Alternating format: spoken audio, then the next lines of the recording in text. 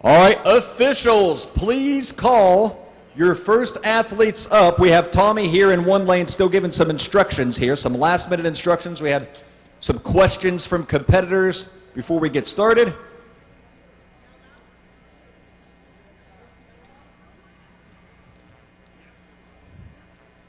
And here we go. Please call your first athletes to the logs, and we are going to kick this off in the max log event.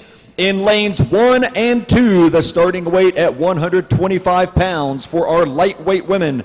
In lanes 3 and 4, the starting weight at 155 pounds for our middleweight women. And in lanes 5 and 6, the starting weight 175 pounds for our heavyweight women.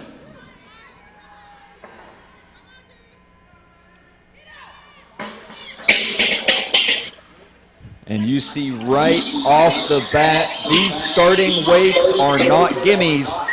They are heavy already, and believe it or not, it only goes up from here. We have some successful lifts already on the board.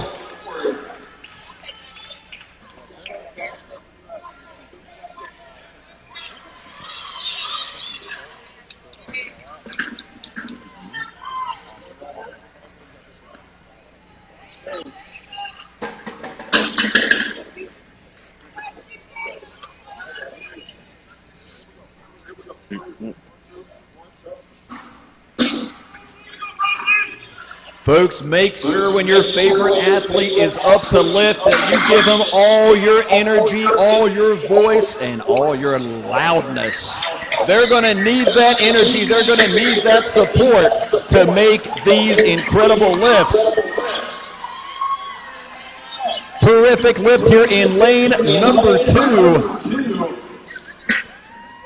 Lane 1 utilizing a beautiful split jerk style.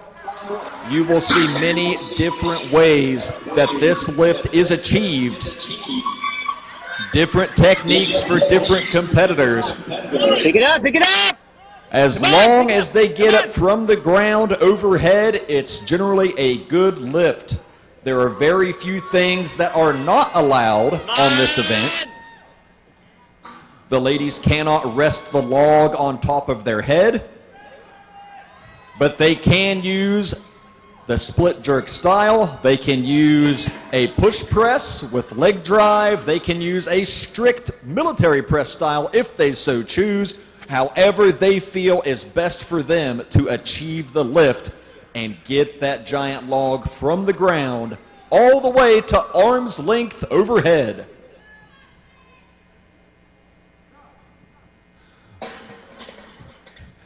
And lane 3 makes that lift look very easy, very comfortable lift for Jamie there.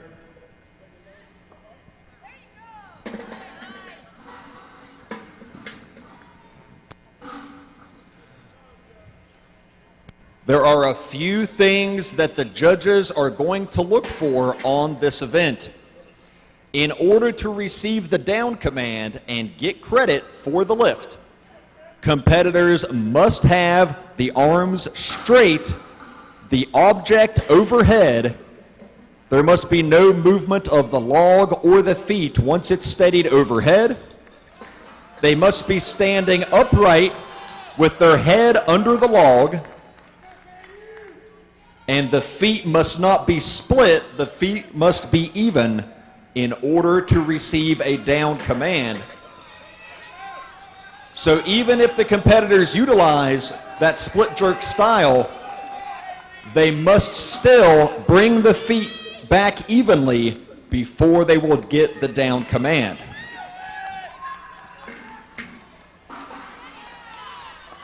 If the log itself is not steady overhead, they'll have to get that steady before they get the down command in order to get credit for the lift.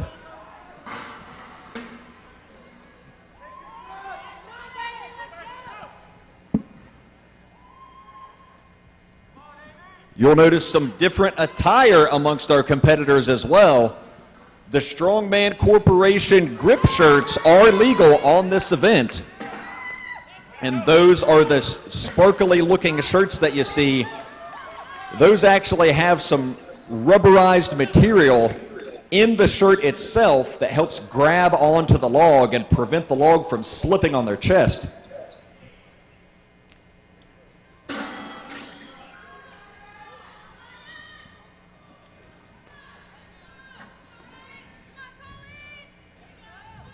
And you'll see a few different ways to clean the log as well. And when I say clean, I mean to get the log from the ground to the shoulders before they actually initiate the press.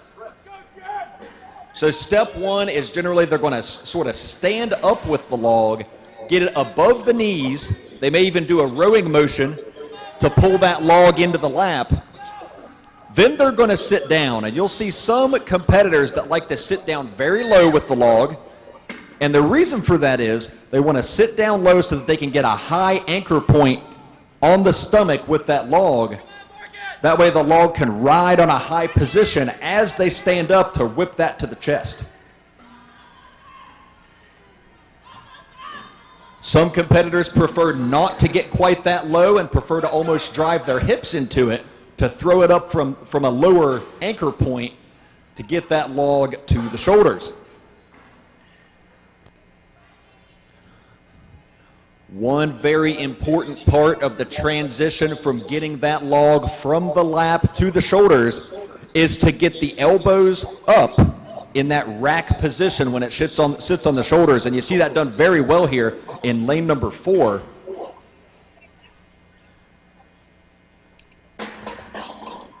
So they must get the elbows nice and high in that rack position on the chest in order to create a stable rack position and transfer all of that upward movement of the body, all of that leg drive into the log. You got this. Come on, fire you got that bad boy overhead.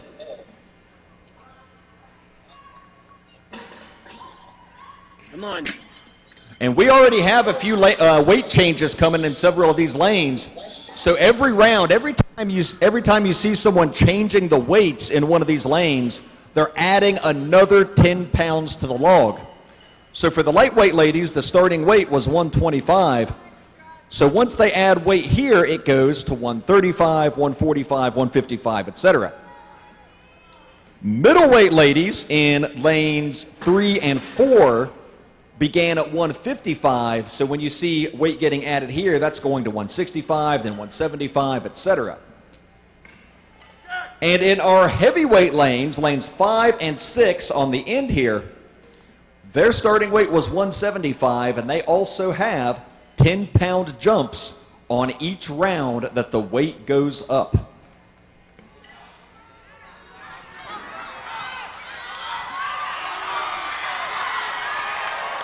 And what an incredible effort we saw there in lane 5.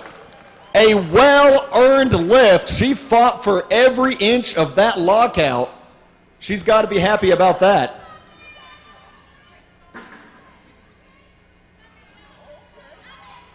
And you'll see, like in lane 5 here, you are allowed to skip any increment that you do not want to take. So you can strategize a little here.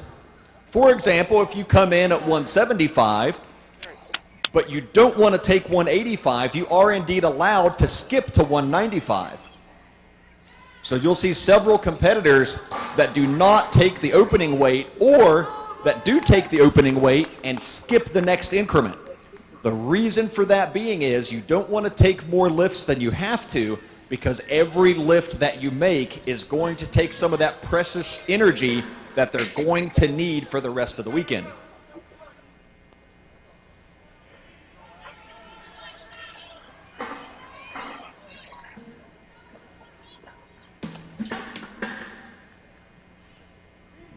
Once again, a variety of techniques here. We are seeing some absolutely terrific lifting. Seeing some very explosive leg drive. And again, when you're trying to lift the most weight possible, you really want to take advantage of that leg drive if you can. Some people feel more comfortable with different techniques.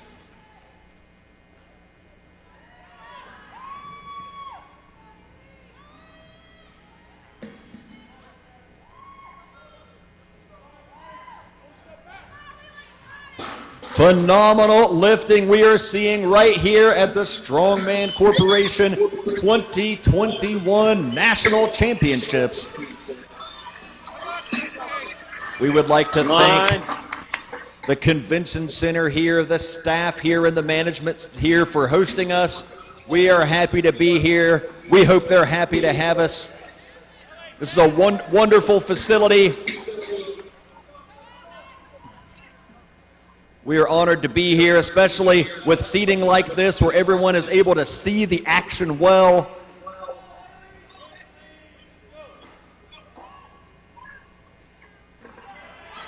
Yeah! Absolutely terrific effort there in lane number 4.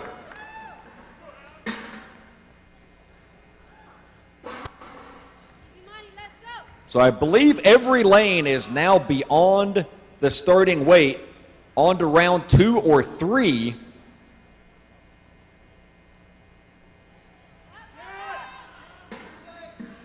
If they miss an attempt, they are allowed to retry it. They have a certain time limit in each lane. Each lane is running its own timer, but as long as they make that lift within the given time, then they will receive credit for it. So, again, if they pick it up and it doesn't go, if it's a close miss, that's okay. They can still grab it again and give it a go as long as it is within the time limit.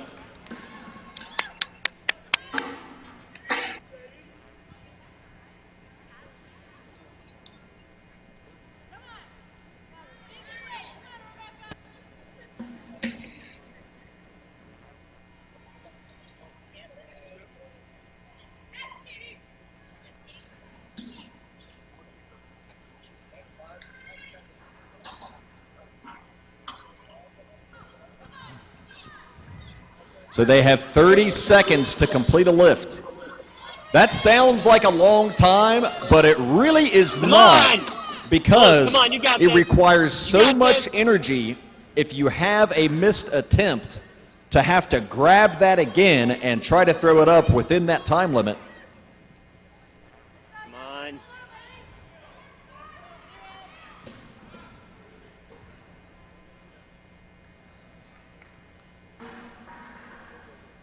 This event tests the entire body. That initial pick off the floor requires power from the hips and back.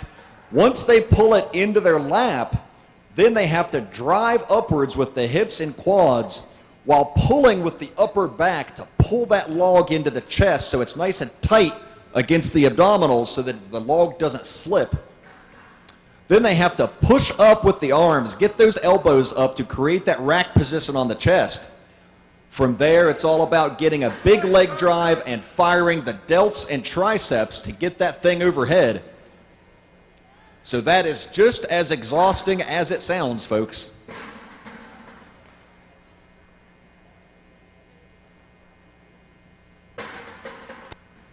And once again, lightweight ladies are in lanes 1 and 2. Middleweight ladies in lanes 3 and 4, and heavyweight ladies in lanes 5 and 6.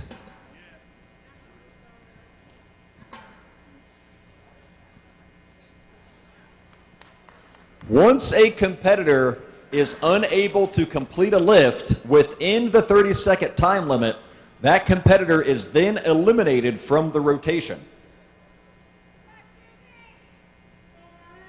So you'll notice the lines are getting a little shorter at this point as several competitors have already been eliminated.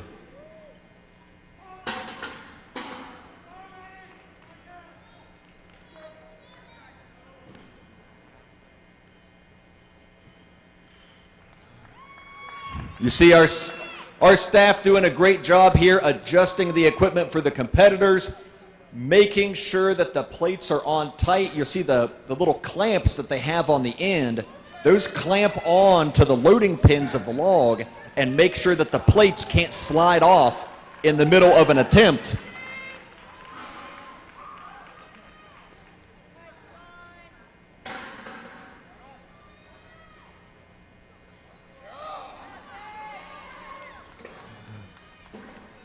Absolutely fantastic lifting we are seeing here today. These competitors giving it everything they have in pursuit of the national championship. And a close miss there in lane number 6. You got this. You got it. You got it. Easy stuff. That's it. And Sean gets it there in lane number 6.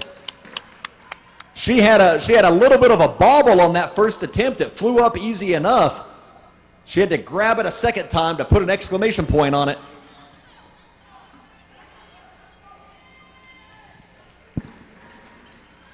Come on. It's okay. It's all right. It's all right. We're good. We got it. You got it. Come on. Come on. Nancy skips another one. I'm not sure if she's taken an attempt yet. Yes. She's got her poker face on.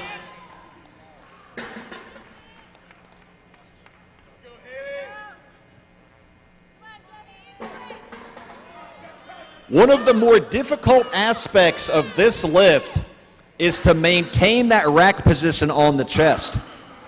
If you don't have the rack position secured with the elbows up and tight and plenty of tension into the log, what will happen when you dip and try to get that leg drive is that the log can start to roll down the chest. As soon as that log has any downward rolling motion, and she's okay. Lane 6, she's okay. She's going to walk away from that one. Glad she's all right on that.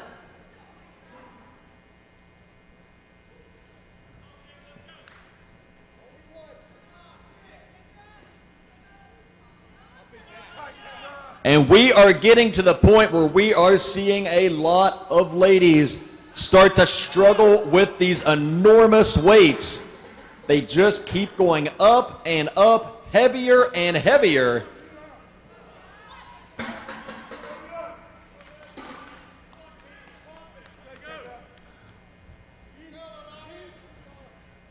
see some of our sponsors on the banner here, Rogue, Sirius Steel. Also, thank you to Generation Iron for their coverage of Strongman Corporation events. Make sure to check out all the articles from Generation Iron.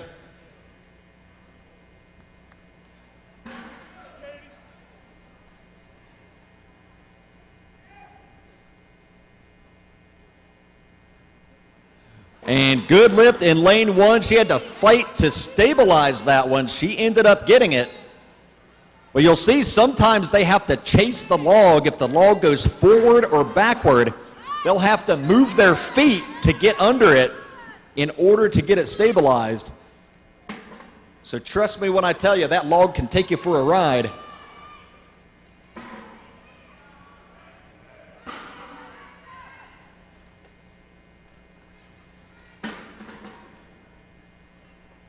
Looks like we may have more weight changes coming up here.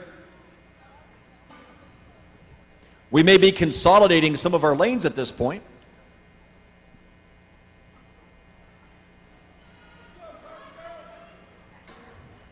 So as we come down to the final dozen competitors or so in each division, 15 or 20 even maybe, they're going to combine them into one lane so that they're not quite as rushed, because it's a little difficult to make a heavy lift and then have to do the same thing immediately just a minute or two afterwards if you only have a couple of people between you on those attempts.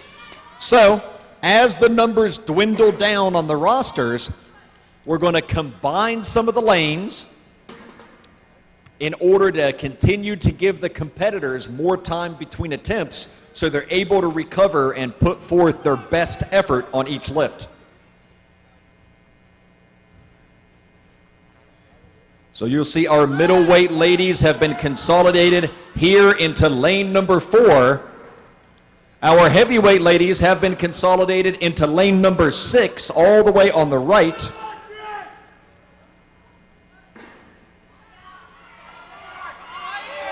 Lightweight ladies currently still in 2 lanes, in lanes 1 and 2.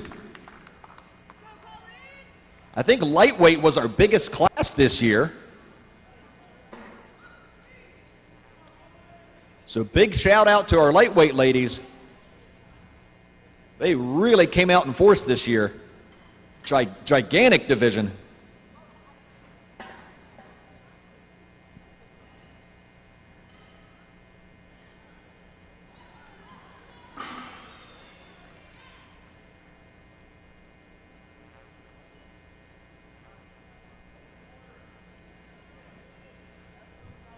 Okay, we're having a weight change in lane number 6. Looks like we're ready to roll in lane number 4.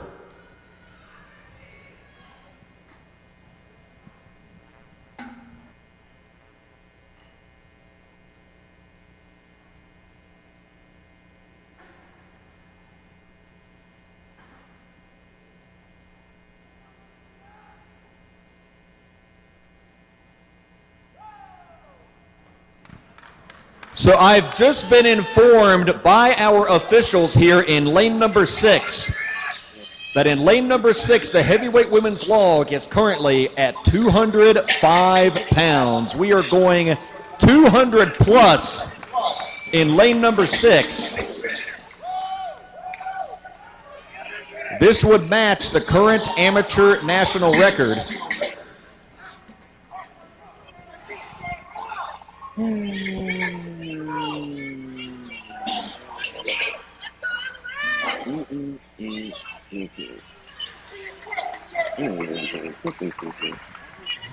In lane number 4, we are currently at 185 pounds for our middleweight ladies. 185 currently. And a close attempt there. The question is, can she get that lockout and stabilize that lift? Plenty of explosive power.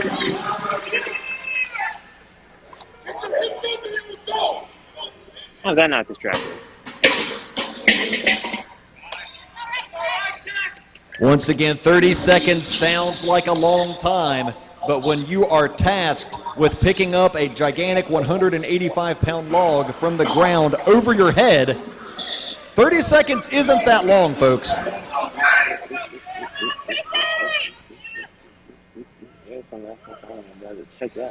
Big explosive power we are seeing here amongst our lightweight ladies. Impressive lift after impressive lift here at the National Championships.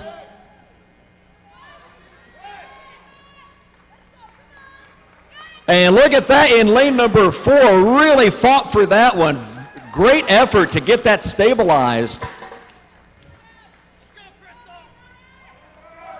Some would say the hardest part of the log lift for many is that last few inches to get that lockout and actually get it stabilized.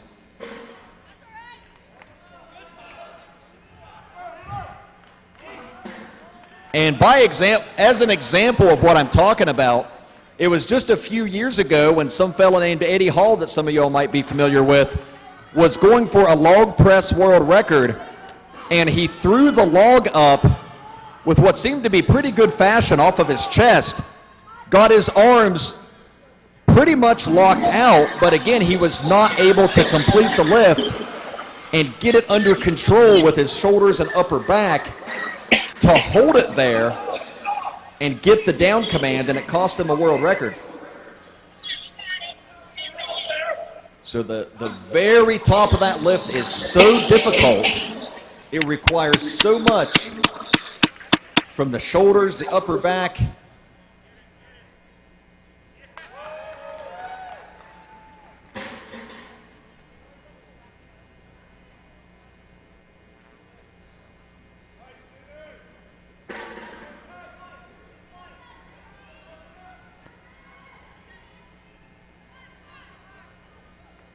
Big power there in lane number 2 from Amber. Great lift.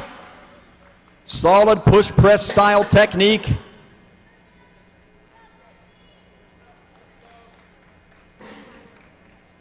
And Nancy finally makes her first appearance, I think, over there. Made it look easy.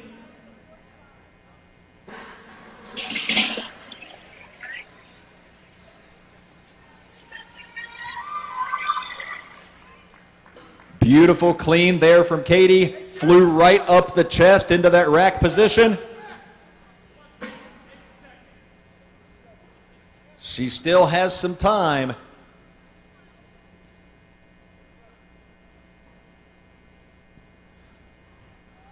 No problem getting it to the chest, and just a little short on that.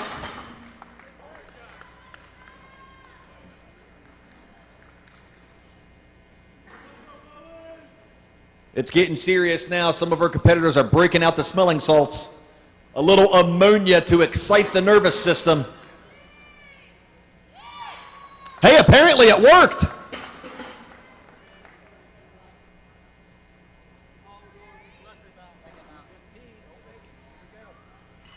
All right, our esteemed officials here in lane number 6 have informed me that we are now going to 215 pounds in lane number 6 for our heavyweight women. This lift would exceed the current amateur heavyweight women's record on this lift.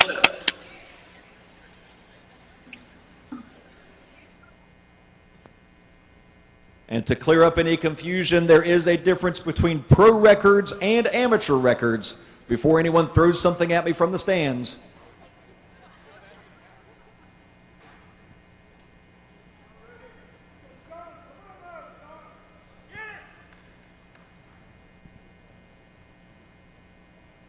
Lane number 4 is now at 195 pounds for our middleweight women.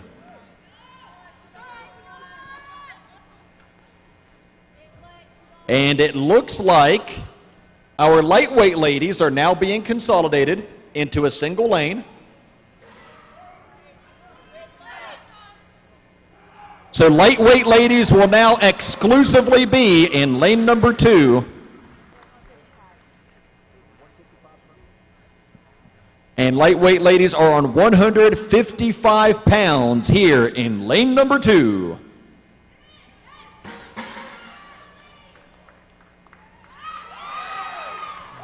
And there you have it, folks, 215 up and over, and it's good. The question wasn't if anyone could do this lift, it's how many of them can do this lift. The standard keeps going up and up, just like these enormous log lifts.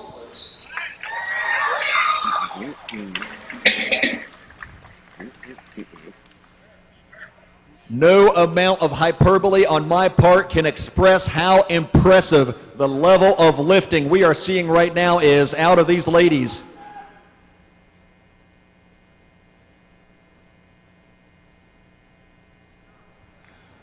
Another good lift in lane number 4 there for the middleweight women.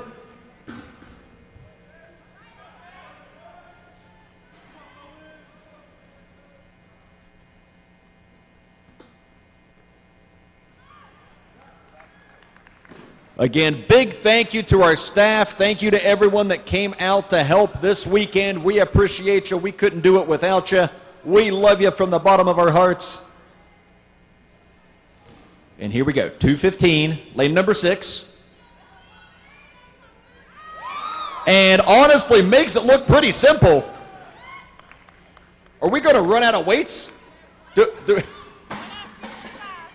We may have to run to the local Dick's Sporting Goods and get more weights for these ladies, because that still looked easy for them.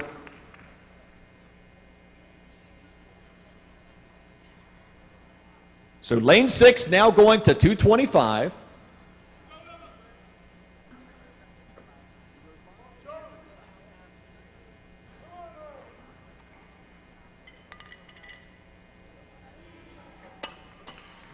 Three ladies left at middleweight, 205 pounds on the log here in lane number 4. This would exceed the current amateur middleweight national record.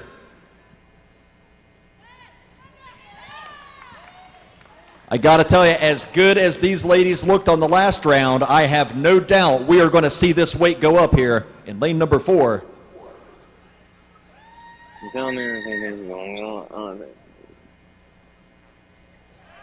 And there you have it. New national record.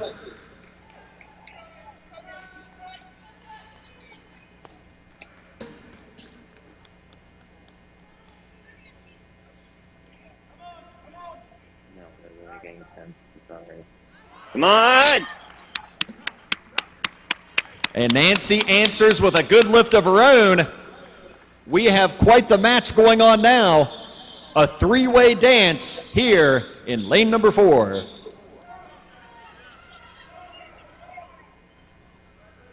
Easy time getting that up to the chest.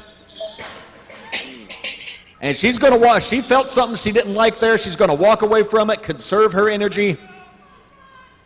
She's going to have a great placing on that event. So she decided to save some energy, not go for that again. She's got 5 more events to do this weekend.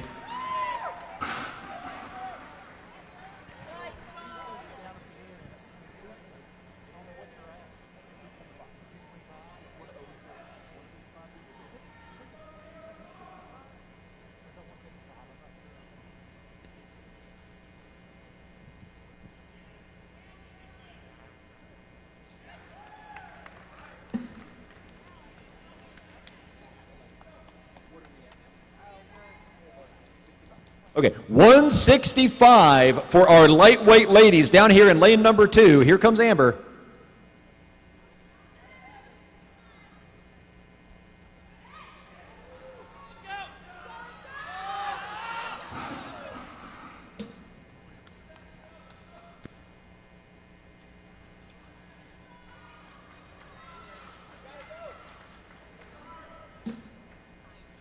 And she's going to walk away from that one. Great effort.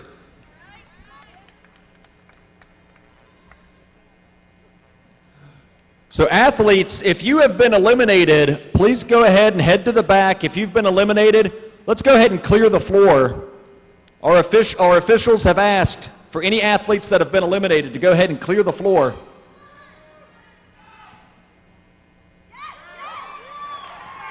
And these heavyweight ladies are still going down here.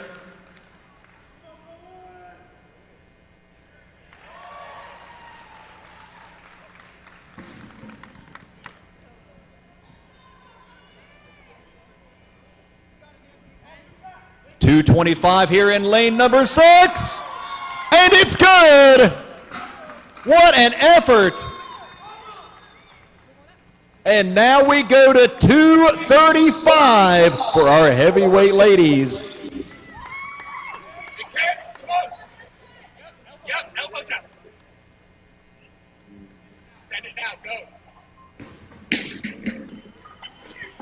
You got this! Here in lane number 4, she's got a little bit more time. Come on. Again, 30 seconds goes quickly. Here she goes, log into the lap, squats down, pulls against the chest, into the rack position. Fires it up! And she does it! A clutch performance, a buzzer beater, if you will. Let me make sure here with referee Tommy Burns. And he says, yes, that was within the time limit.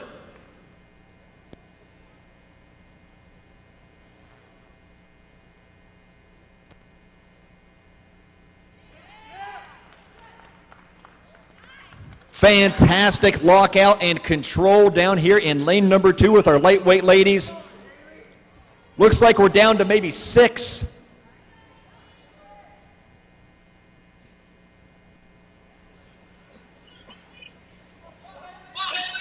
Oh, you're fine. You do. You're fine.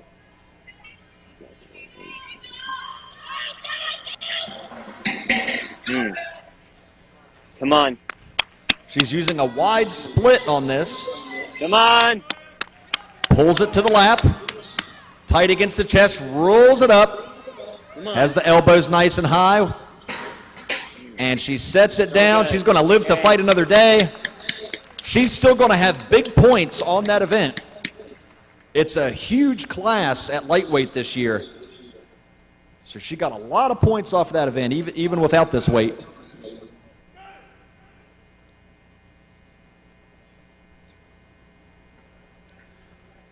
The power on that clean rolled it right up the chest. Big push press technique. Lots of power out of the triceps.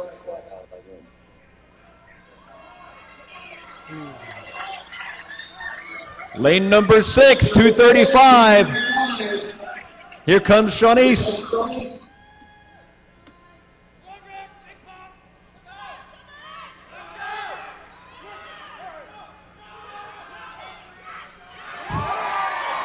And almost in synchronized fashion, we had our lightweight lane and our middleweight lane almost in perfect synchronization.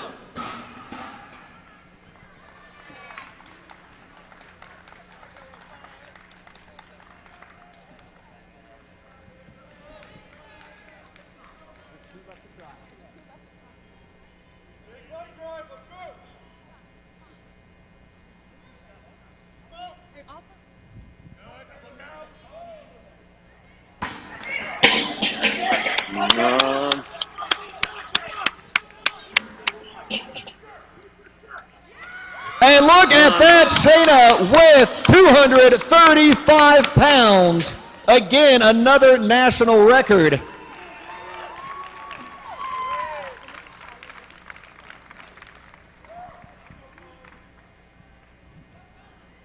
Colleen up next. Getting a little last-minute boost from the smelling salts there. 235 pounds, it's in the lap. It's up to the chest. Rack position steady. And look at that power. So you know what that means, folks. Heavyweight now goes 245 pounds with our final 2 heavyweight competitors.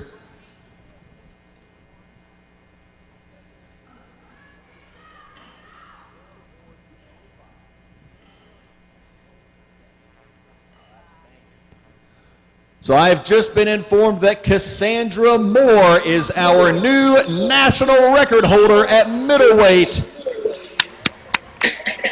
at 225 pounds.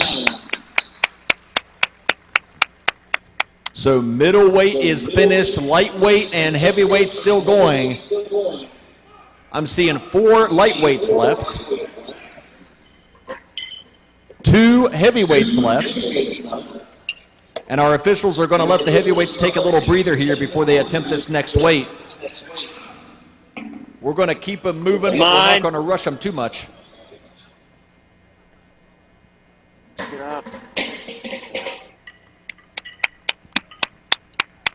And then there were 3.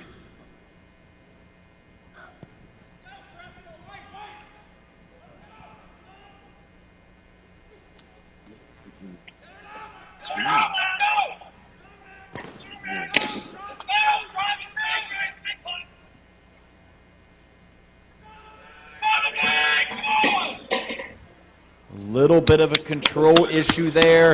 Come on. With that technique, she's got to get under the weight quickly. Time has expired, down to the final 2.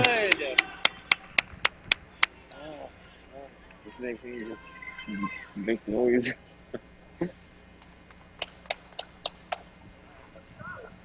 185 on the bar for our lightweight win. Are you kidding me? Look at that. She almost threw that thing through the roof. You got this. Come on. You got this. You got this.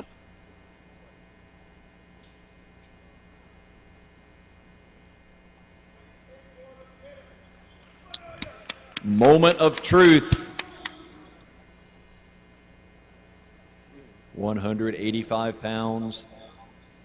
And here we go. Into the lap. Tight against the midsection, rolls it up to the chest. Elbows high. Position looks steady. Leg drive, it's up, it's moving. And not quite. Can she recover? Come on, come on! Using a terrific layback there, but was unable to get the lift. She's going to walk it off, live to fight another day, and save a little bit of energy for the next event.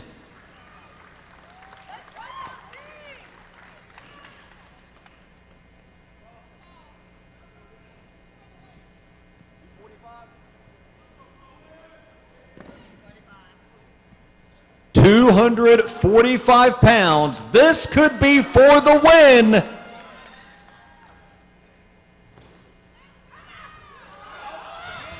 She has it to the chest. The log is steady, and here she goes.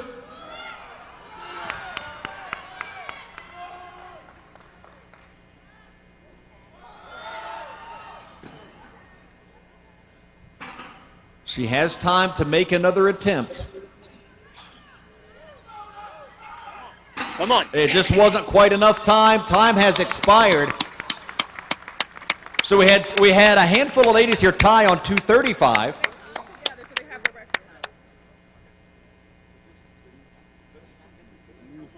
So Shayna and Colleen both hit 235 successfully, so they will share points for the event win. And they will share that national amateur record. I'm going to head down here to get lightweight results now.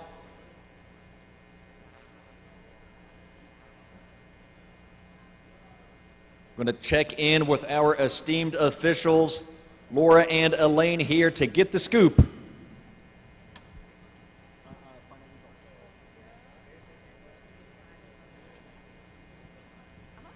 So in lightweight women with 185 pounds, Kira Rickson takes the win in the lightweight division, our biggest ladies division here this weekend.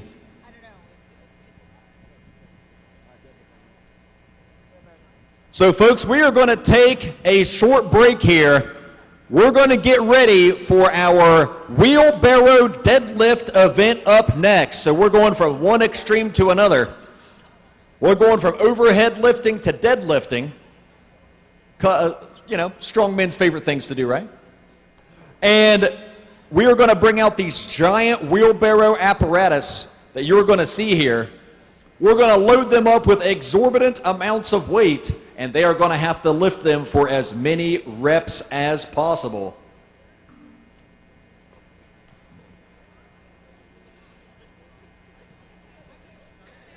So these giant pieces of equipment that you see coming out now, these things aren't exactly light by themselves.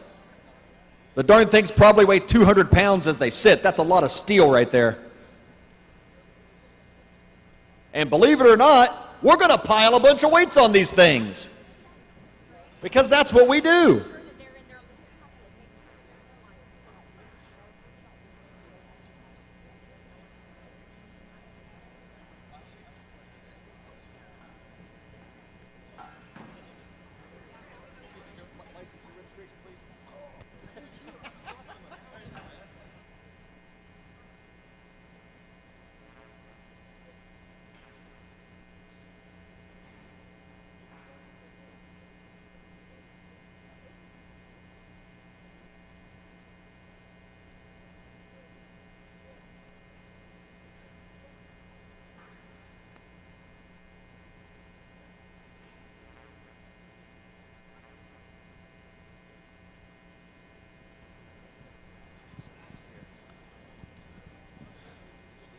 So folks, I'm here with Dave from Gorilla Strength, the man behind this equipment that you see right here, these giant wheelbarrow style apparatuses. And Dave, these things are big, they're scary, it's everything a strongman implement should be. What inspired you to come up with these devilish devices? Well, David Waters asked me to create something really cool, and I thought, hey, this gives me a chance to kind of do something creative. These wheelbarrows will let somebody push a little bit more weight than a traditional wheelbarrow, but still isn't easy by any means. So they're built to be abused, to handle whatever somebody throws at them, and just looking forward to people just putting them through heck. Now, I've dabbled in the equipment business myself. I'm seeing a lot of metal. I'm seeing a lot of cuts. I'm seeing a lot of welds. How long does it take to get one of these units together? That is a serious amount of labor right there. Each one of the wheelbarrows has about 10 hours from start to finish. We manufacture everything except for the wheels. So every piece of that is built in our shop in Litchfield, Kentucky.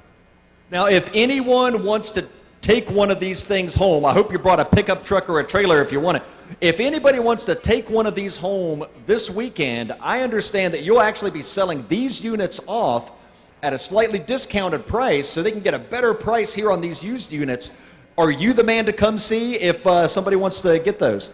Yeah, if they can see me or they can see David Waters. If you see me around and you're interested in one of these, let me know. What I did with these is they're actually made to go in the back of a truck. So those handles will turn around, and if you have a standard size pickup truck, I wanted an implement that people could take with their friends. So these will fit in the back of a standard pickup truck. So if you happen to have one and you want to take one to your friend's gym, he has a strongman gym, take it to your buddy's house just to practice on and compete with, then these will load up in a truck and shut the tailgate and you're gone. I'm thinking if you got a long bed, you could even get a couple of those in there, huh? Yeah, you can.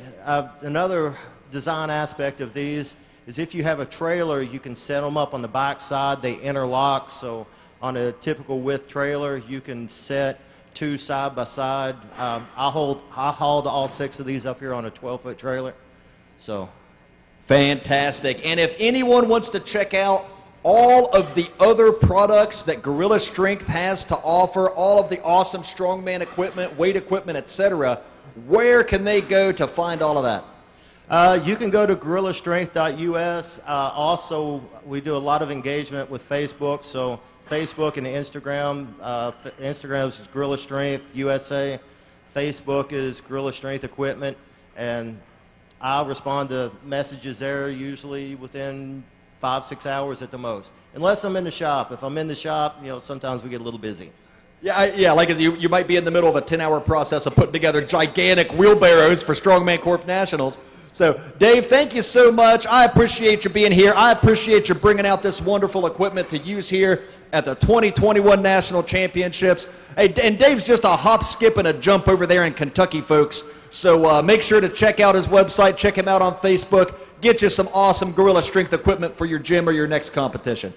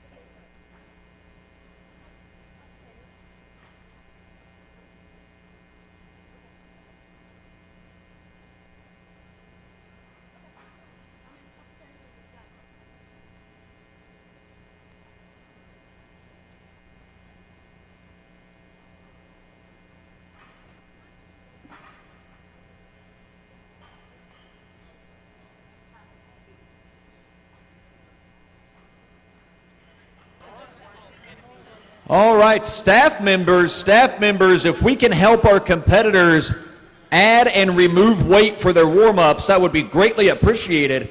So staff members, if we can help our competitors add and remove weight, that would be greatly appreciated. Our competitors got enough to worry about, so if we can help them out, that'd be awesome.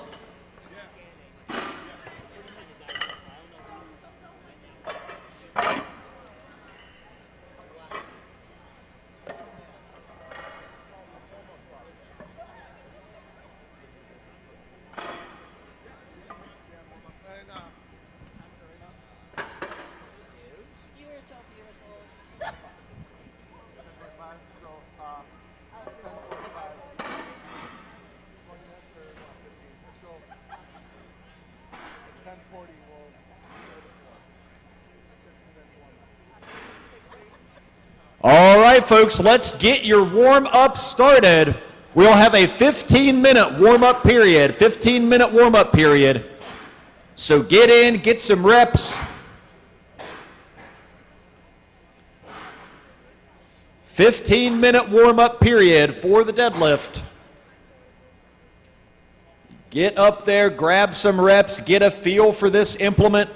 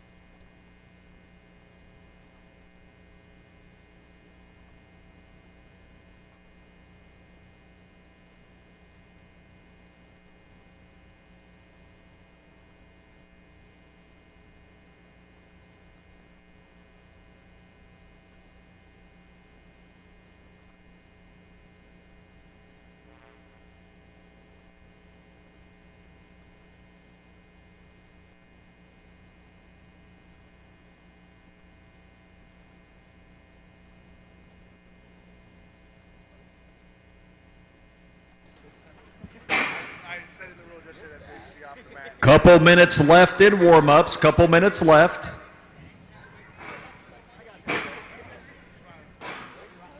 And just a reminder for our competitors, you will be starting standing in front of the mats of your lane, in front of the mats of your station. You can face either direction while you're standing there. Once you get to the implement, once you strap into the implement, you must be facing your judge. So you must face away from the implement to begin lifting. But remember, before the whistle blows, before you hear this, then you will have to be off of the mat, in front of the mat, until you hear that sound.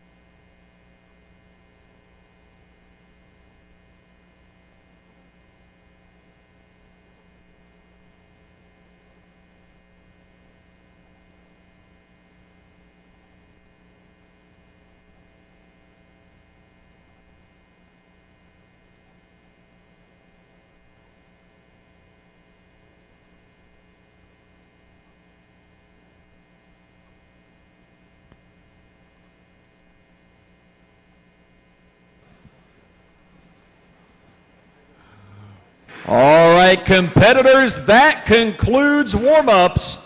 So please clear the competition area. If you feel you desperately need another warm-up, don't forget there is a wheelbarrow in the back. There is still one of the wheelbarrow units in the back.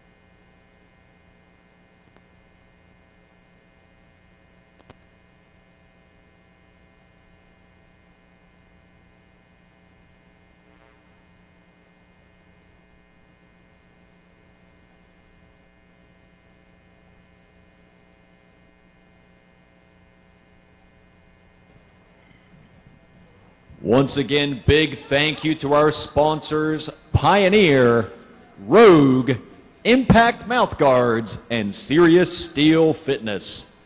Salem, Virginia, thank you so much for having us here this weekend. Our next event is about to kick off. Our officials and staff are in position. Once they receive their run sheets for the next event, this gigantic wheelbarrow deadlift, we will be off and running.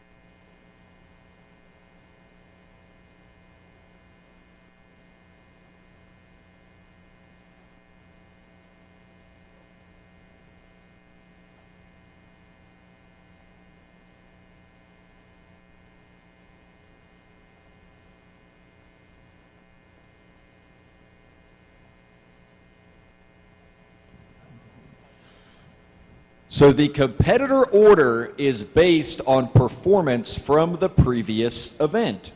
So how these ladies did on the log press determines their order on the deadlift event. So if you did extremely well on the log press event, you get to go towards the end of the roster on the deadlift event. However, if you did not have such a great day on the log press event, you will be going very early in the running on the wheelbarrow deadlift event.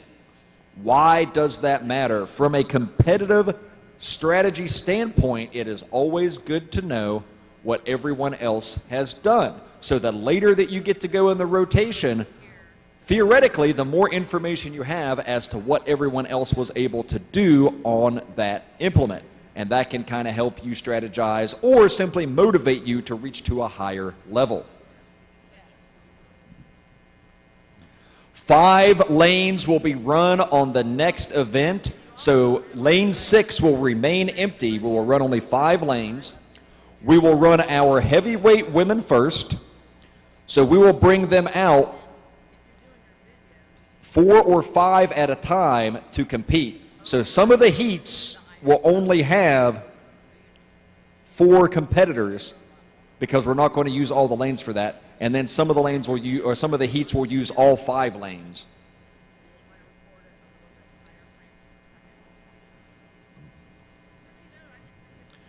We saw some absolutely fantastic lifting in the first event here at the Strongman Corporation National Championships.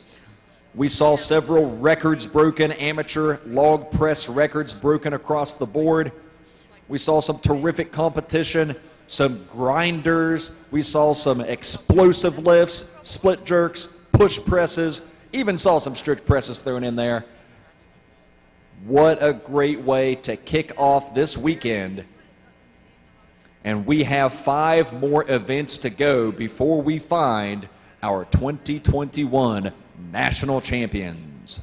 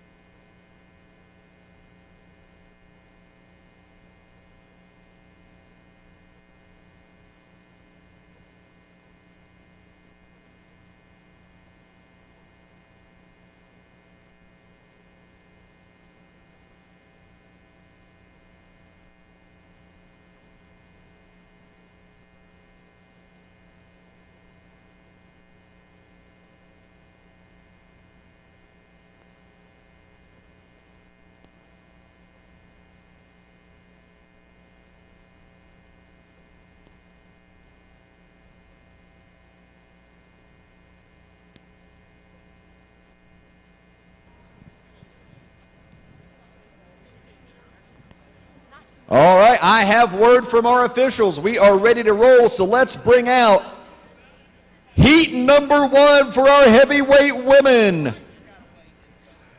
In lane 2, Dee Payton. Lane 3, Shantae Thaxton. Lane 4, Catherine Cross. And lane 5, Jillian Phillips.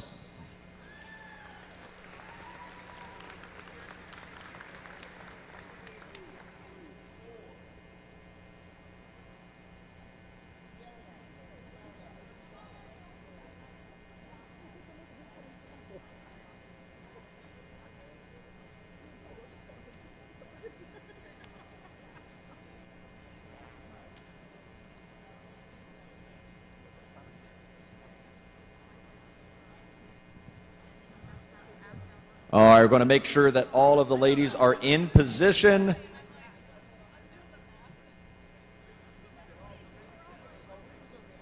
So you notice they are positioned off of the mats.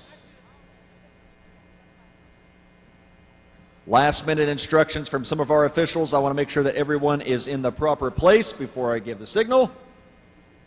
Ladies, listen for the whistle.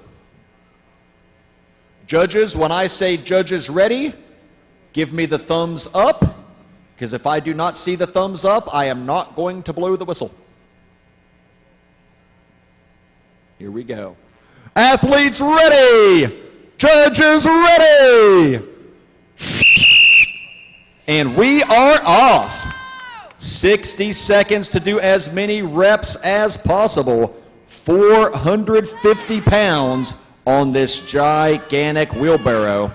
And you see over here in lane number 3 that Shantae is already off and running and putting up several reps. This is an extremely heavy event. 30 seconds to go. And these ladies are giving it their all here in the early goings on the Gorilla Strength Wheelbarrow Deadlift event. 15 seconds. Every rep counts. 5 seconds to go. Time.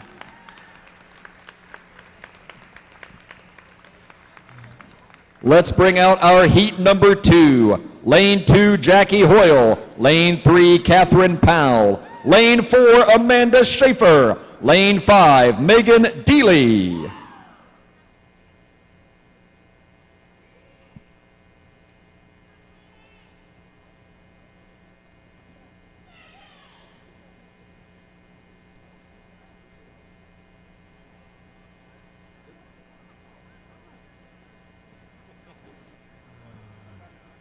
Once again, competitors must begin positioned off of the mats.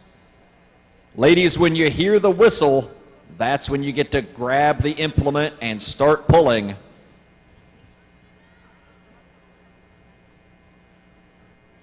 Officials giving some last-minute advice there, answering a few questions.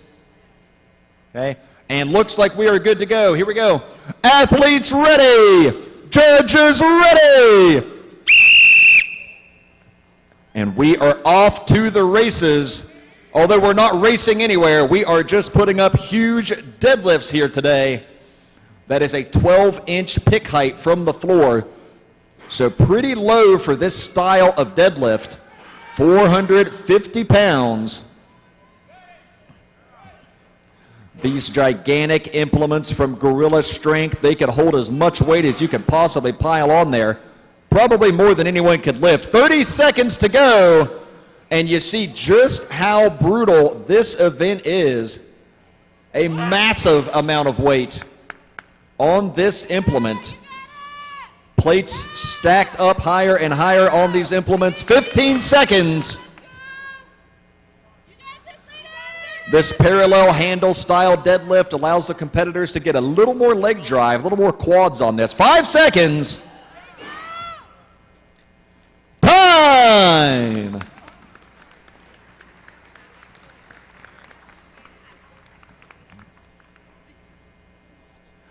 We are moving on to heat number 3. Lane 2, Alila Worley.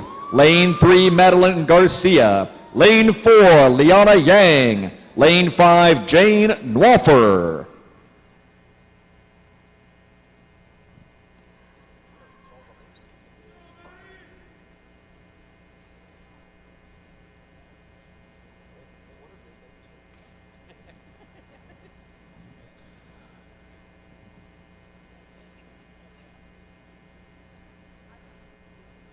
Okay, looks like we have everyone in position. Competitors are in position. Here we go. Athletes ready. Judges ready. So you'll see they are using, a lot of the competitors are using straps on this implement. That is legal. That is acceptable usage of equipment. That's going to help them keep their grip on the implement. And look at this. We are seeing some reps here, folks. These ladies mean business. 450 pounds. That is a heavy, heavy pull to do for one rep. 30 seconds. And these ladies are doing it for multiple reps on these enormous gorilla strength wheelbarrow implements. 15 seconds to go, and our heavyweight ladies are putting on a show.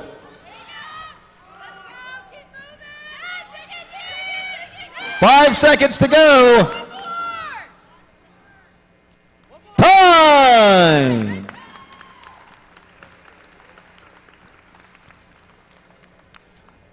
Let's bring out heat number 4. Lane 2, Rebecca Houston. Lane 3, Ashley Sorensen.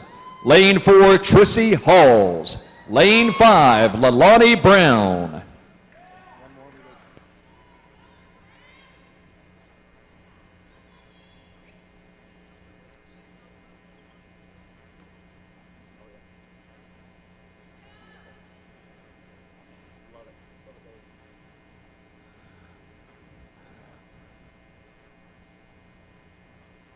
Competitors are in positions. Looks like judges are in positions. Here we go.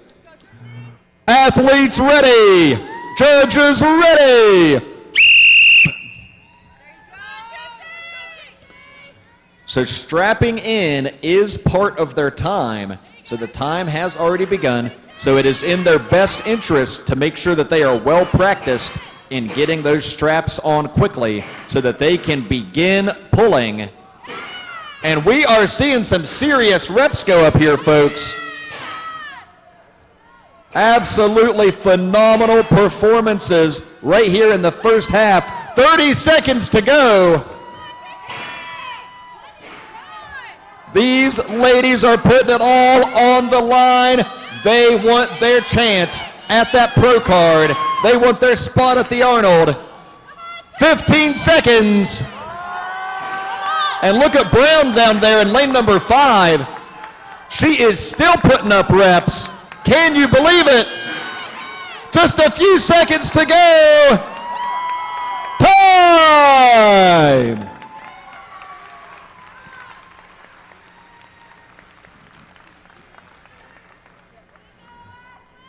Our 5th and final heat of our heavyweight women's division. Lane 1, Jennifer Lyle. Lane 2, Pauline DePinto. Lane 3, Sean Hairston. Lane 4, Shayna Vales. And Lane 5, Colleen Meredith.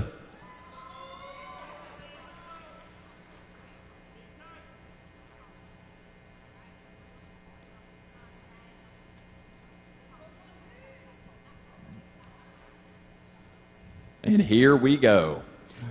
Athletes ready. Judges ready. And we are going to see something special here, folks. Look at this. The reps are already starting to fly. Do not blink, folks, or you might miss several reps from this lineup. All of these ladies went 200 plus on the previous event on that log press. Some of them way over that mark. 30 seconds.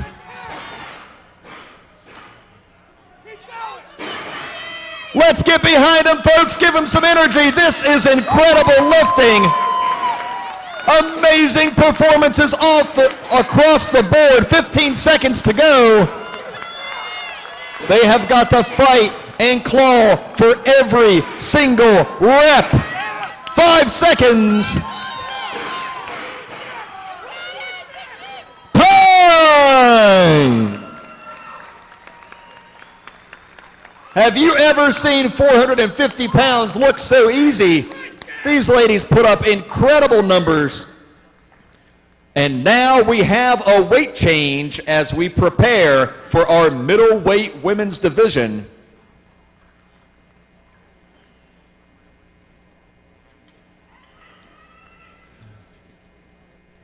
Looks like our middleweights will be challenged with 420 pounds on the Gorilla Strength Wheelbarrow Deadlift event.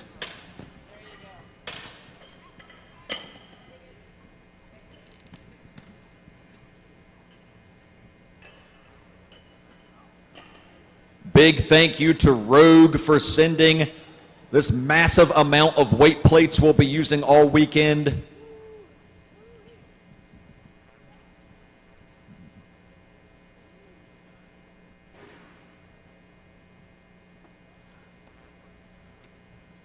And our staff very quick with the weight change there. I'm going to go ahead and bring out our middleweights.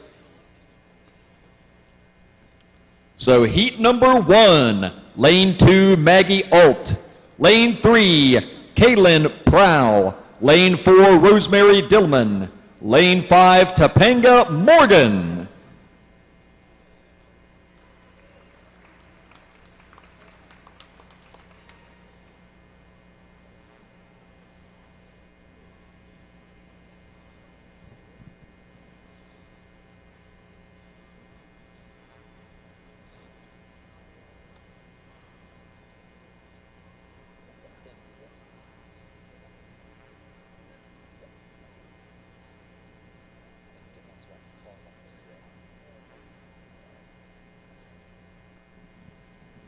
Some last minute instructions from our officials. And looks like we're ready. Athletes ready. Judges ready. And here we go, our first heat for our middleweight women. Divisions are as such. Lightweight ladies go from 0 to 140 body weight. Middleweight women from 141 to 180. And heavyweight women are 181 plus. Within those divisions, we do have subclasses. So some of our middleweight ladies will be in a 160 subclass, and some of our lightweight ladies in the 120 subclass. 30 seconds to go. And again, you're seeing just how heavy this is. 12-inch pick height, so those handles are only 12 inches off the floor. 15 seconds.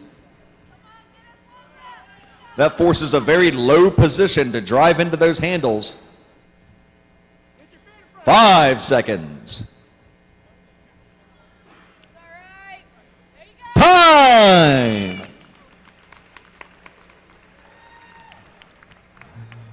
Please welcome heat number 2. In lane 2, Becca Strong. In lane 3, Teal Rounds. And in lane 5, Olivia Dubray. Excuse me, and in lane 6, I think that's a typo. I think we have a typo on the sheet here, folks. So I'm going to say Olivia is lane 4 and Morgan Patterson is lane 5. Because there is no wheelbarrow in lane number 6, so I don't think she's going to be lifting there.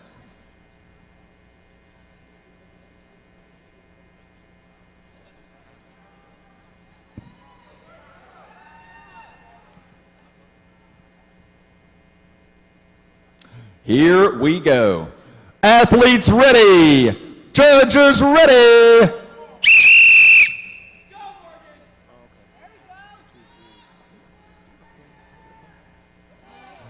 And there we go. First rep on the board over there in lane number 2. This is some seriously heavy stuff, folks. I cannot overemphasize how much weight is on these giant wheelbarrow implements. They're heavy enough by themselves. I don't even want to pick the darn thing up empty. 30 seconds to go. And these ladies have to do it with piles and piles of plates added to them.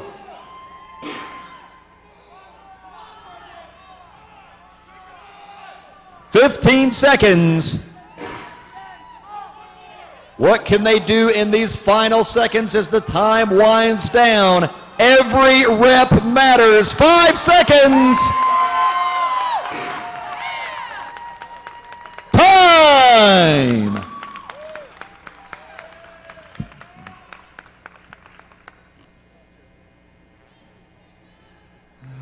Let's bring out heat number 3. Lane 2, Liz Thompson. Lane 3, Claire Stouffer. Lane 4, Rebecca Simmons. Lane 5, Jennifer Bates.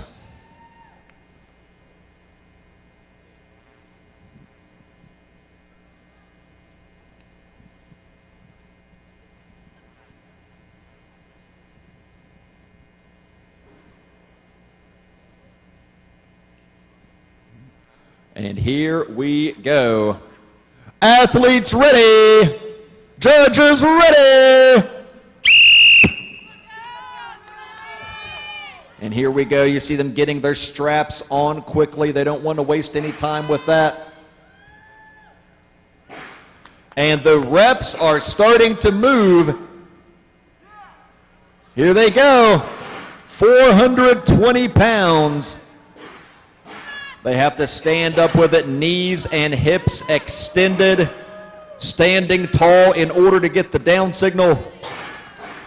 30 seconds. So they must get those signals on each lift in order to receive credit for the lift.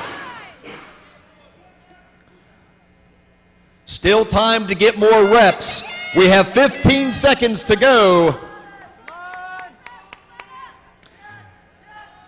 And this is where they really have to dig deep. 5 seconds. Can anyone get one more? Time!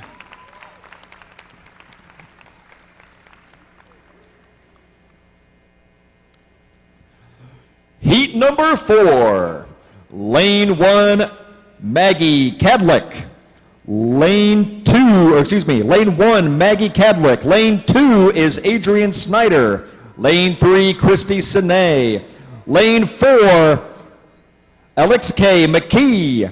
Lane 5, Kendra Danzer.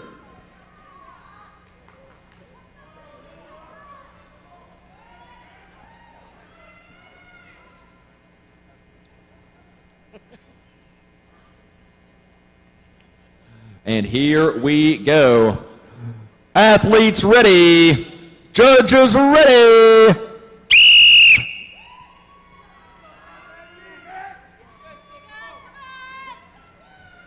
So we have all 5 lanes in usage right now.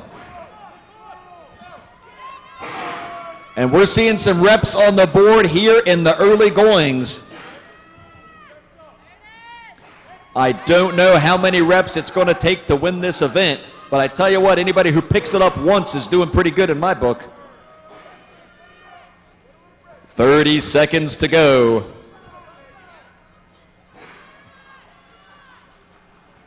Lane number 5 having a lot of success here. She is just pounding out these reps. 15 seconds. They have got to dig deep. They've got to fight.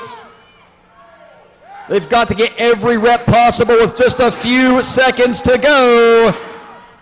Time.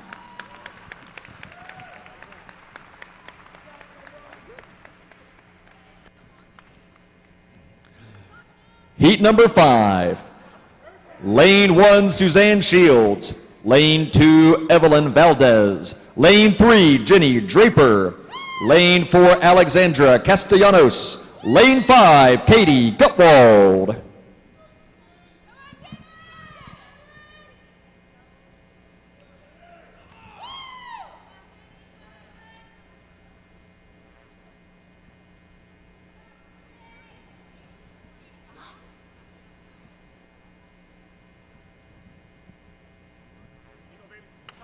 Athletes ready. Judges ready.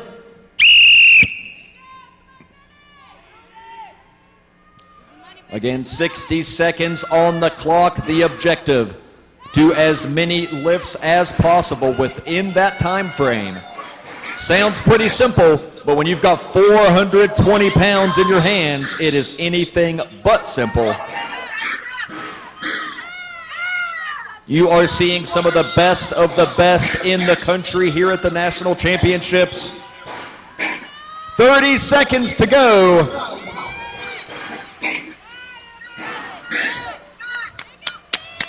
What a brutal event. This is taxing the back, the hips, the legs. Really wearing these competitors out with 15 seconds on the clock.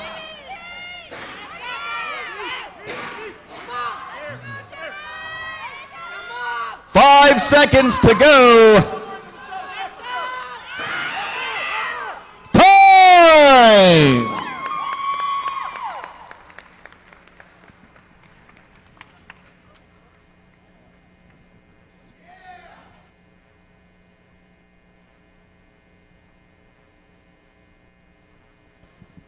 And we need just a moment before we bring out the next heat. We need just a moment. Strongman is an extreme sport, and sometimes extreme things happen, so we're going to take a moment here to let our staff deal with a little issue, and then we will have our next heat ready. So for our sixth and final heat, I want to make sure that is correct. Yes, this is our sixth and final heat. We'll have in lane 1, Jamie Shama. Lane 2, Mary Colasanto. Lane 3, Jessica Mitchell. Lane 4, Nancy Johnson. And lane 5, Cassandra Moore.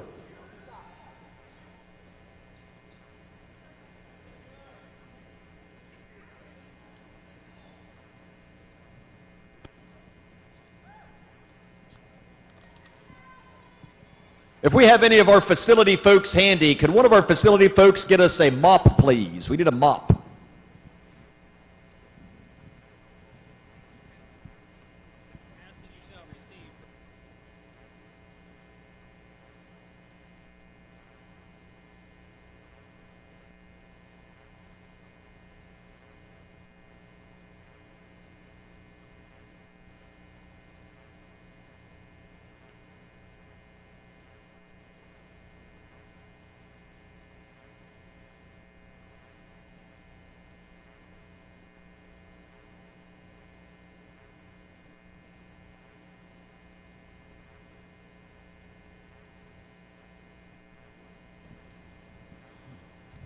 Once again, folks, make sure to check out the articles on Generation Iron. They have been covering Strongman Corporation events all year, and they have some great articles, some great pieces up about the national championships. Make sure to check them out. Big thank you to Sirius Steel Fitness for supporting Strongman Corporation National Championships. Rogue Fitness, thank you so much for their continued support. They've been partners with Strongman Corp for some time now, and we appreciate them. Impact Mouth Guards, the best darn mouth guards in the business. Also, thank you to Gorilla Strength for these gigantic wheelbarrow implements. And I think we're ready. Can I get a thumbs up from everybody if we're ready there? Fantastic. Here we go. Athletes ready. Judges ready. And we are out of the gate and off to the races.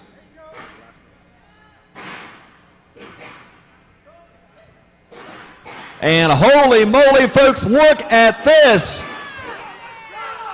Lane after lane, we are just seeing the reps fly up.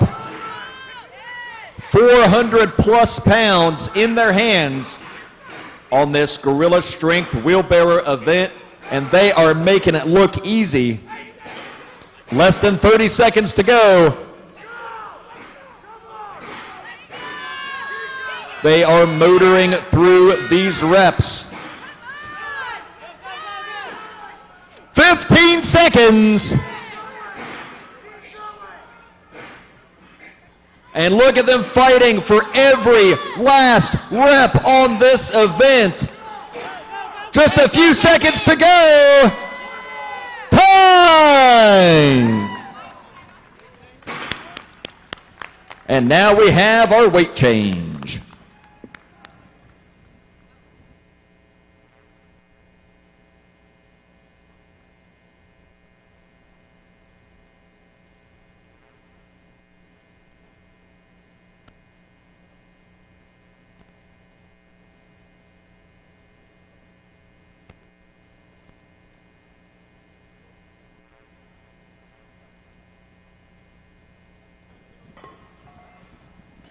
We'll be going to our lightweight women next. They will have 370 pounds on the giant wheelbarrow deadlift event.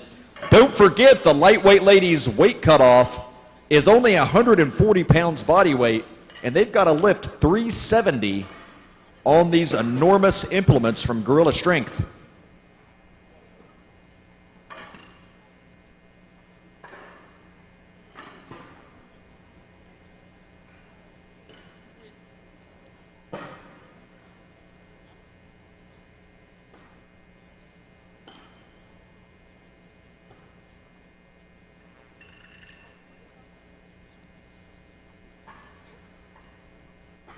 Big thank you to Salem, City of Salem, for having us here at the Convention Center. Big thank you to all the support from local businesses. If you haven't had a Strongman burger yet, make sure you go to Farmburgesa, get you a Strongman burger. I had one last night, good stuff.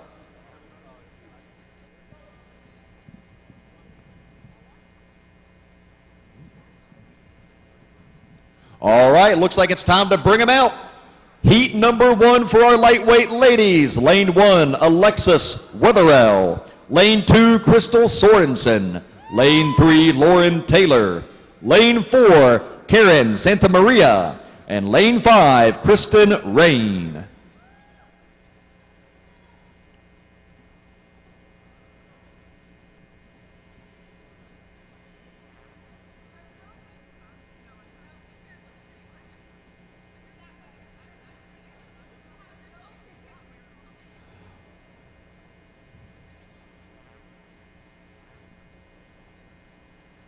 All right, athletes are in position, judges are in position, here we go.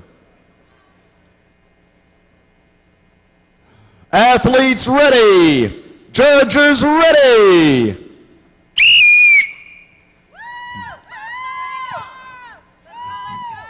We are off to the races with our lightweight women. The first heat is underway.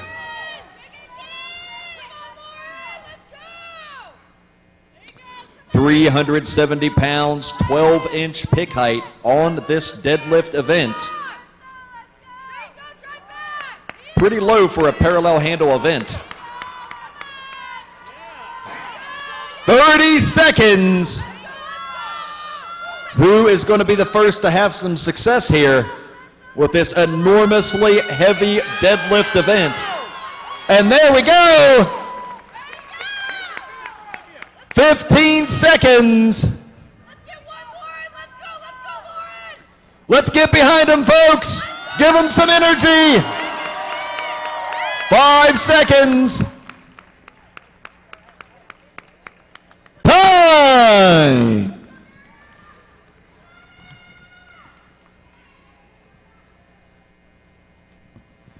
Please welcome heat number 2. Lane 1, Katie Feely. Lane 2, Miriam Rojas. Lane 3, Emily Anderson. Lane 4, Deandra Flores. And lane 5, Amy Klickner.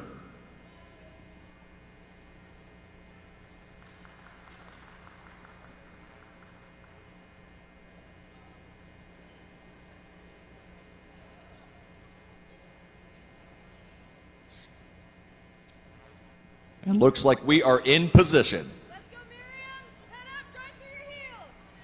Athletes ready, judges ready.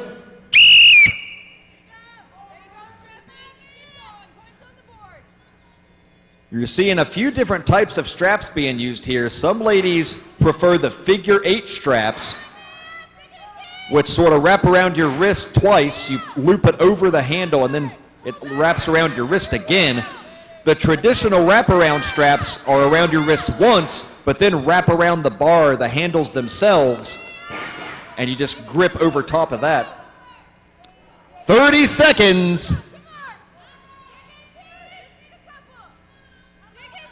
And look at this over here, lanes 4 and 5, getting some reps in. 15 seconds to go.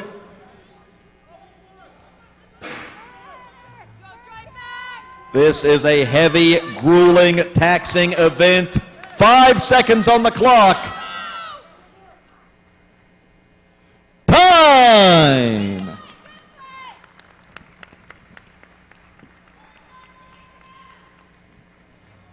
And here comes heat number 3. Lane 1, Rebecca Wyatt. Lane 2, Victoria Day. Lane 3, Kiara Medina.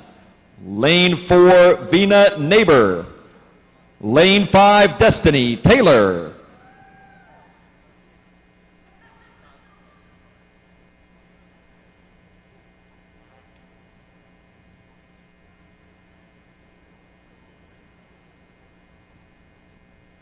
And here we go. Athletes ready. Judges ready.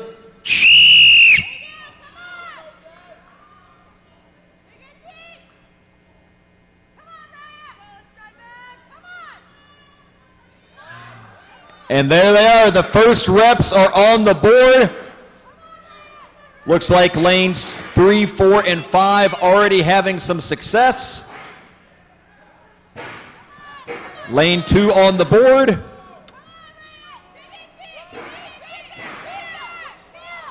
"30 seconds.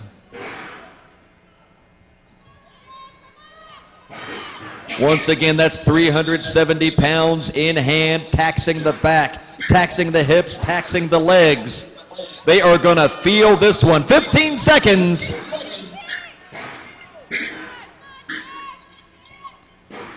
Amazing performances we are seeing right now. 5 seconds to go. Time! Look, we had a buzzer beater rep or two in there.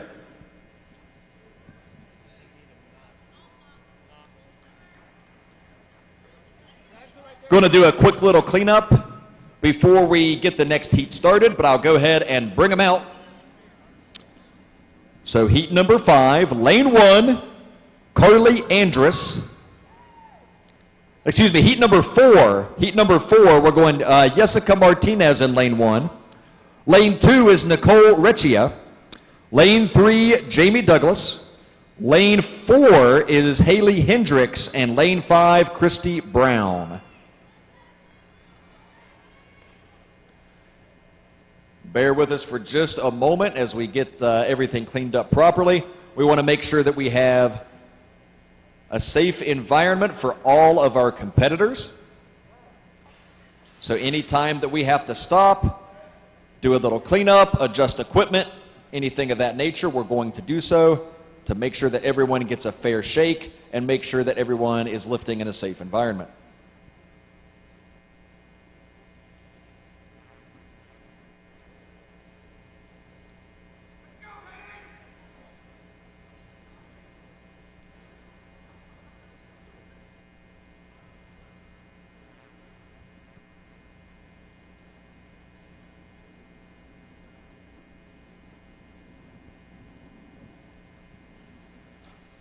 All right, officials, if your lane is ready, give me a thumbs up. I want to see who's ready, who still needs some time. So we still got a few more.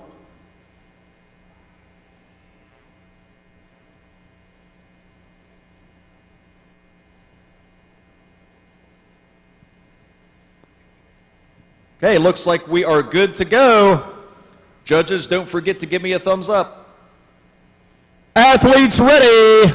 Judges ready.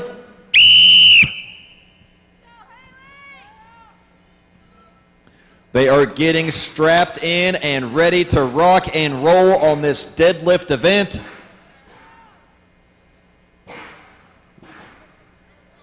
Lane 1 off to a great start. Lanes 3 and 4 almost in synchronization over here, just hammering out the reps. Remember, they have to stand up tall to get the down signal. 30 seconds left. Knees must be extended. Posture must be straight.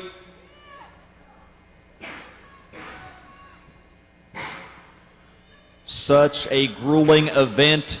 15 seconds to go. This one is really going to tire them out for the other events to come this weekend. 5 seconds. Time!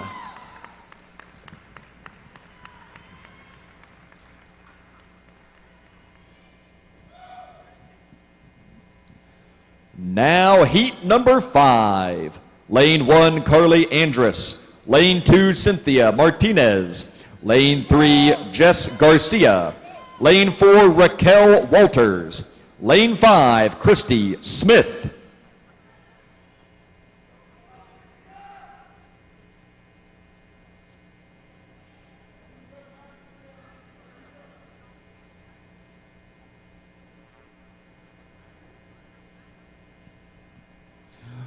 Athletes ready. Judges ready. Let's go, just one rep. Drive full. Right from the gate, let's go. Let's go, get it up, now. Heat number 5 of 7 in action right now. Let's go, peace out. Lots of leg drive involved to break that off the floor.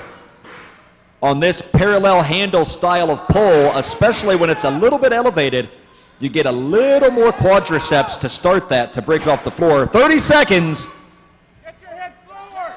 But it definitely comes down to the lower back strength, the hip strength, the ability to drive those hips through. 15 seconds.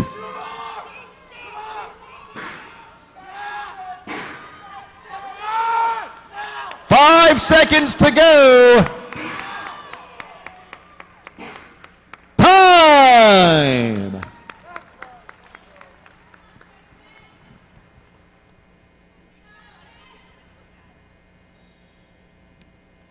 Let's bring out heat number 6.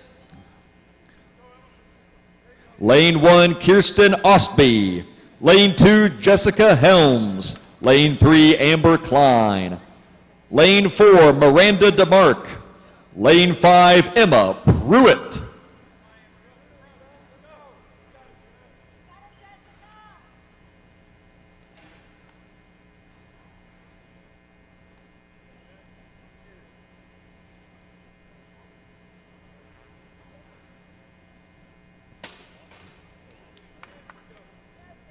Just making a little equipment adjustment here in one of our lanes. And looks like we're good. Athletes ready. Judges ready. So they're going to want to get strapped in as quickly as possible so they have the maximum amount of time to utilize for lifting. And these ladies are off to the races, just motoring through the reps here in the early going.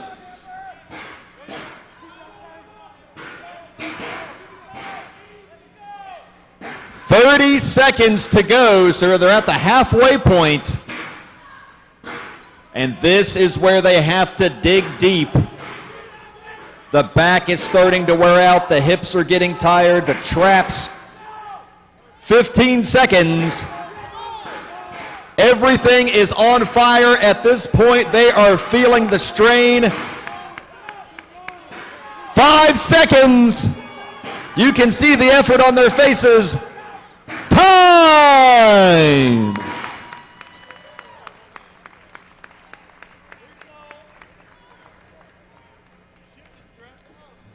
Our 7th and final heat in our lightweight women's division. Lane 1, Haley Manipole. Lane 2, Jamie Navarro. Lane 3, Crystal Stanzik. Lane 4, Nadia Morrison. Lane 5, Kira Rickson.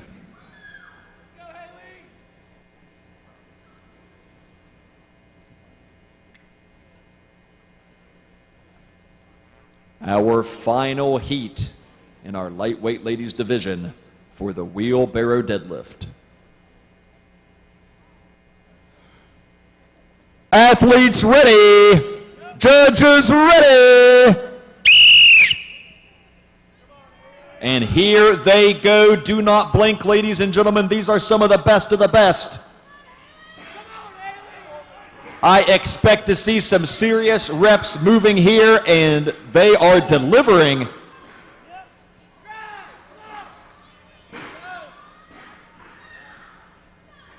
Big power in the legs, hips, and back required for this movement.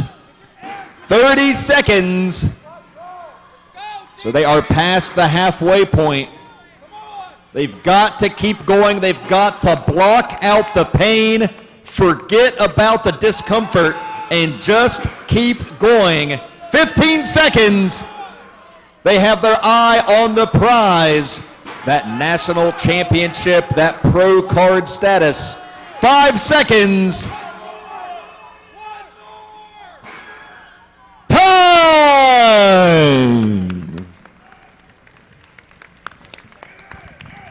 Let's hear it for our ladies on the wheelbarrow deadlift. We are going to take a short break and move on to our third and final event of the day for our ladies. So bear with us as we switch the equipment and get ready for the last event of the day for our female competitors.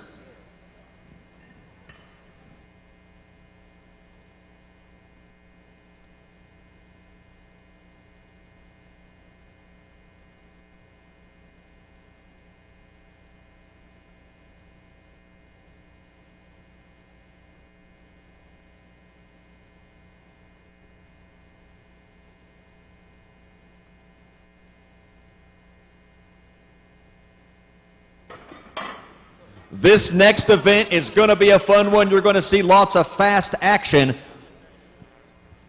You see our signs that we have up here on these big uprights. They're going to have to throw sandbags over those signs. There's going to be a series of bags. They're going to have 4 bags apiece that they're going to have to grab and hurl through the air over top of those. Time will be determined by when the bag hits the ground on the other side, and the fastest time to finish wins. This is a fun, fast-paced event, and I cannot wait. I hope you're having a great time here at the National Championships. Thank you all so much for coming out and joining us. I hope you're enjoying yourself as much as I am. Thank you to Strongman Corporation and Dion Masters for continuing to bring me out here to do this sort of thing. I really, greatly, truly enjoy it. So thank you to everybody at Strongman Corp. Thank you to Chad Clark right here with the mop. Hey, Chad has had boots on the ground right here in Salem.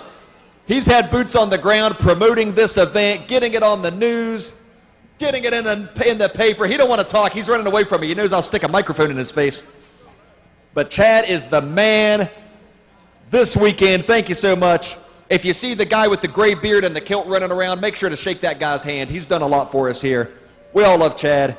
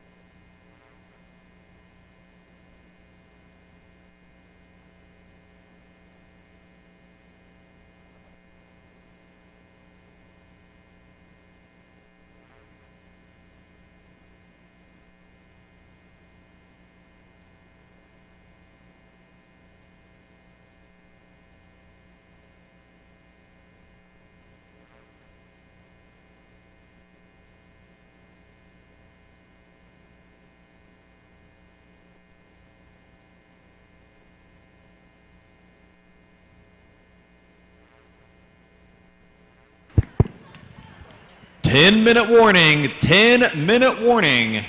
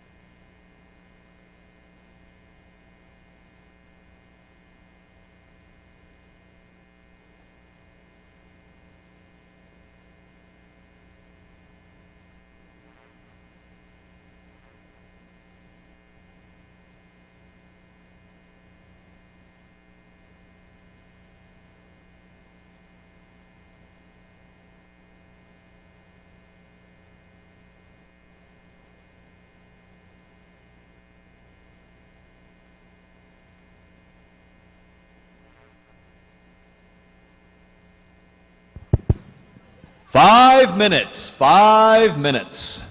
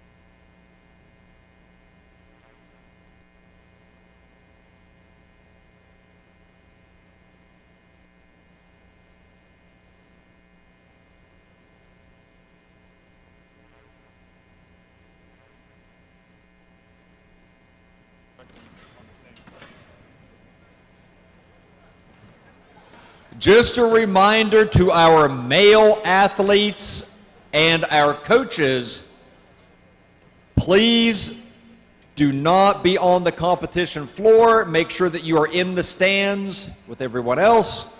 Female athletes only on the competition floor, please.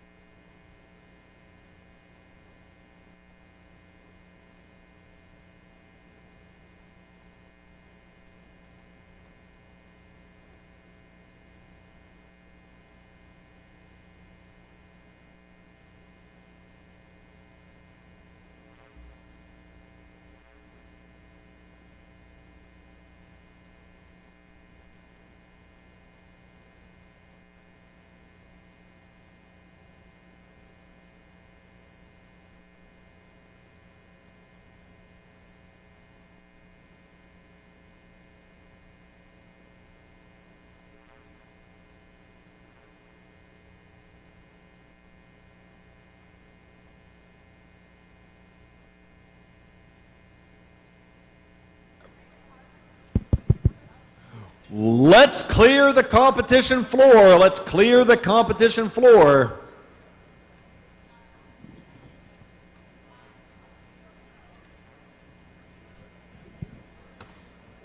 Yes.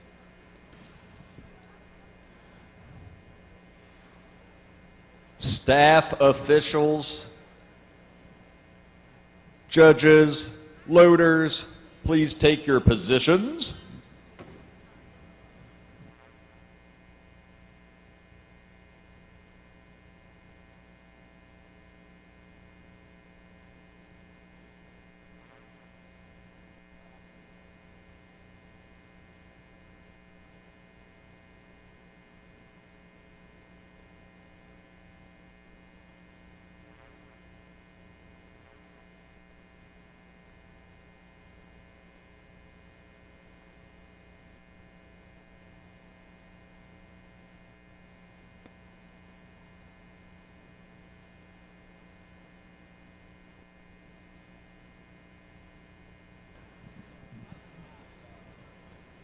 Just taking a moment to adjust the yokes so that everything is set up properly for this event.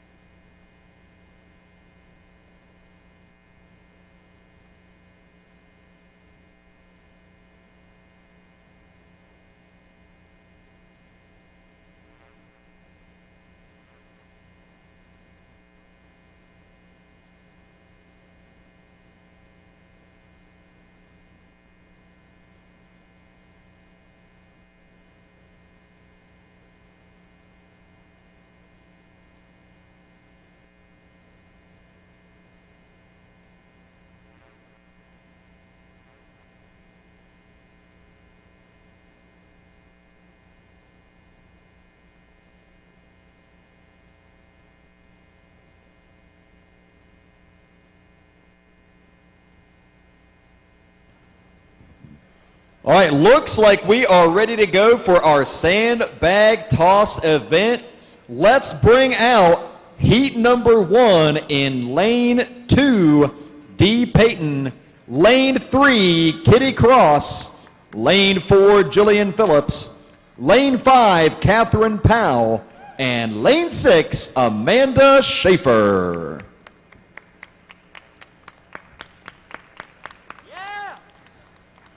14 feet is the height that they must throw over.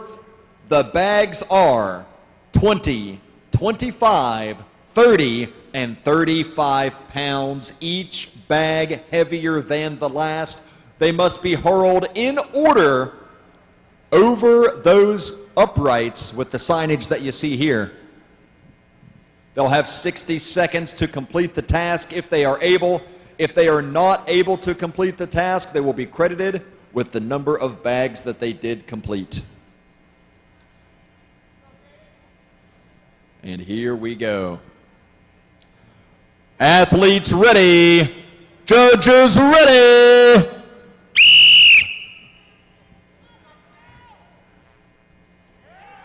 What, definitely one of the more fun and exciting events to see. See these bags hurling through the air.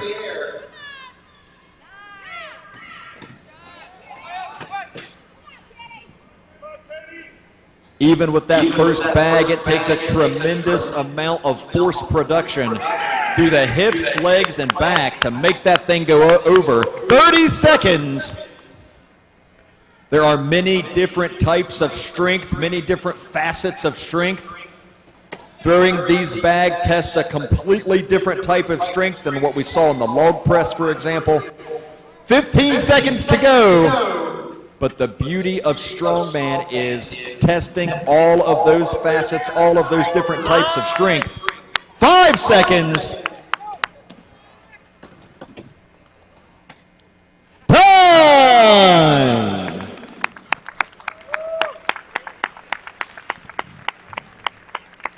Heat number 2, lane 2, Megan Deely. Lane 3, Liana Yang. Lane 4, Shantae Thaxton. Lane 5, Alila Worley. And lane 6, Rebecca Houston.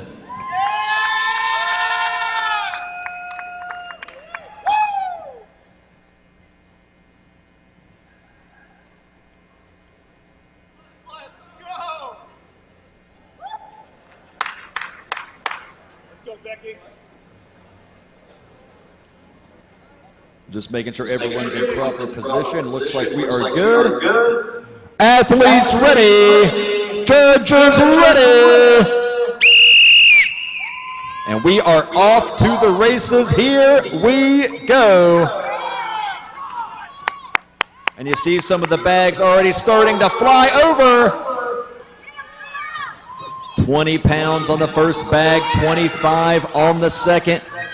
30 on the third bag, and 35 pounds for that final bag. They are filled with sand. 30 seconds. So still time to make effort on these to get those bags over, as many as possible. Speed matters on this event, so if I get 2 bags and someone else gets 2 bags, but they did it faster, 15 seconds, then that means that person who did it faster would get the higher placing points. Get up there. Oh, it's okay. That happens. That happens. Time!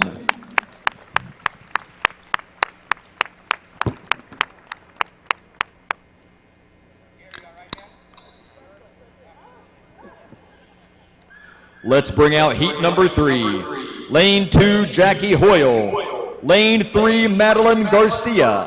Lane 4, Trissy Halls. Lane 5, Jane Nwaffer. And lane 6, Ashley Sorensen.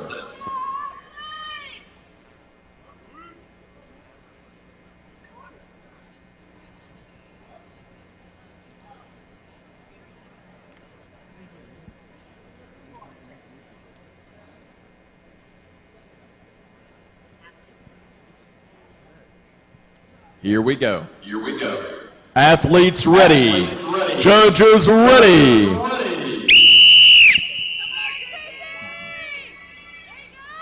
Let's see, can anyone finish this entire series of bags?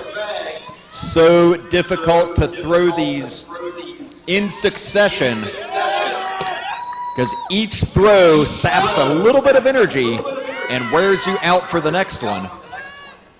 You can only summon that explosive power so many times before it starts to dwindle.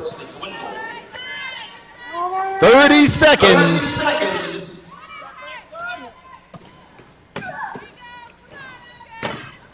We are seeing tremendous effort here in every lane, trying to get each of these bags over. 15 seconds.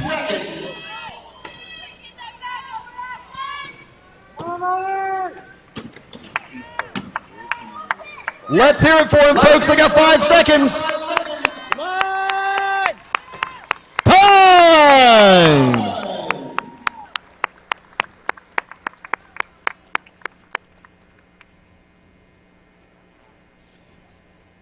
Heat number 4, our 4th and final heat for our heavyweight women. Lane 1, Colleen Meredith. Lane 2, Leilani Brown. Lane 3, Pauline DePinto. Lane 4, Shayna Vales. Lane 5, Jennifer Lyle. Lane 6, Sean Hurston.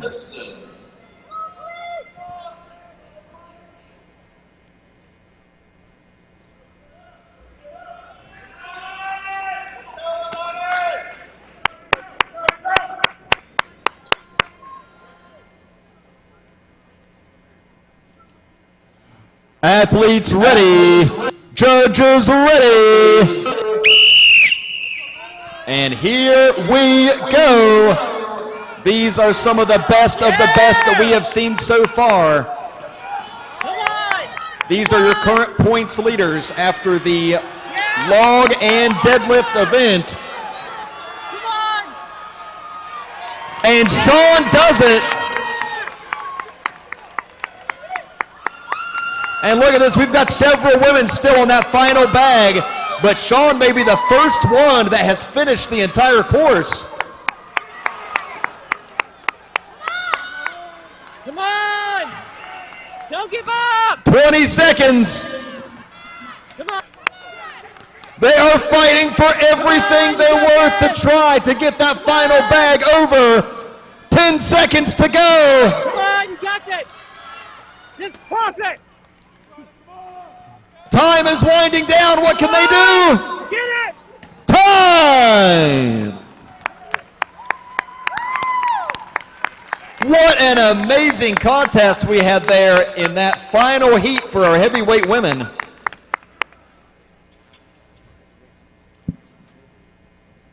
We're going to take a moment to switch out the bags as we go to our middleweight competitors.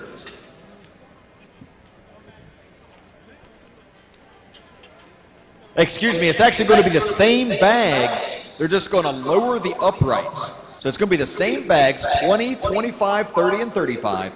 But the uprights are going to drop to 13 feet for our middleweight division.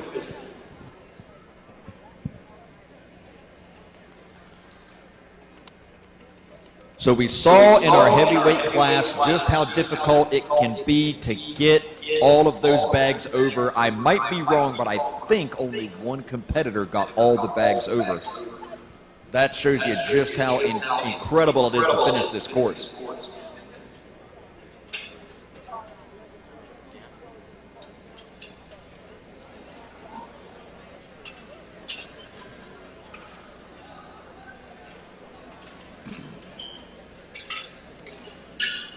One of the great things about strongman is that this sport will test you from every angle, every direction, every facet of strength.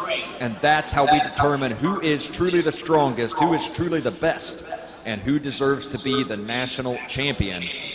It's not enough to just be good at one or two events. You have to be strong across the board and be able to perform on a variety of tests to show that you truly have a total picture of strength that you bring to the table.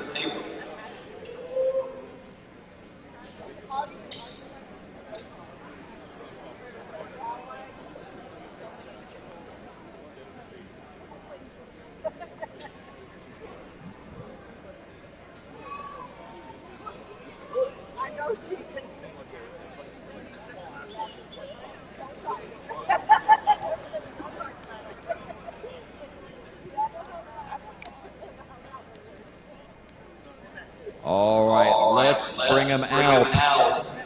Heat number 1, lane 2, Maggie Alt. Lane 3, Kaylin Prow. Lane 4, Topanga Morgan. Lane 5, Olivia Dubray. Lane 6, Morgan Patterson.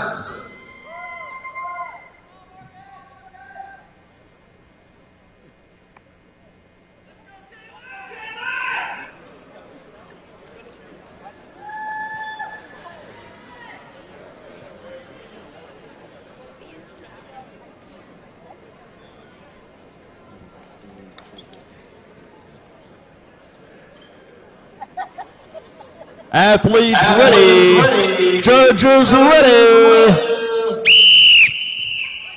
And here we go, 20 pounds on the first bag. And we see a few ladies already got the first one over, several on to the second now. Come on. 13 feet to throw these bags over. That's 3 feet higher than a basketball rim. You got this! 30 seconds.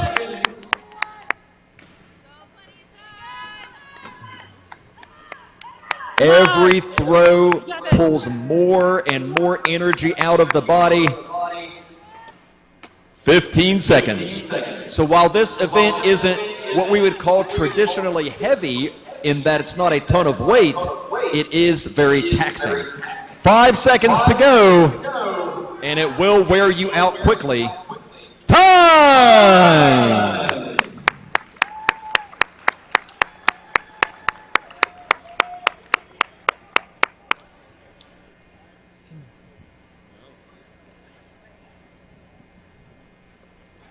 Heat number 2. In lane 2, Alex K. McKee. Lane 3, Evelyn Valdez. Lane 4, Claire Stouffer. Lane 5, Rosemary Dillman. Lane 6, Teal Rounds.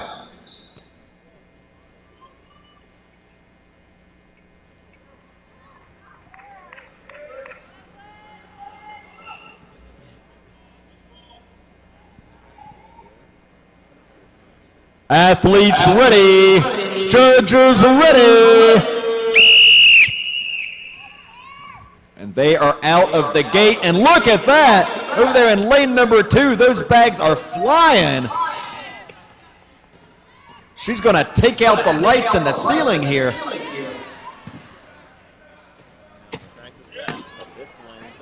You see the trajectory matters on this too. If you get that upward force, it may not be enough if you don't have the trajectory to get it over. 30 seconds to go. So you have to be able to arc that bag a little bit to make it float over top of that 13-foot barricade. 15 seconds left. Heavy. Yeah! Time is winding down. We have 5 seconds to go. Toss it up! Time! Woo! Terrific effort in every lane. But who can be the first to finish the entire course? Let's find out if it's in heat number 3. Lane 2, Adrian Snyder. Lane 3, Liz Thompson. Lane 4, Maggie Cadlick. Lane 5, Rebecca Simmons. And lane 6, Suzanne Shields.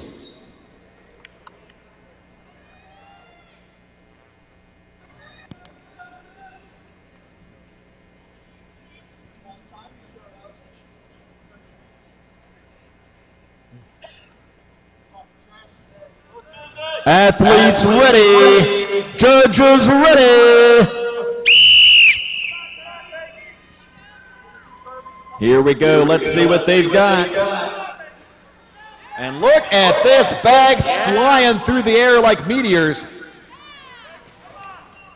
Do not adjust your television set. This is not a meteor shower. This is the sandbag toss here in our middleweight women's division at the Strongman Corporation 2021 National Championships. 30 seconds to go, and it is raining sandbags here in Salem, Virginia.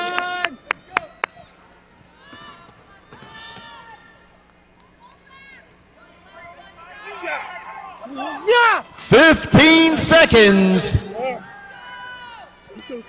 Who can finish this course? Yes! One more. 5 seconds to go. Time! That was so good.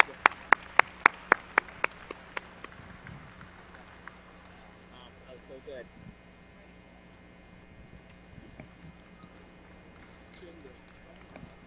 Heat number 4. Lane 1, Jenny Draper. Lane 2, Jessica Mitchell. Lane 3, Jennifer Bates. Lane 4, Christy Sine. Lane 5, Katie Gutwald. Lane 6, Cassandra Moore.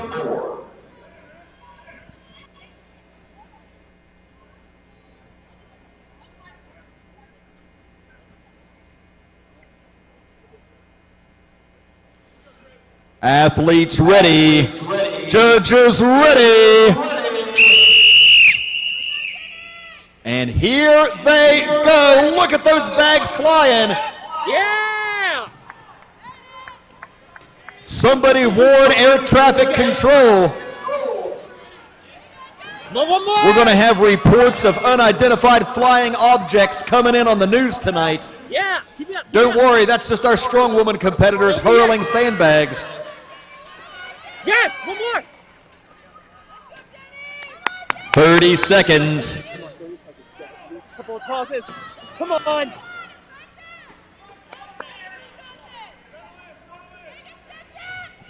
Again, 13 feet is the barricade height. 20, 25, 30, and 35 pounds. 10 seconds to go. Come on. Come on. Time!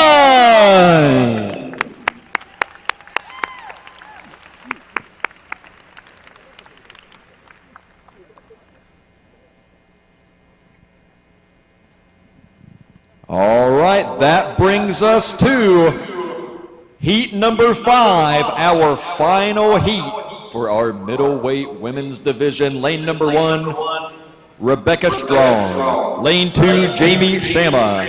Lane 3, Alexandra Castellanos. Lane 4, Nancy Johnson. Lane 5, Kendra Danzer. Lane 6, Mary Colasanto.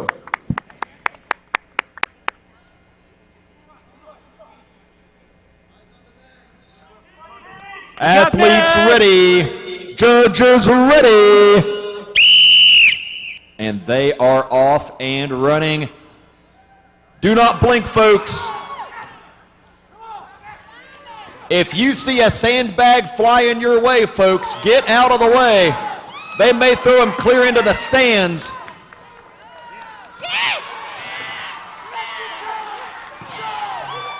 What a performance we saw over there in lane number 5. 30 seconds.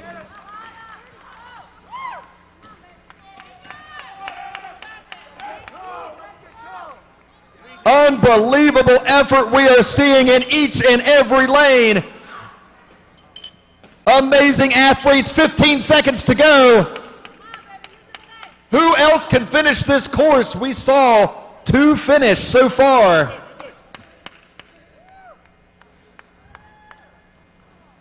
Time! That concludes our middleweight women's division. We now move on to the lightweights. That was Kendra over there in lane 5. That blistered the course.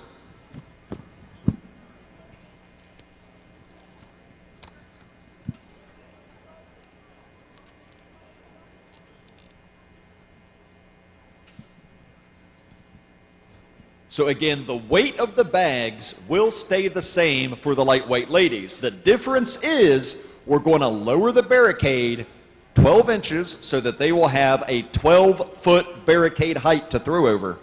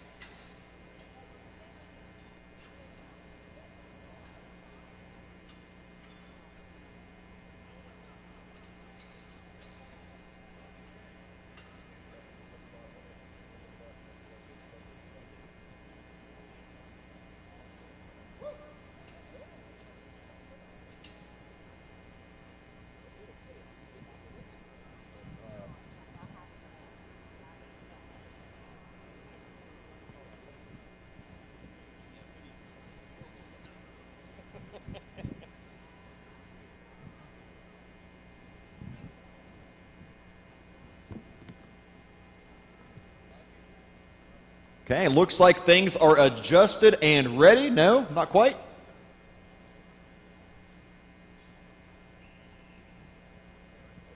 I have to make another minor adjustment here just to make sure each lane is equal.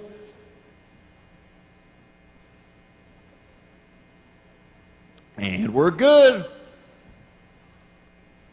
Hey, real quick, thank you so much to our volunteers that came out to help this weekend. Can we give them a round of applause?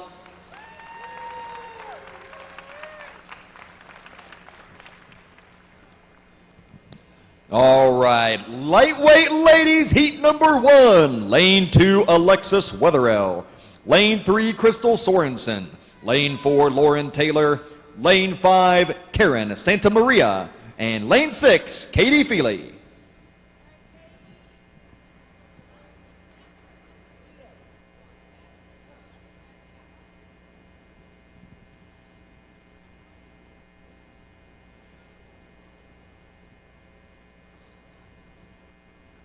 And here we go. Athletes ready. Judges ready.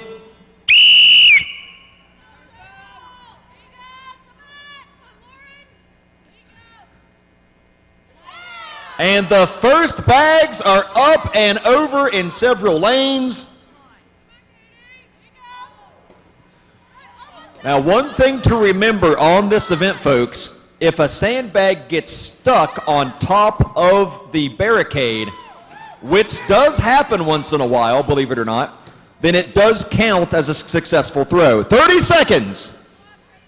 So in case we see that happen, don't panic if a sandbag gets stuck on the top. It does count as a successful throw at that point. They are allowed to move on to the next bag in the case that that happens, which we'll probably see once before the day is over.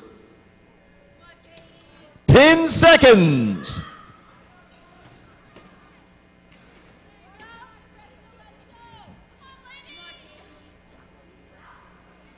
Time.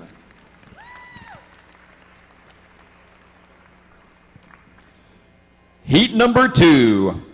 Lane 1, Miriam Rojas. Lane 2, Emily Anderson. Lane 3, Rebecca Wyatt.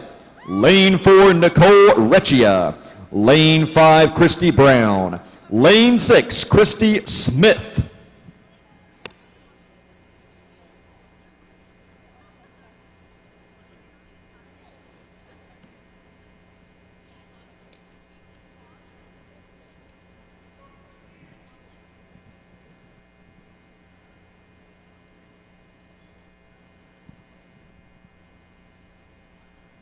Here we go. Athletes ready. Judges ready.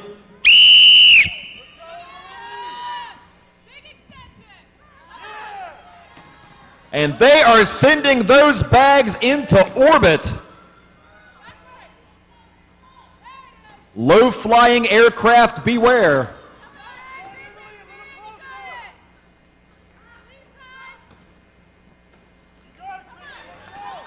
Tremendous efforts we're seeing right off the bat in this event. 30 seconds to go. They've got time. And we have at least one athlete that's on the final bag at this point.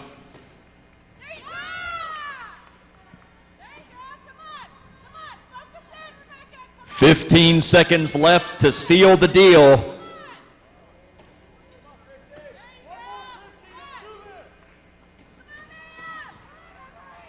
5 seconds. Time!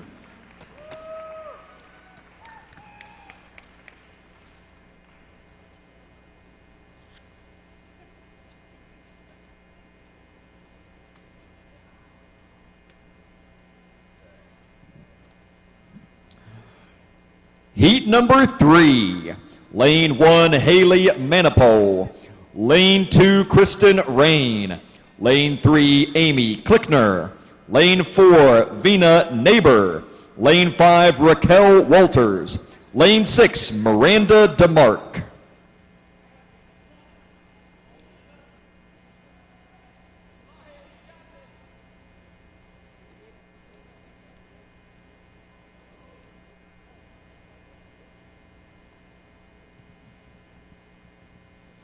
Athletes ready. Judges ready.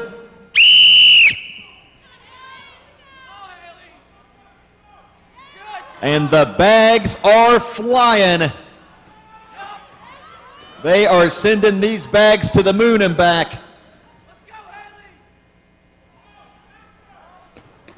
Jeff Bezos needed a rocket ship to go to space. Our strong women just need some sandbags.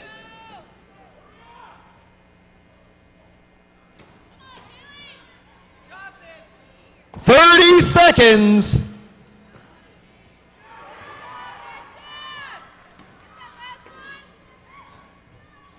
You can see with each and every throw, it just drains that explosiveness out of the body. They have to summon that power over and over.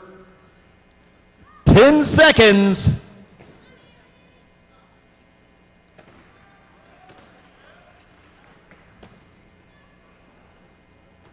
Time!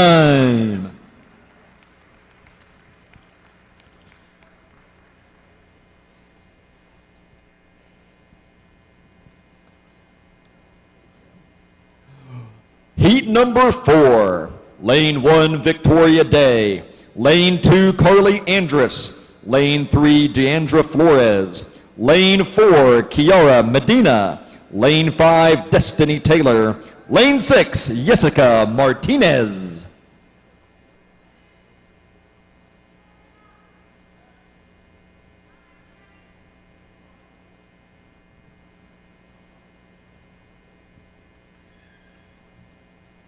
Athletes ready. Judges ready.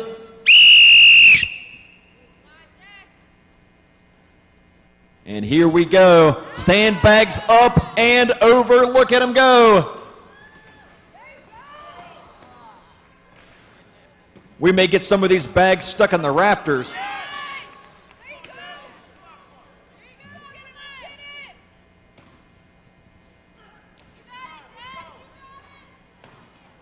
Big power required from the hips, that explosiveness from the hammies. 30 seconds. The hammies, quads, and glutes.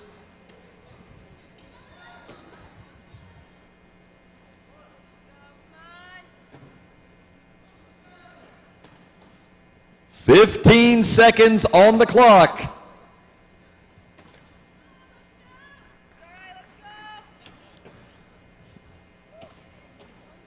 5 seconds.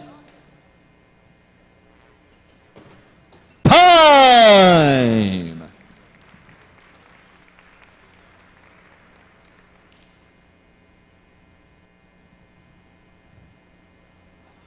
Heat number 5. Lane 1, Cynthia Martinez. Lane 2, Jamie Douglas. Lane 3, Jess Garcia. Lane 4, Emma Pruitt. Lane 5, Jamie Navarro. And lane 6, Haley Hendricks.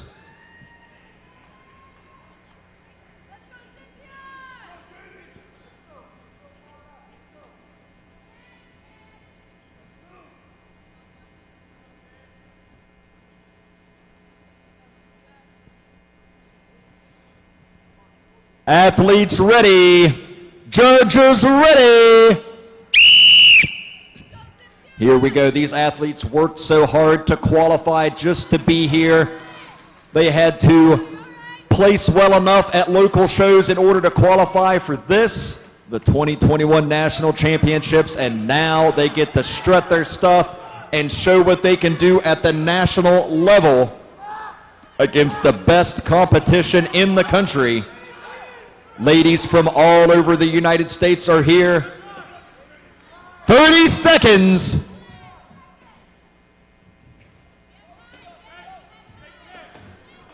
This is where the fatigue starts to set in. They've already all done several throws at this point. Who can continue to summon that explosive power? 10 seconds.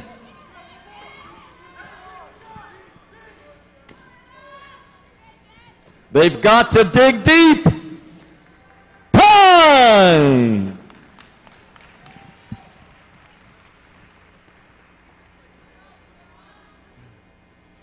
And now our 6th and final heat in our lightweight women's division.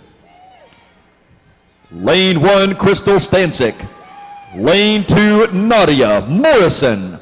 Lane 3, Kirsten Osby. Lane 4, Amber Klein. Lane 5, Jessica Helms. Lane 6, Kira Rickson.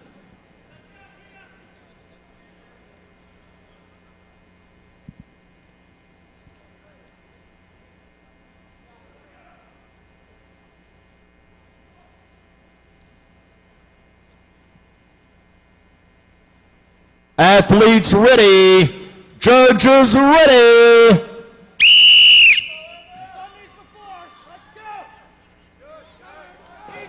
And the first bags are up and over.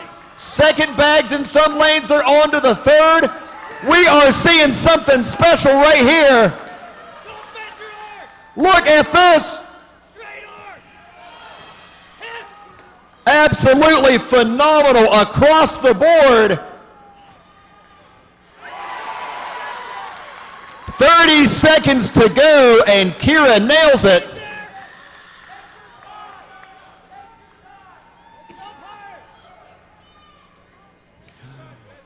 Unbelievable. We have several women fighting to get that next bag over with 15 seconds on the clock.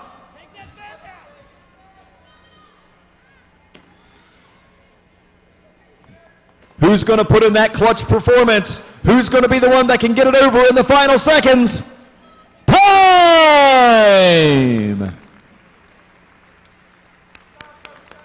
That concludes our ladies' events for the day. Folks, we are going to have a short break, and we will be back with our men's events after a short lunch break for our staff. We will be back for the men's events this afternoon. Thank you so much for joining us for the women's events this morning. 3 more events for the ladies tomorrow, and the men's events this afternoon.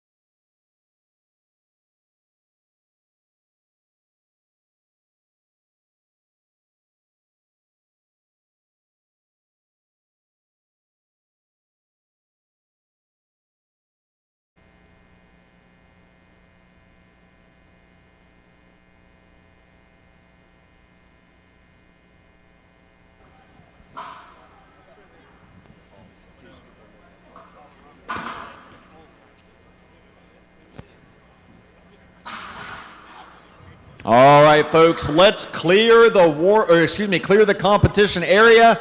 Athletes, head back to the warm-up area, please. Back to the athletes area back there.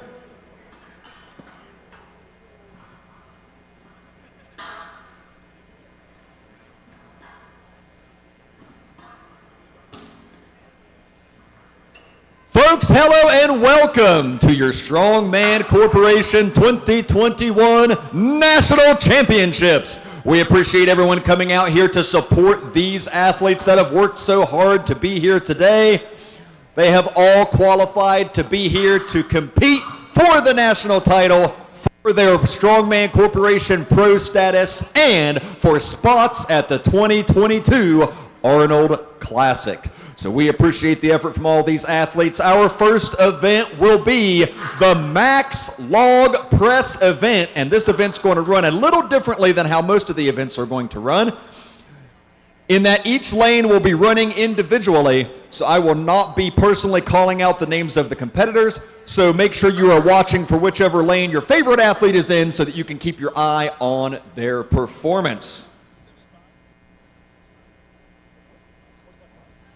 At this time, ladies and gentlemen, I would like to introduce to you our piper that's going to ring us in for this event here today, Mr. Keenan Slusher.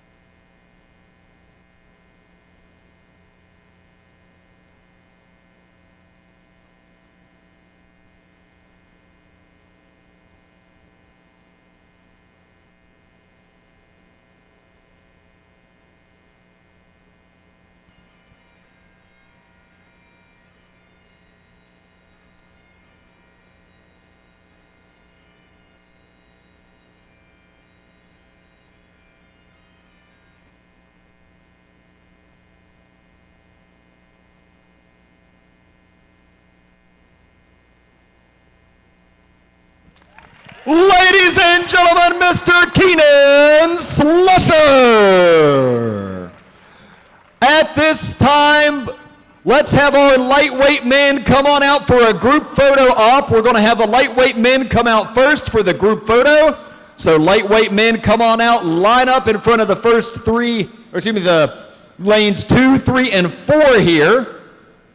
So we'll have our lightweight men come out first. We're going to do a photo with just them. After that, we'll bring out our middleweights, then our heavies, and we'll have everyone together for one final shot at the end.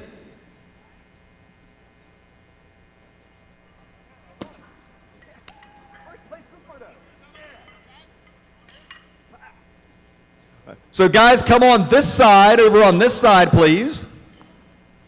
And head towards Dave over here with the big beard. I know that doesn't narrow it down this weekend, but...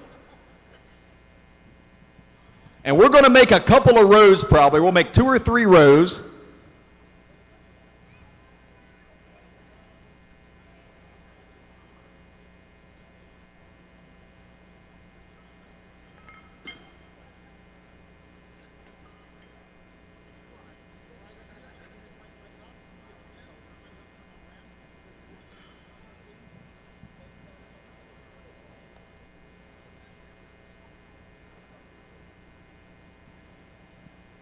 Squeeze in, gentlemen. Look straight ahead, please.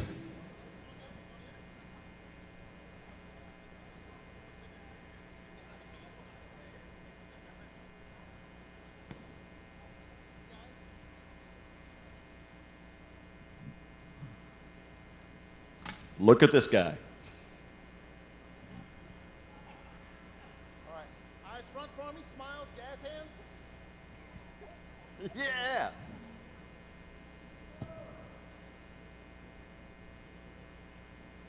Okay, thank you guys. Don't go too far. Just go off to the side here if you would.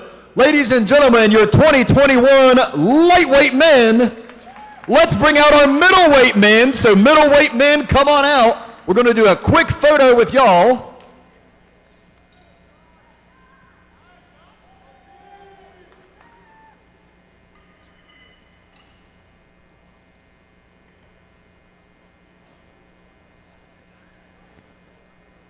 Go ahead and come out in front of the platforms here. Head on down to where Mr. Dave Waters is standing. We're probably going to make about 3 rows because there's a whole bunch of you.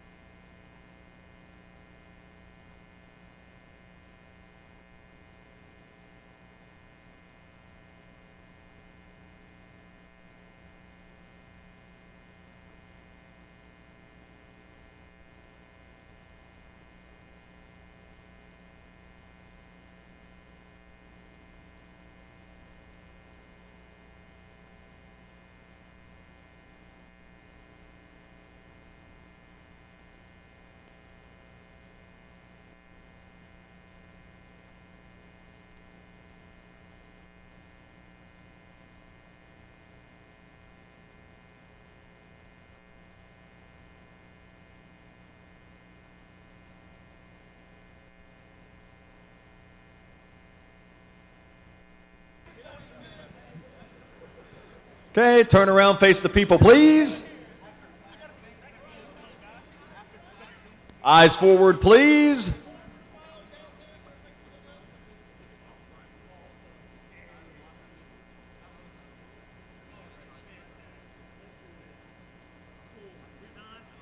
Thank you so much. Middleweight men, just stand off to the side for a minute. We're going to bring out the heavyweights here. So guys, just head that direction if you would for just a minute. Heavyweight men, come on out for the group photo, please.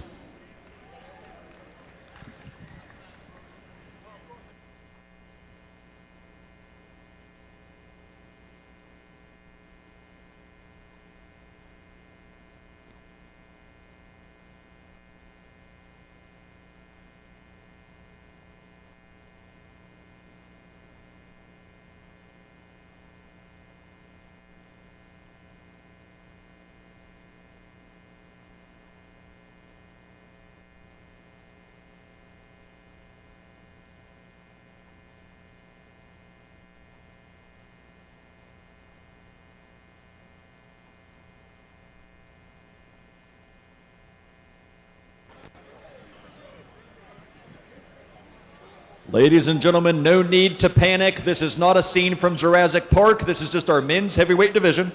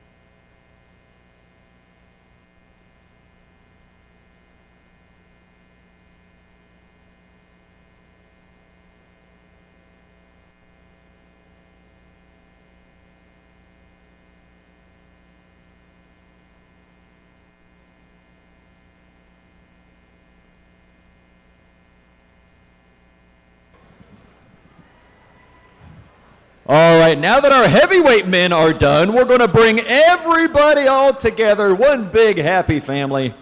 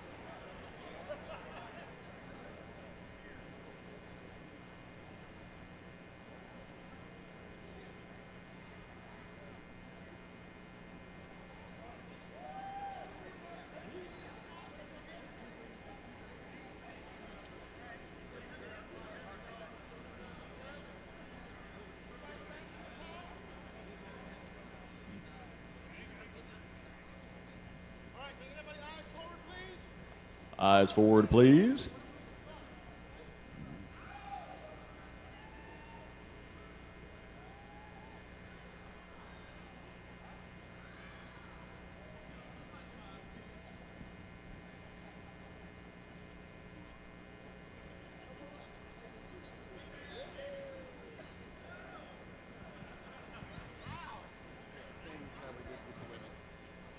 All right, ladies and gentlemen, your 2021 Nationals men's athletes, and perhaps the strongest photograph ever taken. Heavyweight men, feel free to stay out here if you like, because we're going to be getting you right back out anyway. The rest of y'all go to the back, please.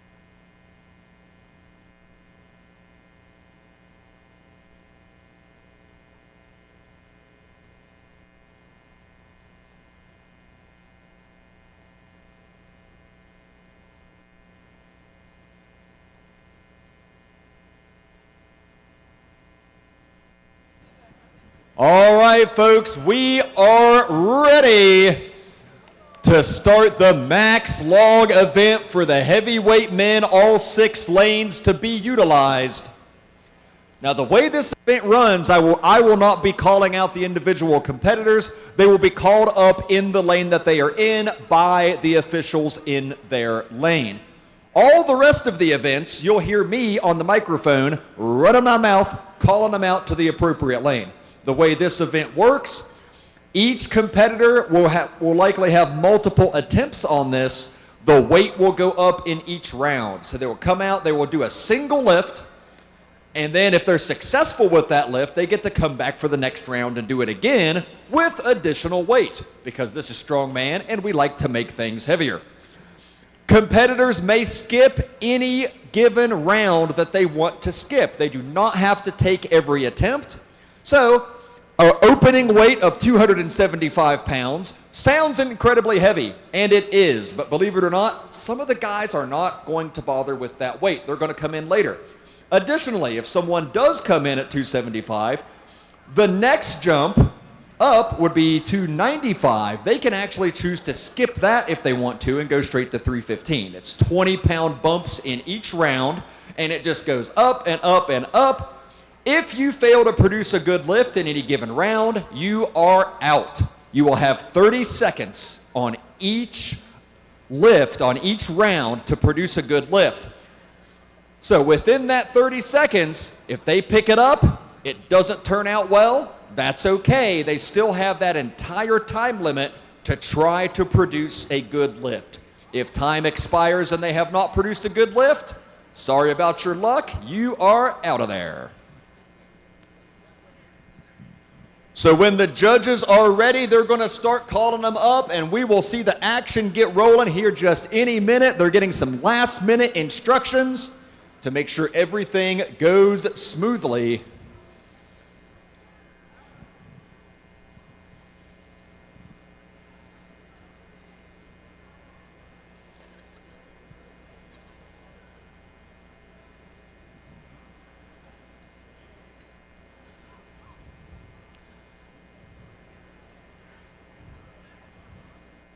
After the show tonight, folks, make sure you check out Generation Iron and the articles that they have up about this national championships this weekend. Proud to be partners with Generation Iron for our Strongman Corporation events. Also, thank you to Sirius Steel Fitness for their sponsorship of this, the 2021 National Championships.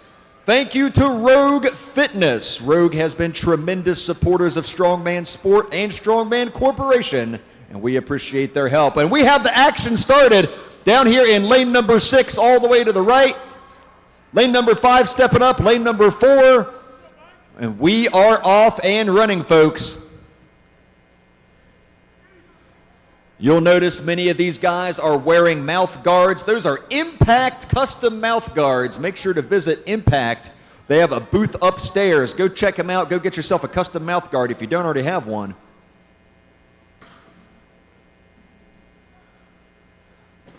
So again, the weight in each lane is 275 pounds on this max log lift event. It will go up in each round after everyone in each lane has had a chance to go at it.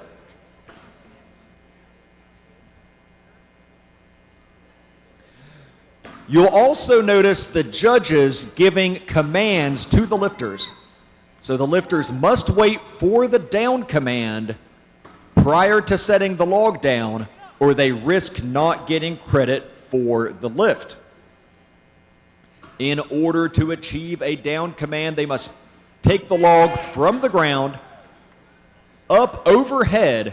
They must have the knees extended. They must have the elbows extended. They must have the object steadied overhead with the head under the implement. They must have an upright posture, and they must be motionless. So the object must be steadied. The feet cannot be moving, and the feet cannot be staggered either. They must bring it to an even stance in order to get the down command. Now, that being said, you will see several different techniques utilized here today. some of those techniques, like we saw here in lane number 6, some of those techniques do involve a split of the feet, but those feet must come back together evenly before they will receive the down command.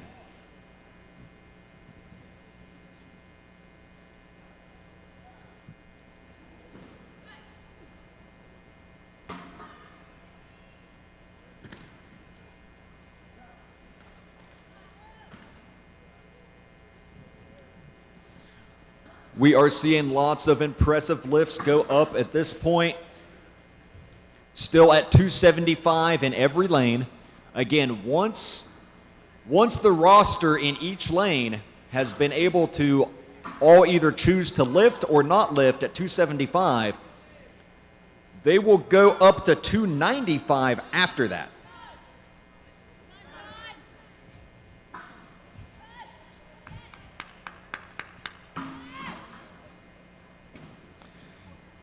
It is just crazy to think that you could walk into any gym in America at any given time and there may not be a single person there who can put 275 pounds over their head. And this is the opening weight for our heavyweight men. It shows you the standard, how high the standard is in strongman sport at this point.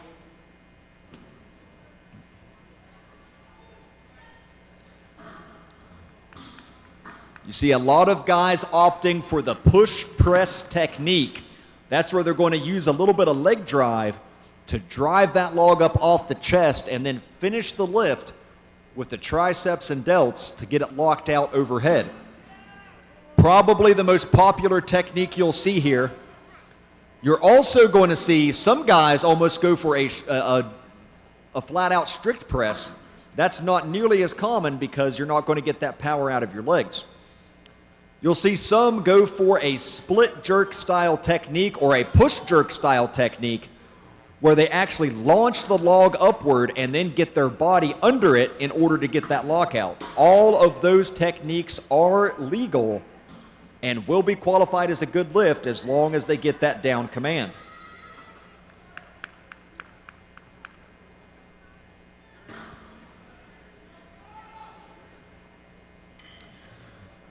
There are a few things that are not legal to do with the log. For example, you cannot set the log on your head and then press it up because the judge will tell you that is not a good lift.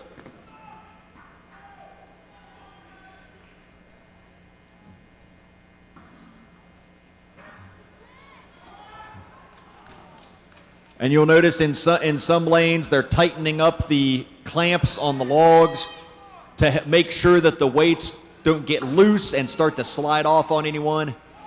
Safety is of paramount importance, especially when you're lifting gigantic weights over your head. We want to make sure that everyone has the opportunity to compete as safely as possible.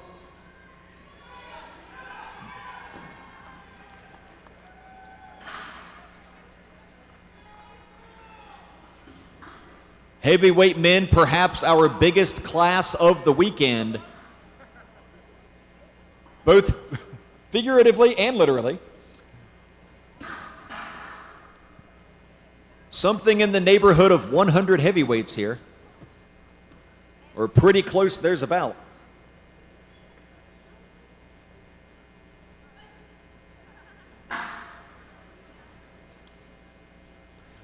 Speaking of the divisions, so just so you know how the classes work here, so lightweight men are up to 175 pounds, so 0 to 175. They have a subclass of 150 as well. Middleweight men go from 176 to 231 with a subclass of 200. Heavyweight men, there's anyone over 231, and there are 2 subclasses. So you have a 265 subclass, a 300 subclass, and then of course your super heavyweights that are over that. So all of the heavyweights compete together. They will be scored both in their subclass and versus the entire overall division. So we will crown a 265 national champ, a 300 national champ, a super heavyweight national champ, as well as an overall heavyweight national champion.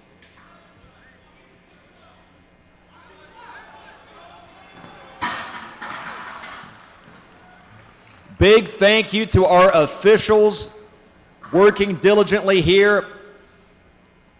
The referees do not get enough credit. They have a very tough job, especially when they have to make the calls over and over again all weekend. Hundreds of athletes, male and female, and they have to be as consistent as possible on their calls. It's a very difficult thing to do. We appreciate our judges doing a terrific job and doing their best here this weekend.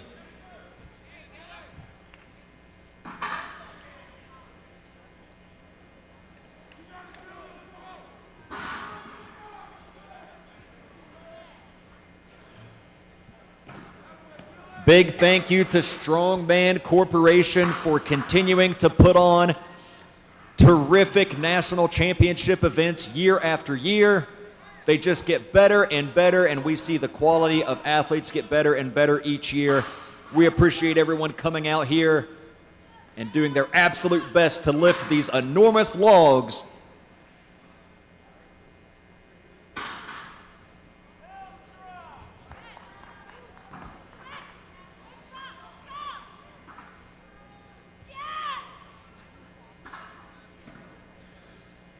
Folks, when your favorite athlete comes up to lift, make sure you give them lots of noise, lots of energy, and lots of love, because they can certainly use it.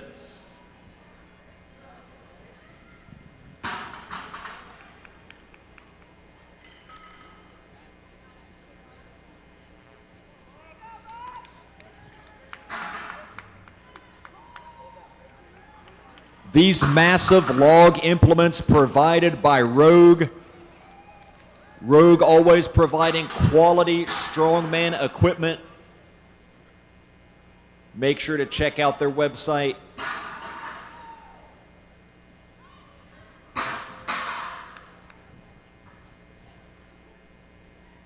And we are starting to see some guys really fighting here for these lifts.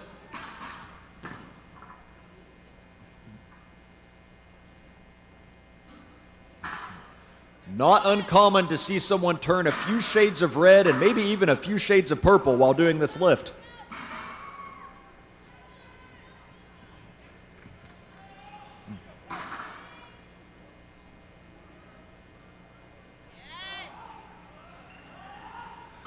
We talked about different methods of getting the log overhead. You'll also see some variation in how they get the log from the ground to the chest. So generally they're gonna stand up with the log until it's well above the knees, and then they may even row it a little bit into the lap to get it further in. They're gonna squat down, and some guys like to squat down very low, and the reason is that allows them to anchor the log at a higher point on their stomach in the top of the abs there, so that they can really squeeze that against the top of the abs and have the log ride high on their stomach on the way up to get to that rack position at the shoulders. Some prefer to kind of launch it off the hips, so you'll see a difference where some guys don't squat down quite as deep and they almost throw it off of their hips to roll it up the chest. In order to get that strong rack position, they have to push the elbows up in front.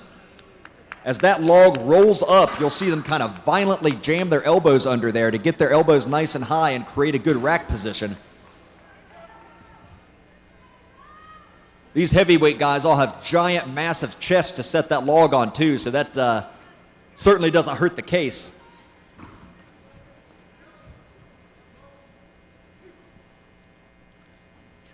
Once the log is in the rack position on the chest, it's a matter of getting as much vertical force into that log as possible. So you have to have a tight rack position if you're going to utilize your leg drive and drive vertically into that log. You don't want to lose any of that upward force by letting that log roll down in the front when you dip to get that rebound in your leg drive. Once they pop it off the chest with a little bit of leg drive, They're going to use the triceps and delts to finish that lift, to drive those arms up to extension overhead. The upper back, the delts, those are going to come into play to stabilize that log at the top of the movement. You'll probably see several guys get the log extended overhead, but not be able to control that lockout in order to get a down command. Because stabilizing the log is much more difficult than stabilizing a barbell. It's just a bigger, more unwieldy implement. So the very top of that movement is sometimes the most difficult.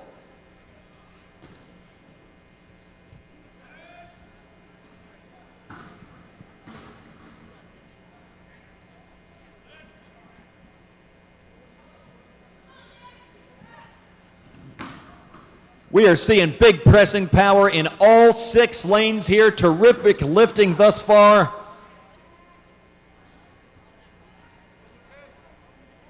Looks like all the lanes have moved up at this point.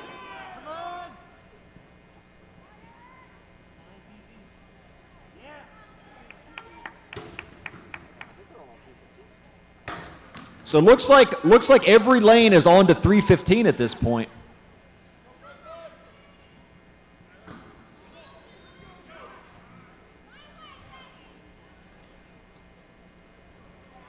So you are seeing 300 plus pound presses right now.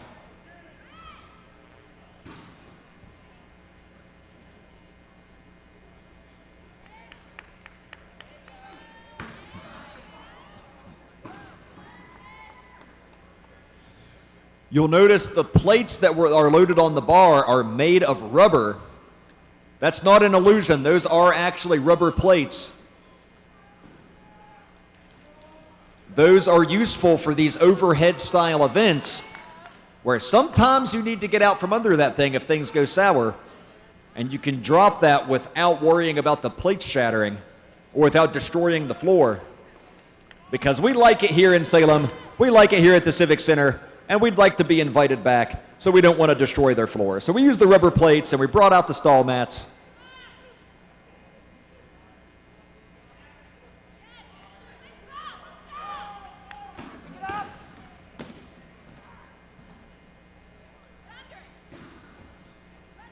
You'll notice some of our judges have nerves of steel. Looks like these logs are going to come right at them. They don't even flinch. It's not their first rodeo.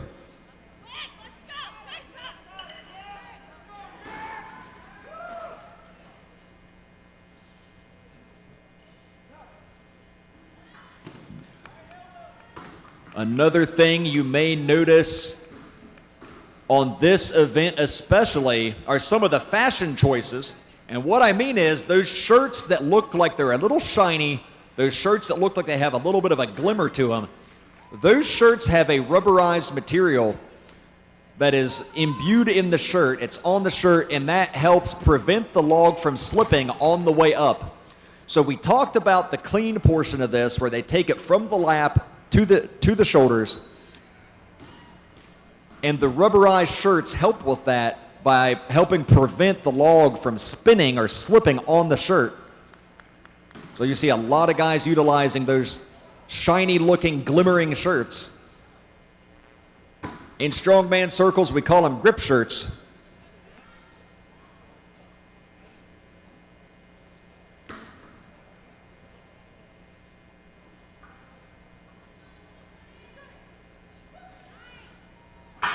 You'll also notice things like elbow sleeves and knee sleeves that provide some compression on the joints.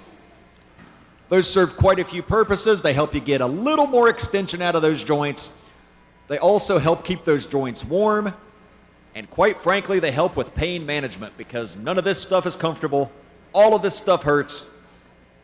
And it just feels kind of nice when you have a little compression on your joints. Especially at this point after these guys have trained for months and months, weeks and weeks to get ready for this national championship. They have put in the work. Their bodies are feeling it. A lot of these guys are going to take a little time off after this. to let everything heal up and feel better.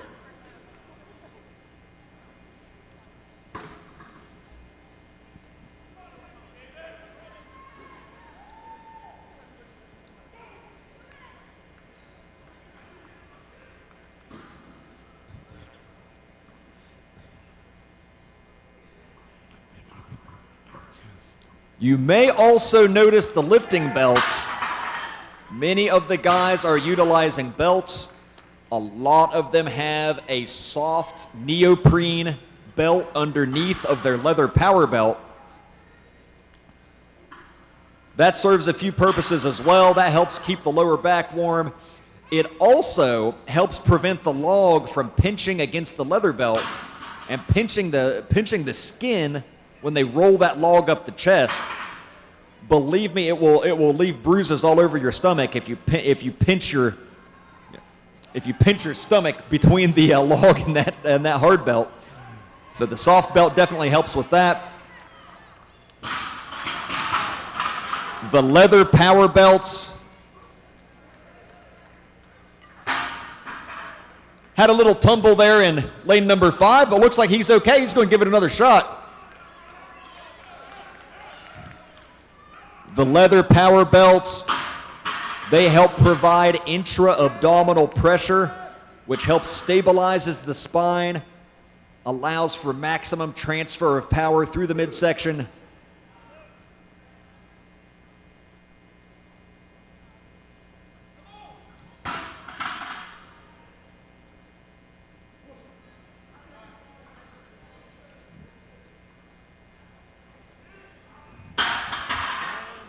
So it looks like each lane is at 335 right now.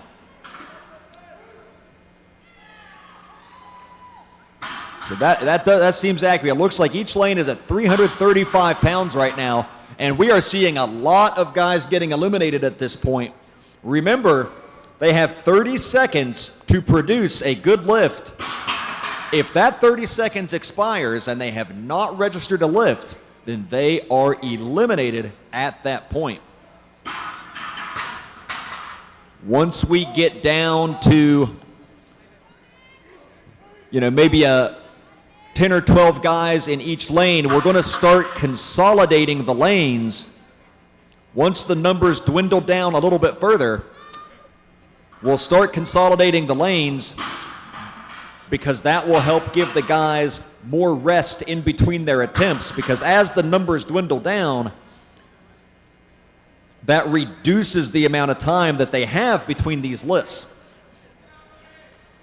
And as you can imagine, after you just lifted 300 and some pounds over your head, it's usually beneficial if you get a little bit of a break before you have to do it again.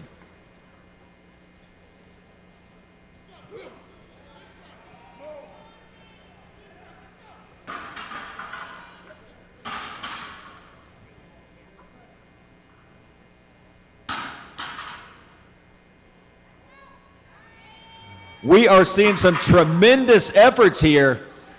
That's 335 pounds, and some of these guys are just launching it overhead.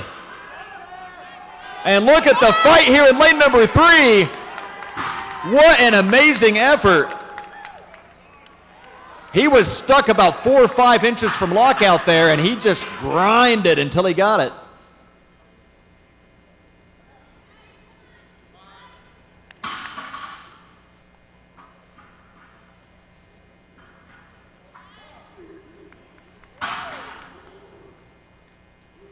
Amazing efforts we are seeing all around here in our men's heavyweight division. The biggest of the big and the baddest of the bad are here at the Strongman Corporation 2021 National Championships.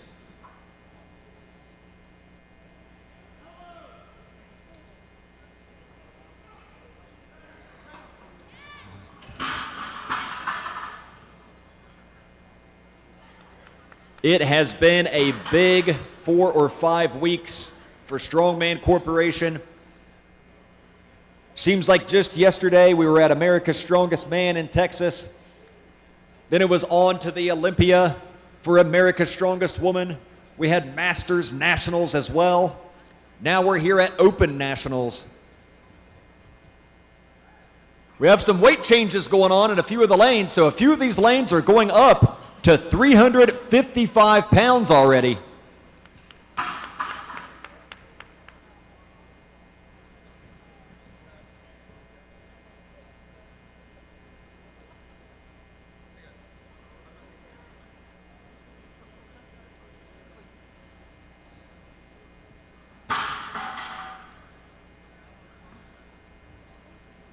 Hey, don't forget when your favorite lifter comes up to get a little rowdy and give him a little energy.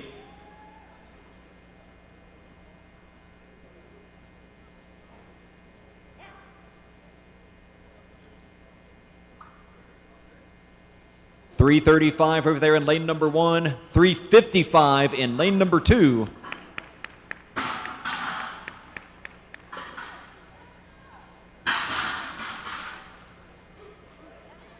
.355 and lane number 6 just went up. And we are getting into very serious territory at this point, folks.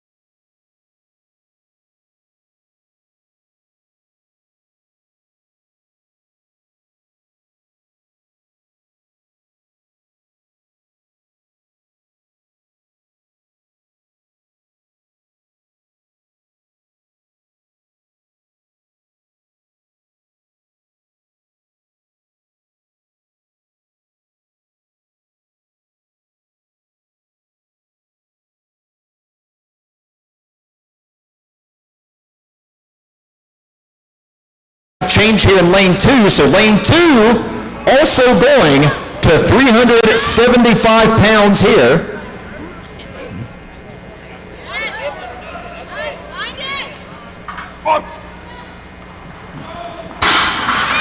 Any athlete that has been eliminated, please head to the back. Any athlete that has been eliminated, please exit the competition floor.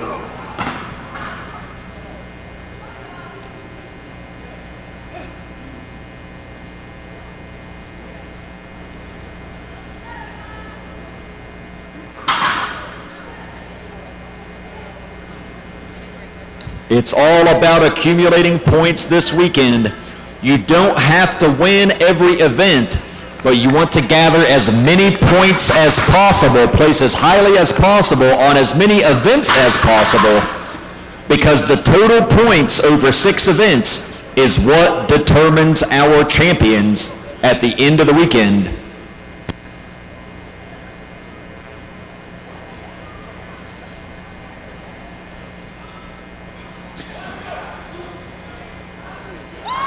And look at that in lane number 6, 375, went skyward. Beautiful lift.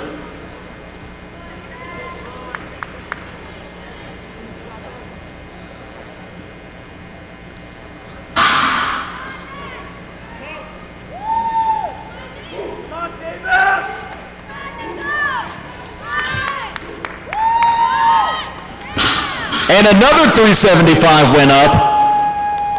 Might have tweaked his leg a little bit there. He's hobbling off. Hopefully he's all right.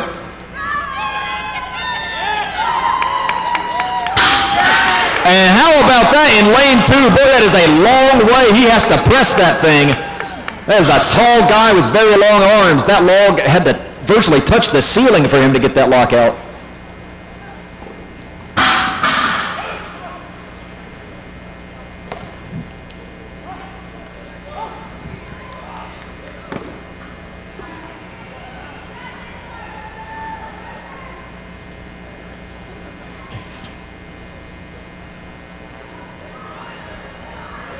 Two guys with close attempts there at 375.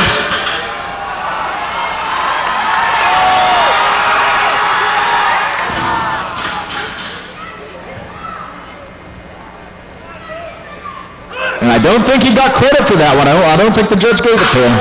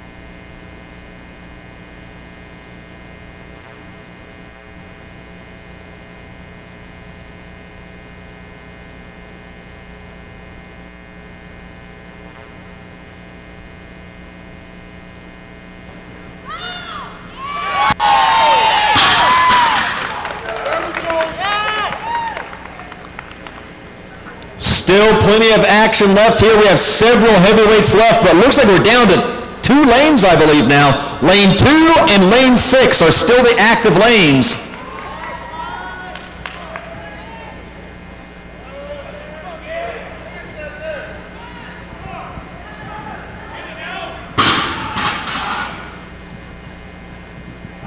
And we are seeing some tremendous efforts here.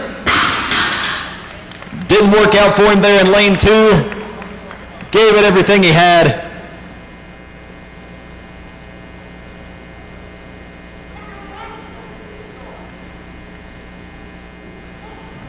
Okay, we've got accident over here in lane number 6.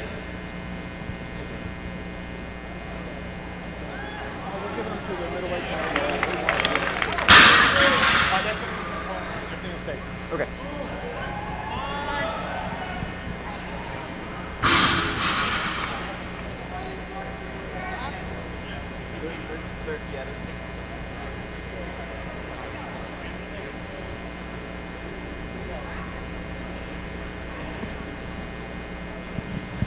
Two lanes of action left here.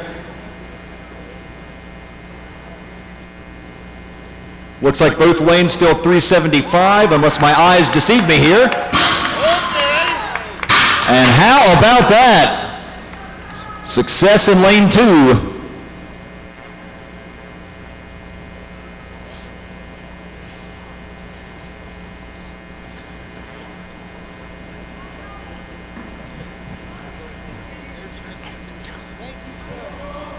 It takes a special kind of person to wake up in the morning and say, you know what, I think I'm going to put almost 400 pounds over my head today.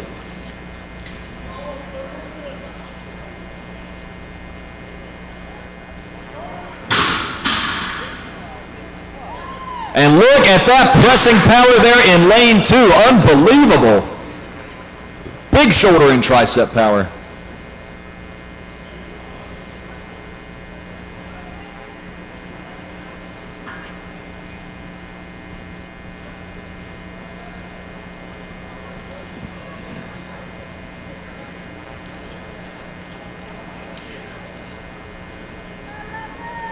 I'm going to take a wild guess and say all of these guys had the strongman burger last night, the special burger for one of the local restaurants. I'm just going to go ahead and say that as if it are fact.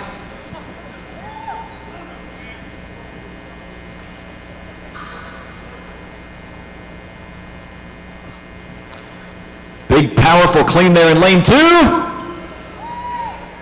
And it's good. Sort of a hybrid technique there, more of a push press with a step forward. Not so much a jerk. Whatever the technique is, it certainly worked for him. He was able to control it. He was able to get his feet together. He was able to get the down call. So he gets credit for the lift.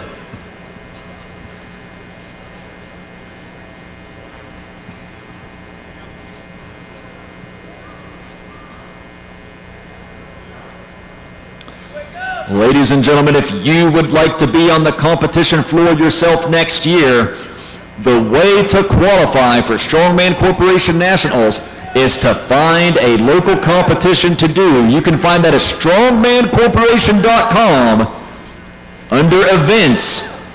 Find a competition that works out for you, that you can attend, that you can sign up for, and that's how you punch your ticket to Strongman Corporation Nationals.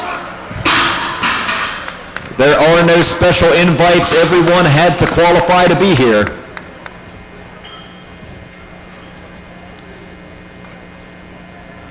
One thing I love about Strongman Corporation is that very fact that everyone earns their way every step along the way. You have to qualify for Nationals. You have to qualify for the Arnold. You have to earn your pro card to compete in the pro shows. No ways around it.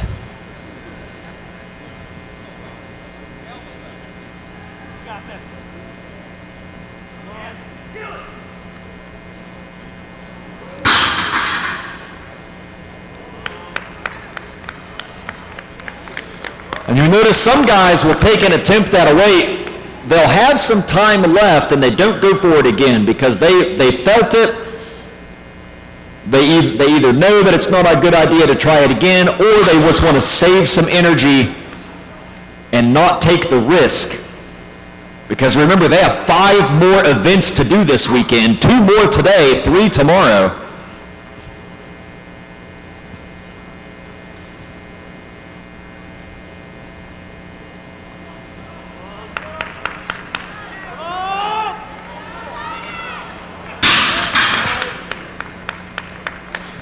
And he hits the ground there. Let's see if he's all right. Official Chad Clark checking on him.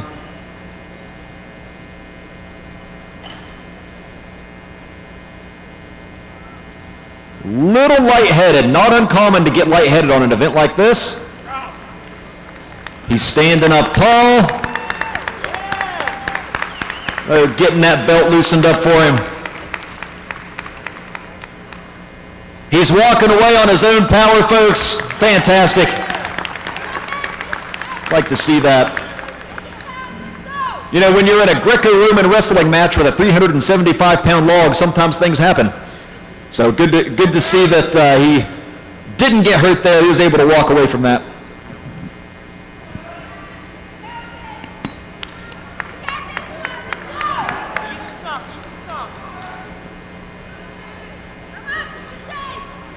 And boy, the numbers have dwindled down now. We are down to just the very best pressers of them all.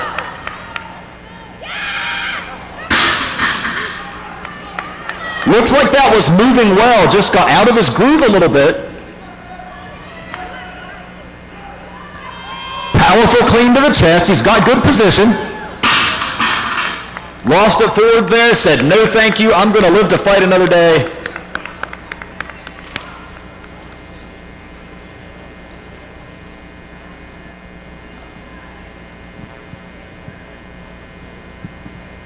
Okay, lane 2 is going to 395. I think lane 6 is already there.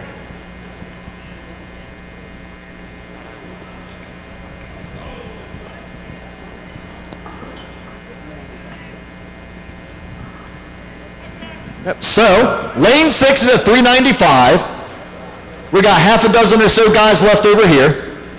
Referee Brian Bonet is going over a few things with him to figure out how they want to approach this.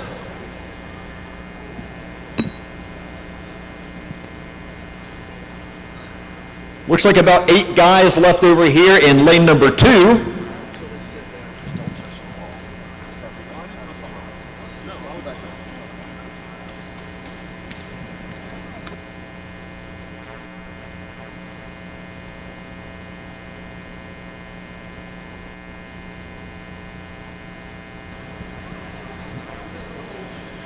So we are just shy of 400 pounds in each lane now, 395 on each log. That's a respectable squat or deadlift for most folks. These guys are about to try to press it over their head.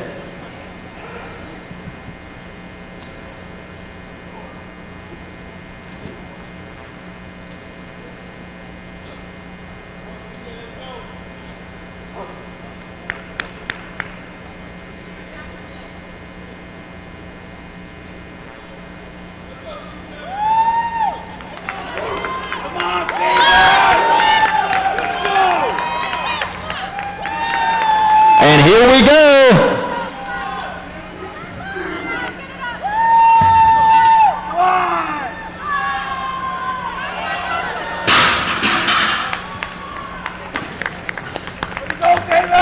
Okay, so 2 attempts, at 1 attempt in each lane at 395. No one's got it yet.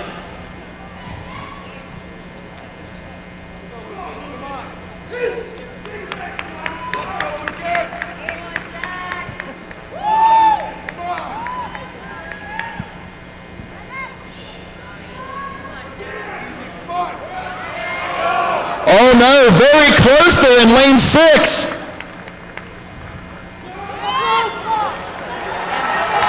He's going to go for it again, folks.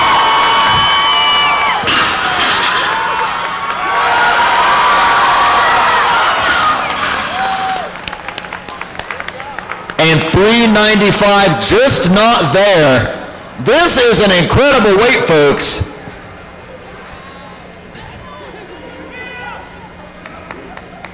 There are international level pros that have recently zeroed this sort of weight in contest.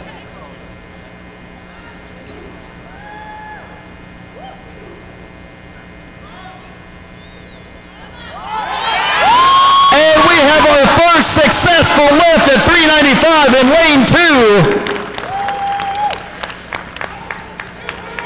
And this just in from the Salem Scientific Association. That last lift did register on the Richter scale. We have seismic activity.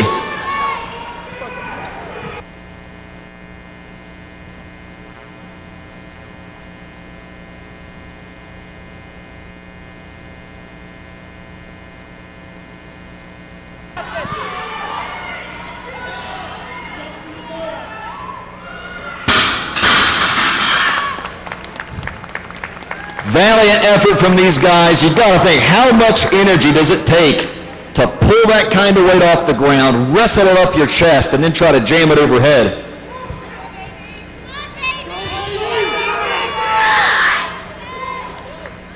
Let's go, Davey! Here we go, the next two guys are up. Lane 2 up to the chest. And he's got it in lane 2. Lane 6 as well, what a lift! Are you kidding me? 395 pounds.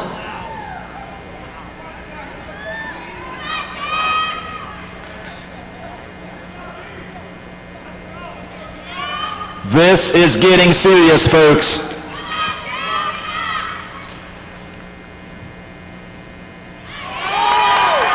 And lane 6 making it look like a feather.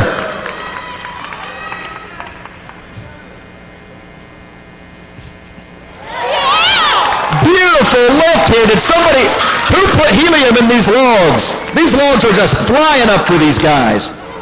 I'm over here telling you it's heavy and they're making me look foolish.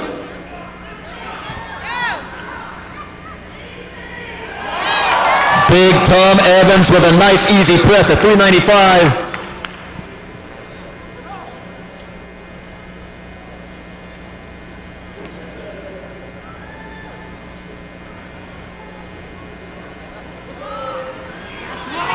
Look at that, he strict presses it.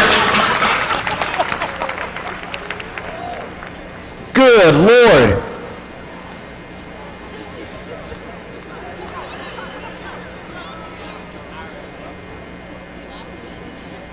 He told me before the show he had something to get off his chest. Apparently it was a giant log.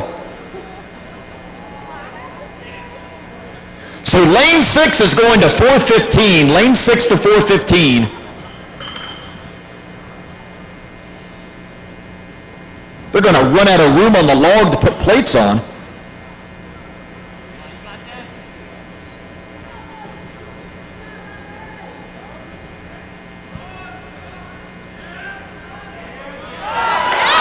Look at that! Man, this guy's arms are so big he blew the sleeves out of his shirt. Look at that.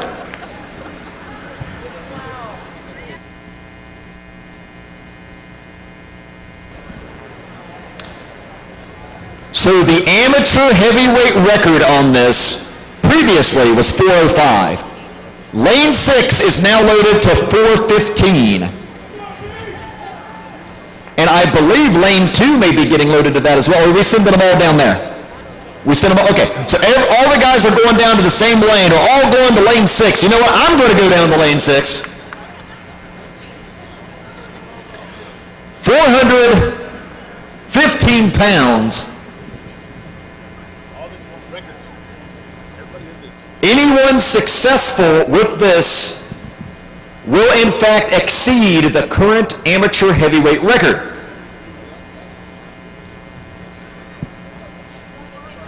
We have several contenders here. I'm seeing like 8 big brontosaurus-sized dudes about to tackle this. Buffets beware, these guys are going to be hungry after this.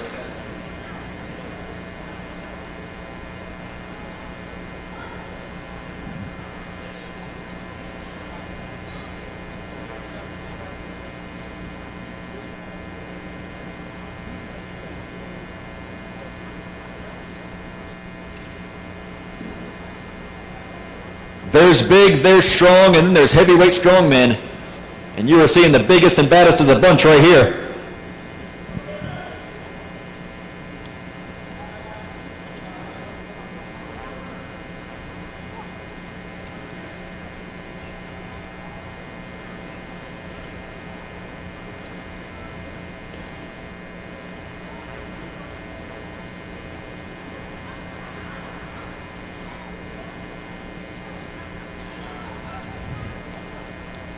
Strongman Corporation head referee Brian Bonet going over a few things with the athletes.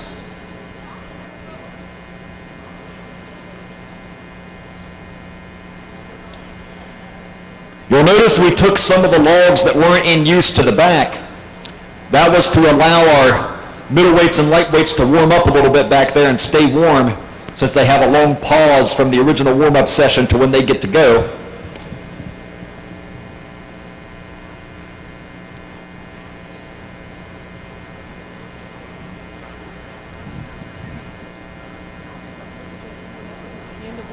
Oh my God.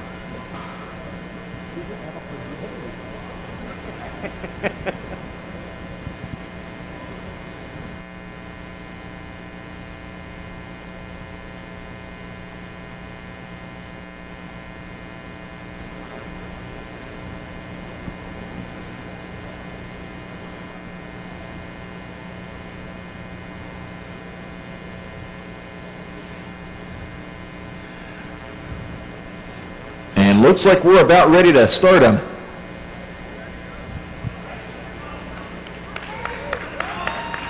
I'm not even kidding, there's not much room left on the log to add more plates. If we have guys successful at this increment for the next one, we may just have to have Brian Bonet hang off the log to add weight to it.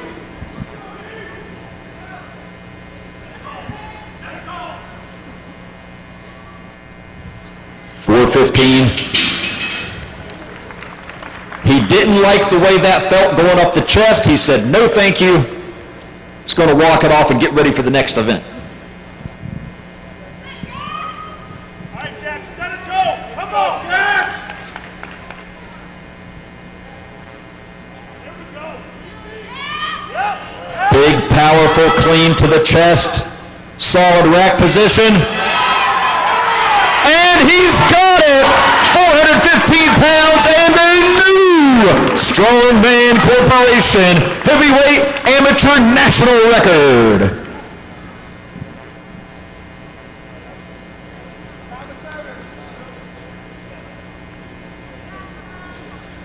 He called up Evans. Evans is up next. Tom Evans just competed a few weeks ago at America's Strongest Man in Texas. He was one of the amateurs that was able to qualify and compete with the pros. Impressed a lot of people there. Let me tell you, I was one of them.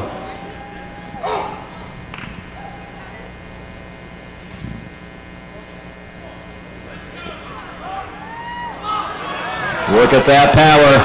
Get behind him, folks.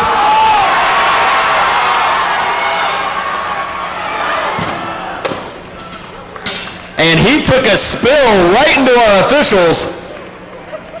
I tell you what, has anyone ever fought harder than that to save a lift?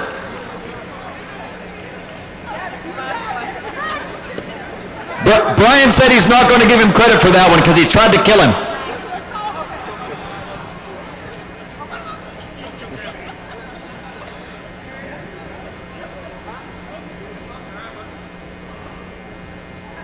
Notice Gabby didn't flinch. She was ice cold.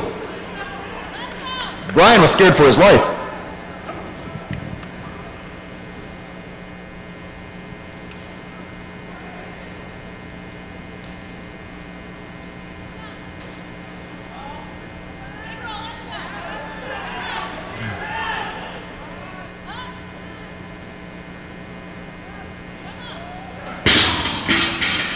And he said, no, thank you.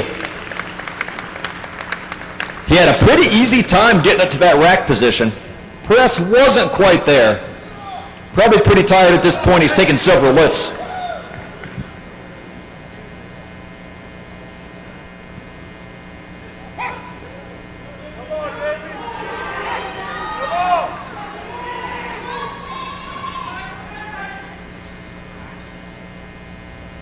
Pulls it above the knee, sits down in the lap. Squeezes against the chest, rolls it into the rack position, elbows up.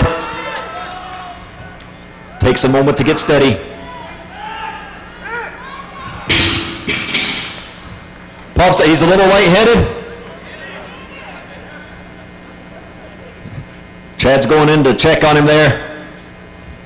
When you have that kind of weight crushing down on your chest, the log, because of the size of it, the log pushes your head back. It's not a comfortable position.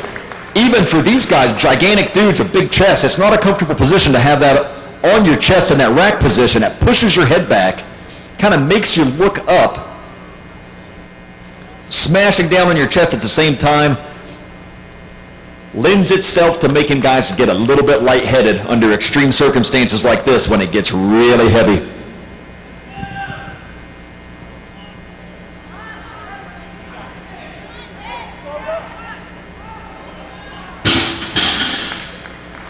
Clean didn't go his way.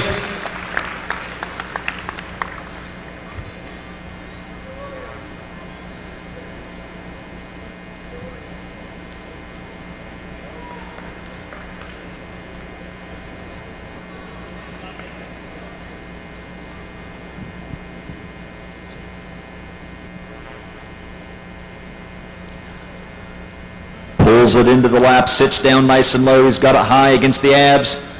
Rolls it to the chest.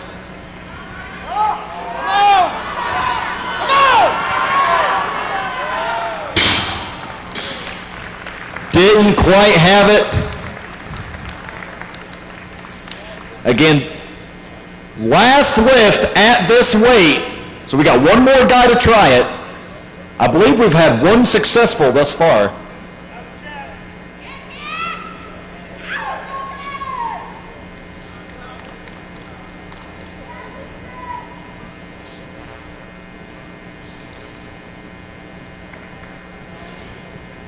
Taking one last moment there to get his mind in the right spot. You have to have your mental game on point to pick up this kind of weight.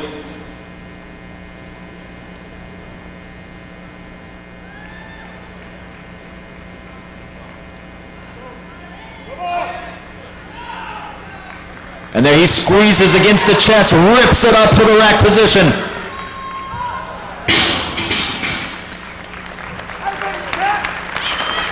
Terrific effort there. So that does it.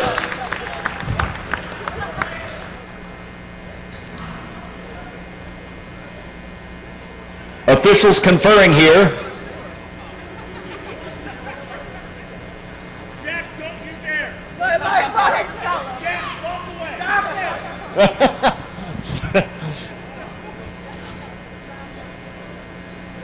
So Big Jack over there with the giant red beard and the ball cap on takes the event win at 4:15.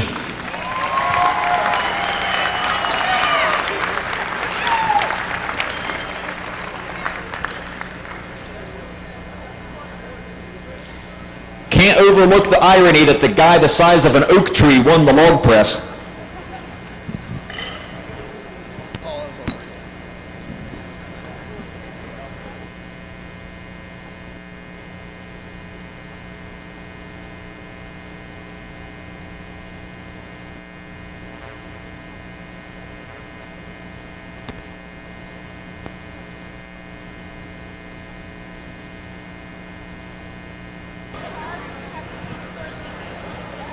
And here come the middleweights.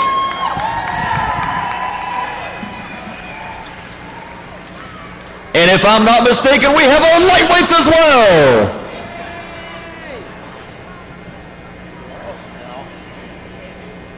So we're doing what? 4 middleweight lanes and 2 lightweight.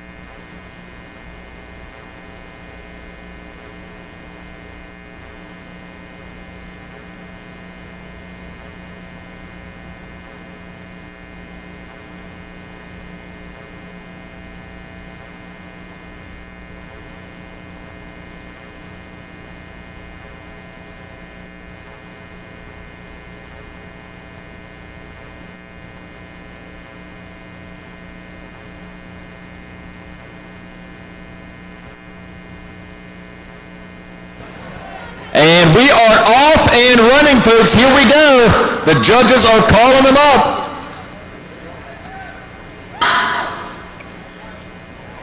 For your information, 255 pounds is the opening weight you're seeing here. So 255 is the starting weight for our men's middleweight division on the logs. That is lanes 3, 4, 5, and 6, and the lightweight men in lanes 1 and 2. Is 225. 225 in lanes 1 and 2.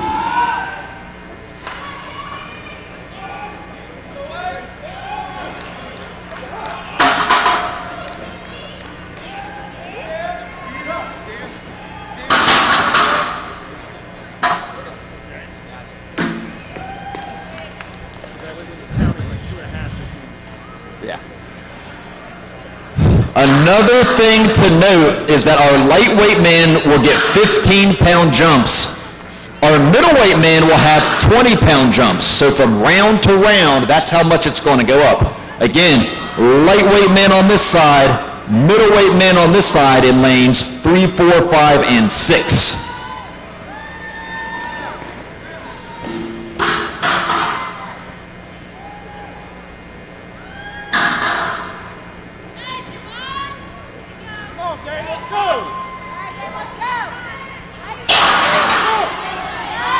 So these guys have a tough act to follow after the heavyweight men.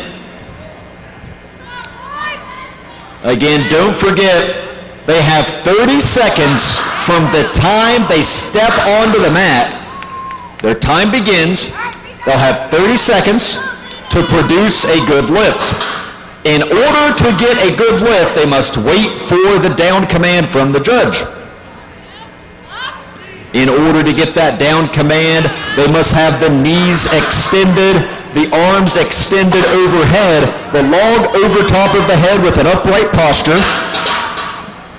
If they split the feet on the press or the jerk, they have to bring the feet together evenly before they will get the down command.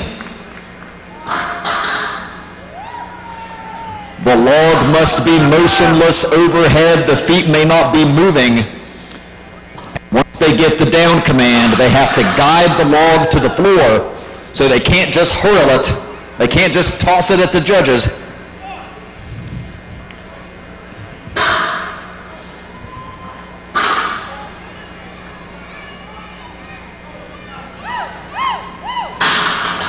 We are seeing several guys have lots of success thus far.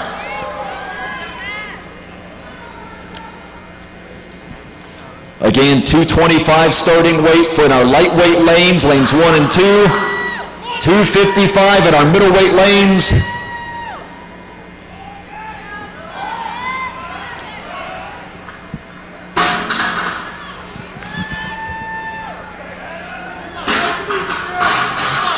Strategy for this event, again, this is all about the most weight lifted. It's not repetitions. It's not for speed.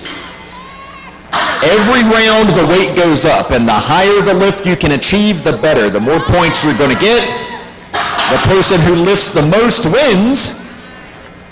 So you're going to see a little bit of strategy out of a lot of these guys. Some of them are not going to take every attempt. If they know that they're capable of a very high lift, they're going to skip some of these earlier increments. So you may see guys come up to the starting weight and say, no thanks, and skip to the second weight, the third weight, etc. You may also see someone come in at, say, 255, and then they may skip the 275 and go to 295, and that is allowed. They are allowed to do that.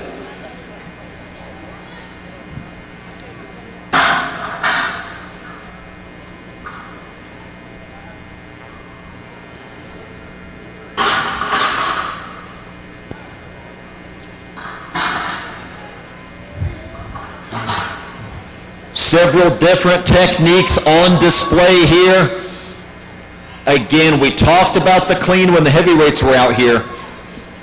We call it the clean, basically getting the log essentially from the ground to the shoulders before the press.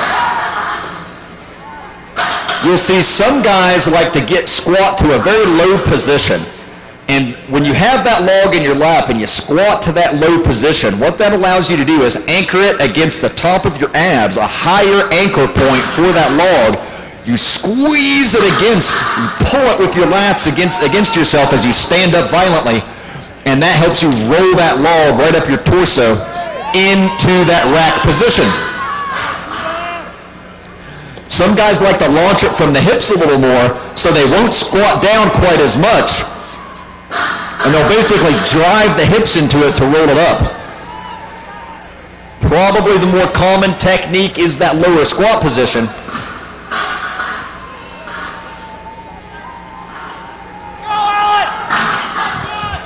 Once they get that log to the rack position, again, they want to have the elbows up high in order to stabilize. That's right. And lane 6 just got the down call with 1 foot on the mats there. He had to chase that one. Good effort.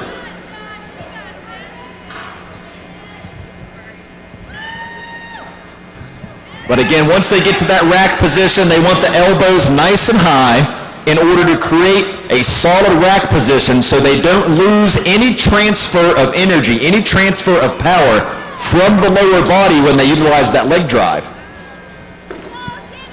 If you see someone dip with the log and the log starts to roll down the chest any at all, that means they have lost some of that transfer of power and that upward force doesn't go into the log as well.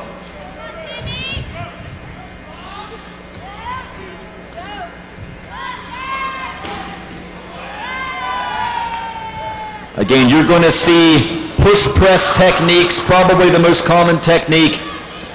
That's where you get a little bit of a leg drive to pop it off the chest and finish it with the shoulders and triceps.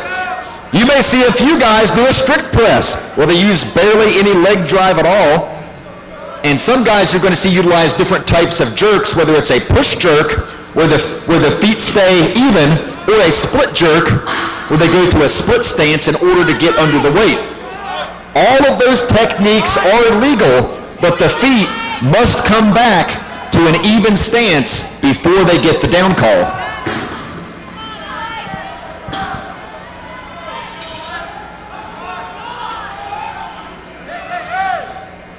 All right, we've got a weight change in a few lanes already. Looks like lane 6 going up to 275.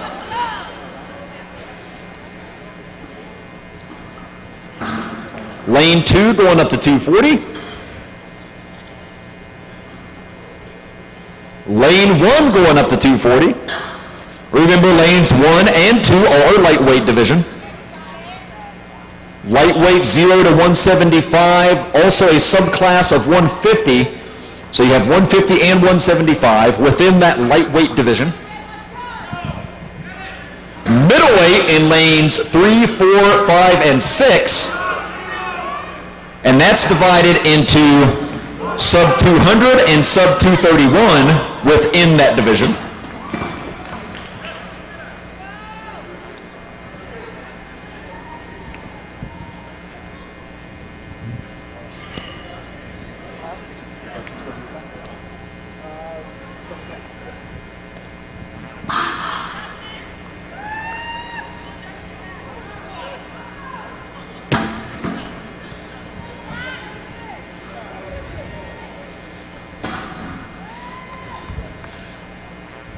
So we're at 275 in our middleweight lanes now. 275 in our middleweight lanes, 240 in our lightweight lanes.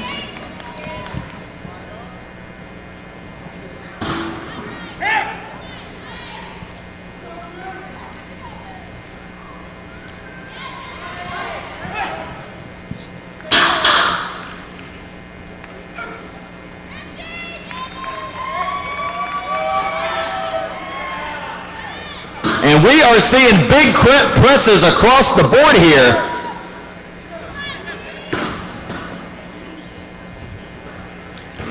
Lots of guys still in the rotation at this point.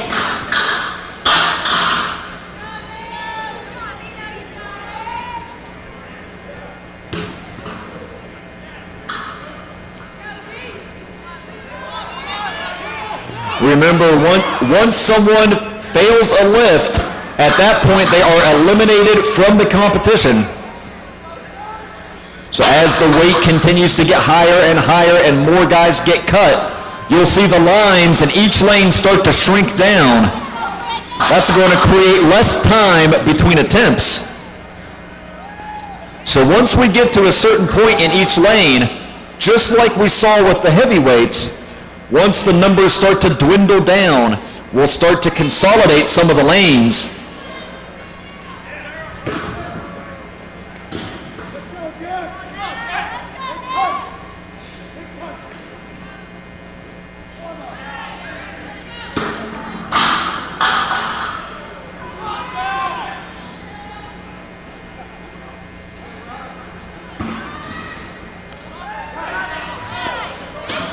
We are seeing some fantastic performances in each and every lane. Lane 1 just barely off the mark on that. Seeing some real heartbreak misses here that are very close.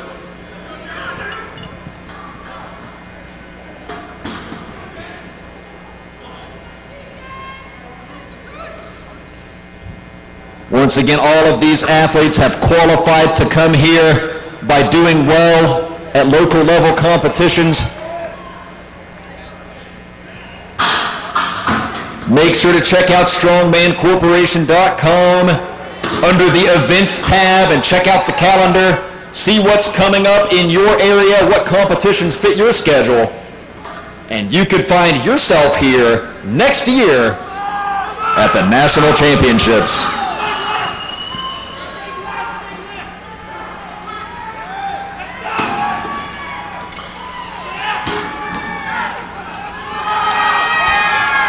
Phenomenal lifting we are seeing right now. Big efforts. Again, this is a very grueling, taxing event. Pulling that log off the ground taxes the back and the posterior chain.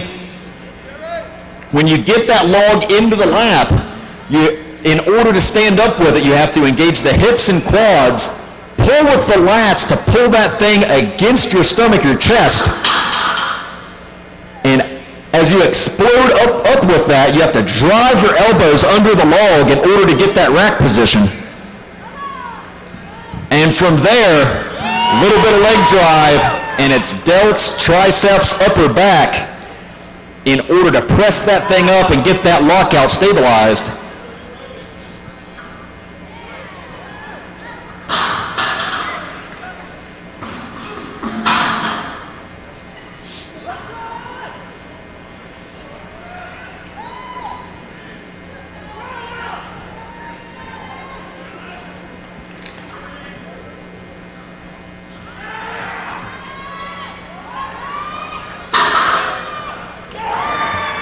So it looks like in lane 2 here, we're at 255 for our lightweights.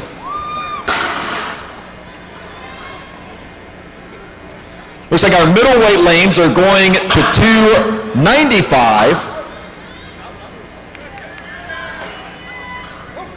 Lane 6, I believe, still at 275. Got a couple guys left at that weight, maybe.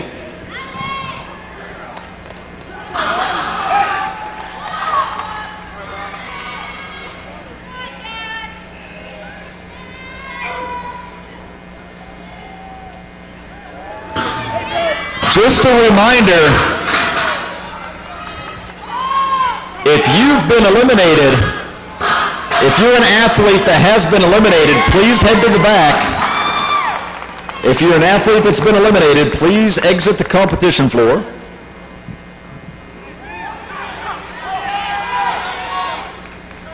And what a fight for that lockout in lane number 3, a well-earned lift. And Reed over there got ejected out from underneath of his log. It launched him like a catapult.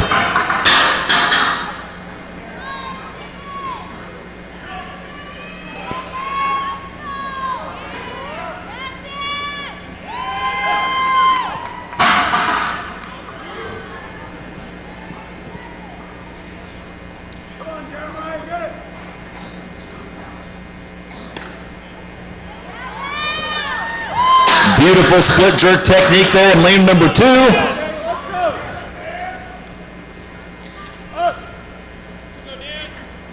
And a fantastic push press there in lane number 1. So again, just another example of those differing styles that you're going to see on this lift.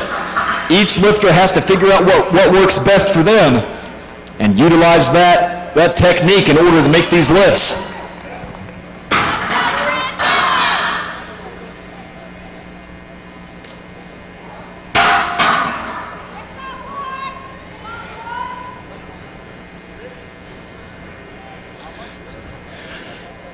You can see some of the lanes are starting to shrink.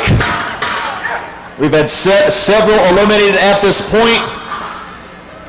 Most of the lanes are in round number 3, so this is the 3rd increment for most.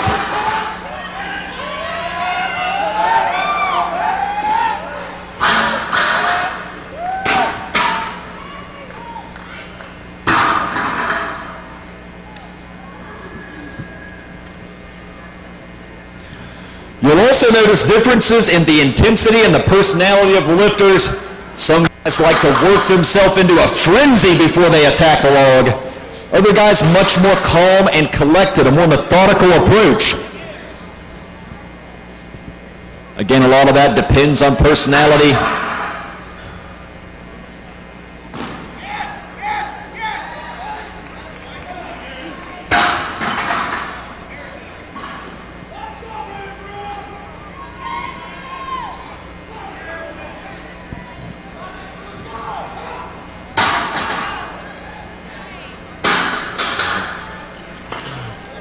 Big thank you to Serious Steel Fitness for being involved and sponsoring the national championships this weekend. Thank you so much to Rogue supplying these enormous logs that you see being used here on this event, as well as many other things for this weekend. Thank you to Impact Mouth Guards. If you do not have an Impact Mouth Guard yet, make sure you visit the guys at the booth upstairs.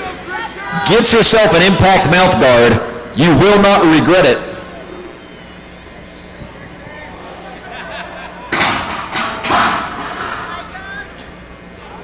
Thank you to Pioneer, makers of the finest belts on the market. You can get beautiful custom jobs, beautiful custom power belts from Pioneer.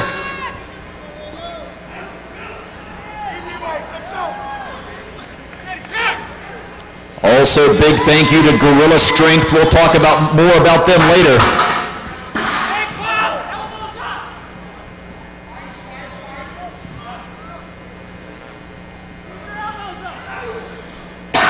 Middleweight lanes now at 295.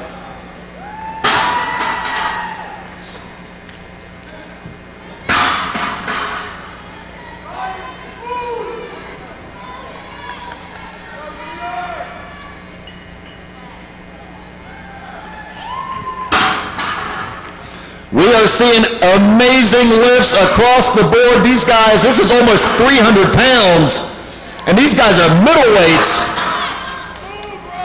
Remember, middleweight division cuts off at 231.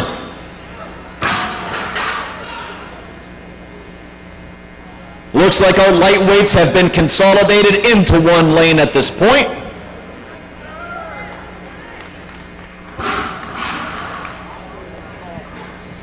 So lightweights are all now in lane 2.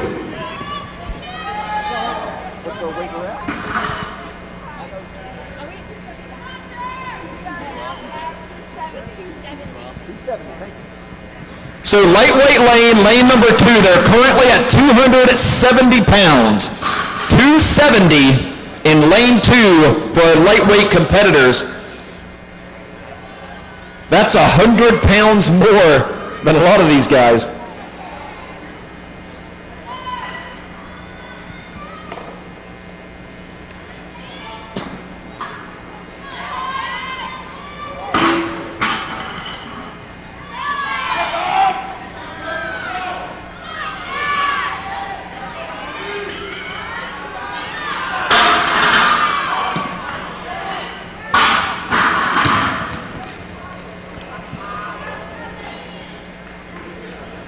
So it looks like lane number 5 is currently at 3:15, so they've already moved up to the next increment.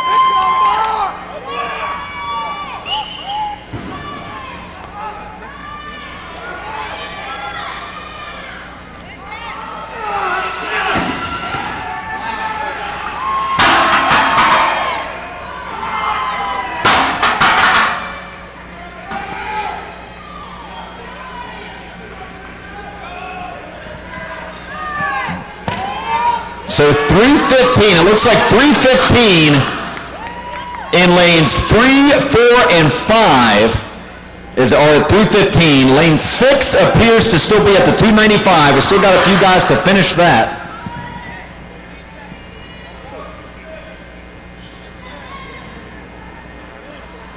Again, you see the numbers starting to dwindle down. Reminder, if you are an athlete that has been eliminated, please head to the back and clear the competition floor. If you have been eliminated, please clear the competition floor.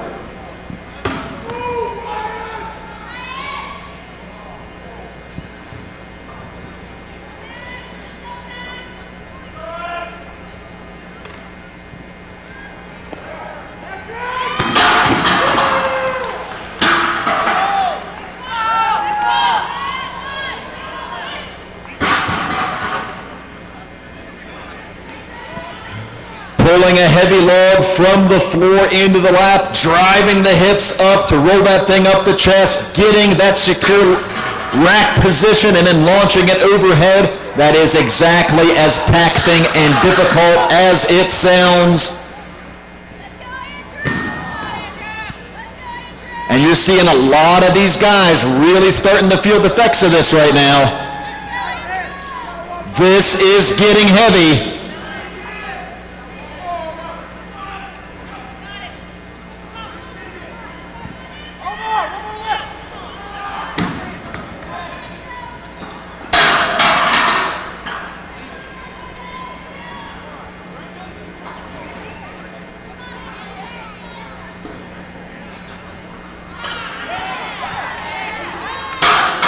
So lane 6 has a weight change, and looks like we may have consolidated some lanes here.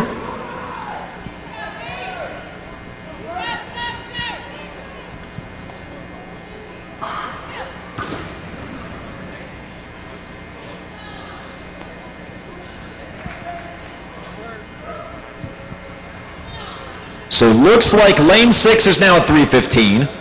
Lane 5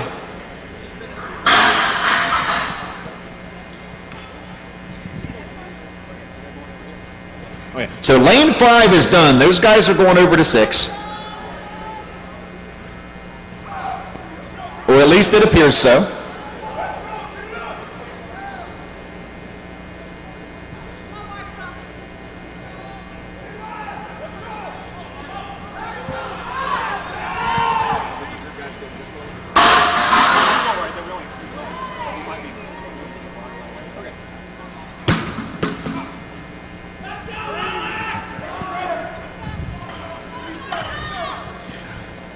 Don't forget to give your favorite lifter some energy, some noise, and some support when they come up to lift.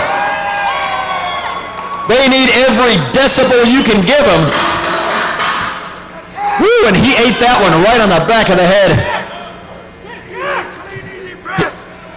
He came here to lift logs, not get in a boxing match, but he took a punch from the log.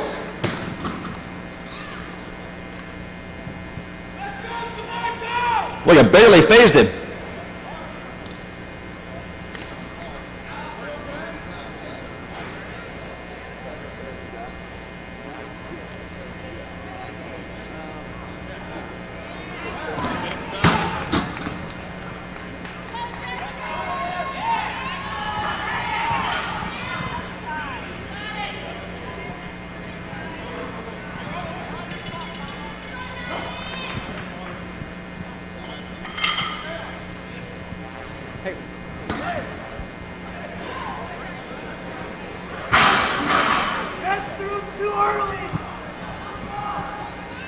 Chad Clark, Chad Clark.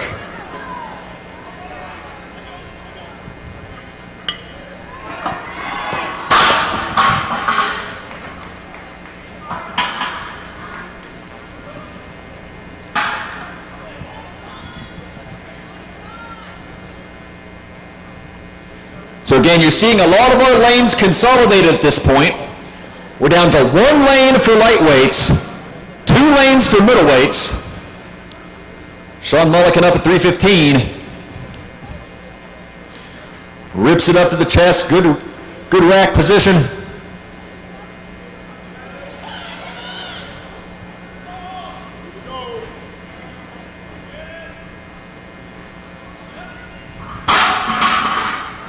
And a near miss at 315.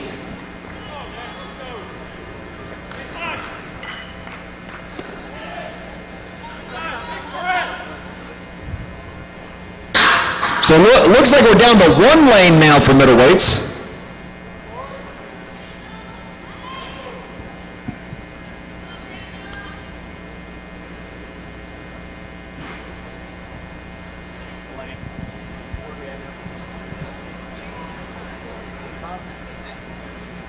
Currently 285 pounds in the lightweight lane here, lane number 2, 285.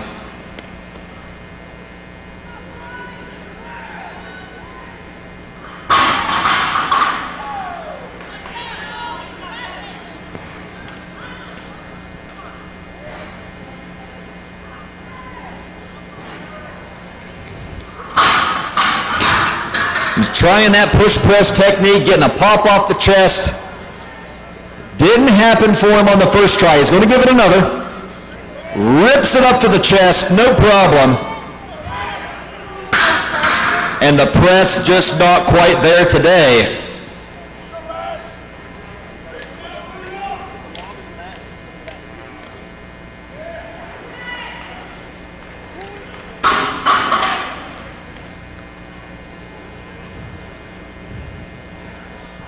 So it looks like we're still at 315 over here in the middleweight lane. So lane number 6 has all of our remaining middleweights.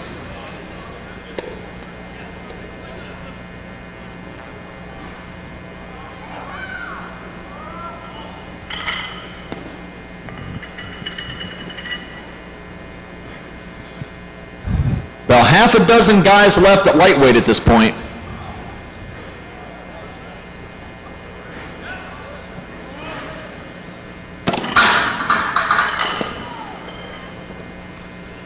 We are down to the nitty-gritty here in our max log event.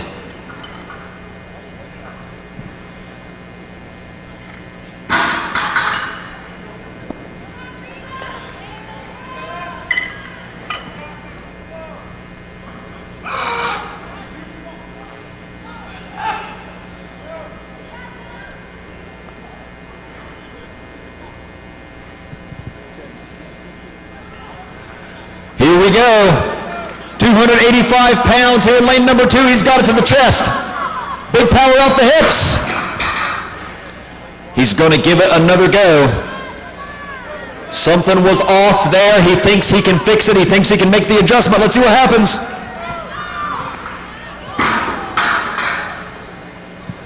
And I tell you what, that second attempt was closer. Wasn't able to get it stabilized and stand back up with it.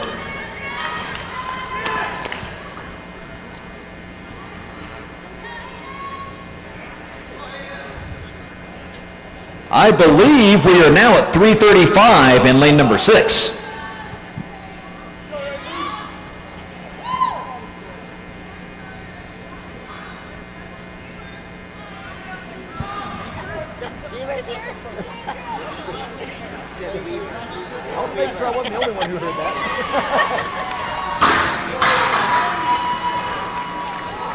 And how about that? He's psyched up over there in lane number 2 for good reason.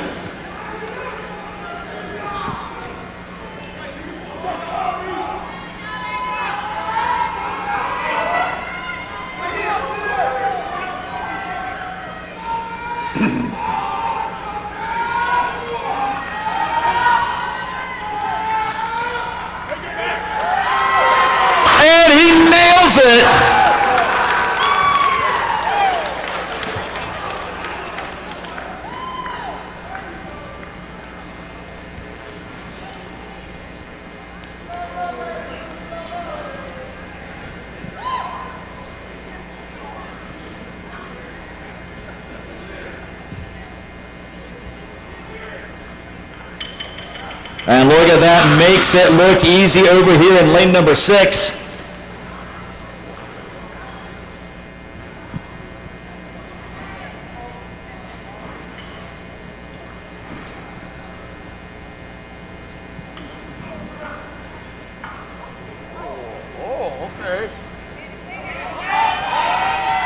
And a good fight for it. Powerful clean, jams it up, had to fight just a little bit to get that lockout. And he did it. Tyler broke out the sunglasses, folks. It's getting serious now.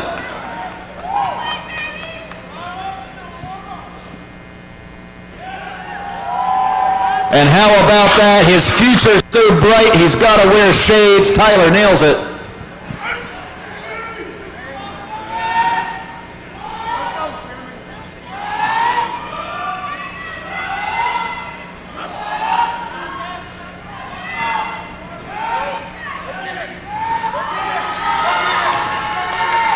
And look at this. Competitor after competitor successful with this enormous weight.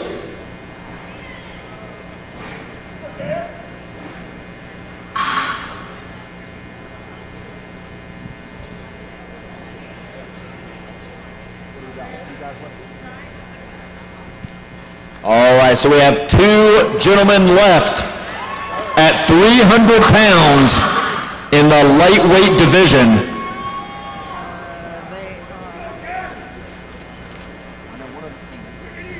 So Andrew Hanus and William Abel are both still in the game. 300 pounds is the next lift for the lightweight men. This one could be for all the marbles here on the log lift. They're giving them a moment to recuperate.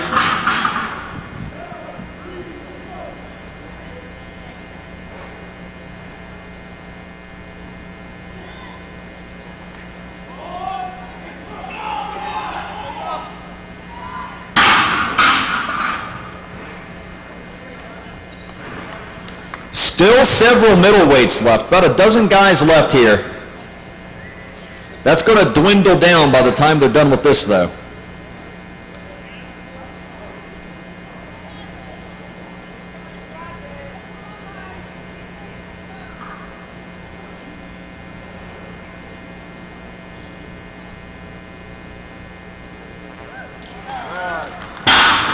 Phenomenal pressing power, big pop off the chest, finished it with the triceps and the delts.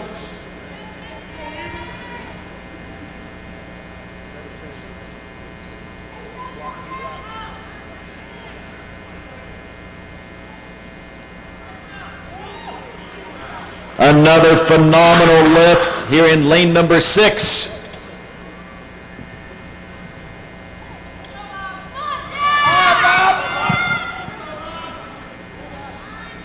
Big Bob up next.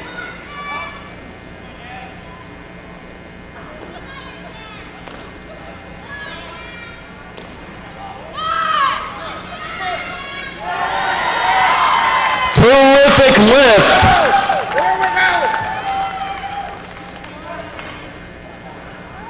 Big push press there from Bob, utilizes that layback technique.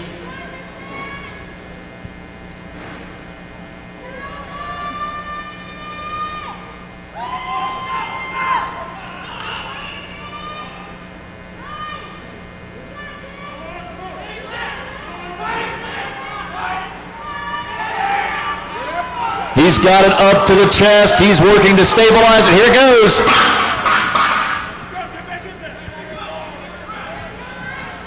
Didn't quite look comfortable with it there. He's going to give it another go. And sometimes when you're done, you're done. And he knew it on the clean.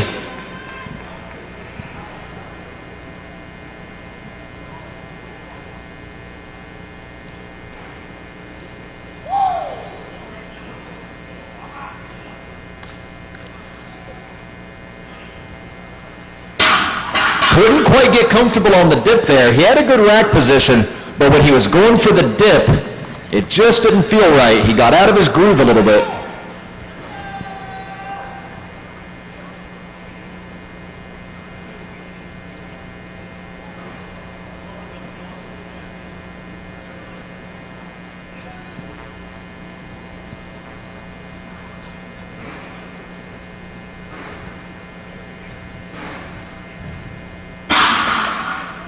And he's going to walk away as well. Just didn't feel right on the clean. He knows he's got a deadlift here in a few minutes, so he's just going to go to the back and rest up.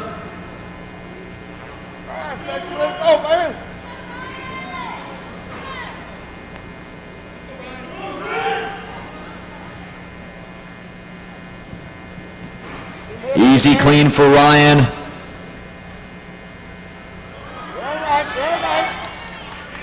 Didn't feel stable on the first go. And that was close, but he took a lot of time. Can he recover? Looked like he just had some trouble getting his legs into it.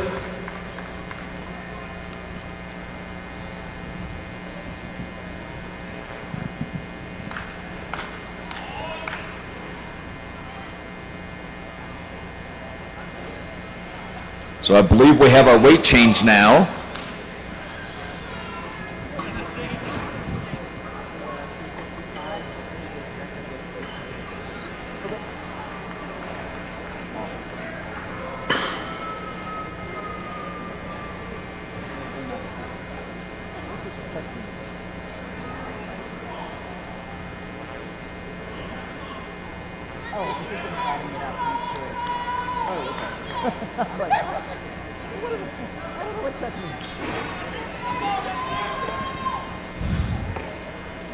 So we are now at 355 in lane 6 for our remaining middleweights. And so you know, that exceeds the current amateur middleweight record for Strongman Corporation, which was 345. So everybody who nails this lift is going to be in excess of that. Here's Andrew Haynes over here in lane number 2. Look at that, 300 pounds.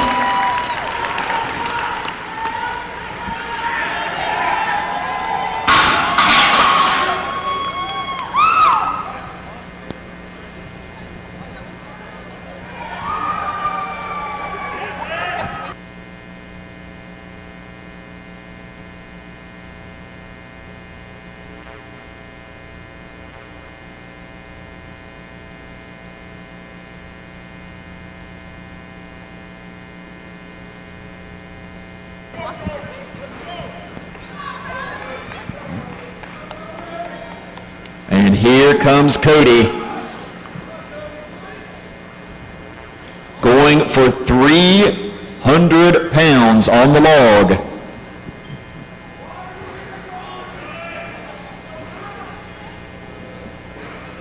Andrew made the lift. He has set the mark. He has put the pressure on Abel.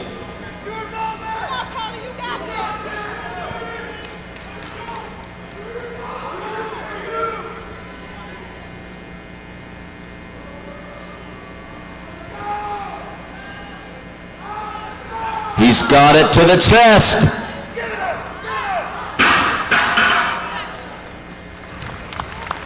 And he says, no thanks. That means Andrew gets the win in the max log press in the lightweight division. What a battle between those two. Good show of sportsmanship afterwards, too. Love to see that.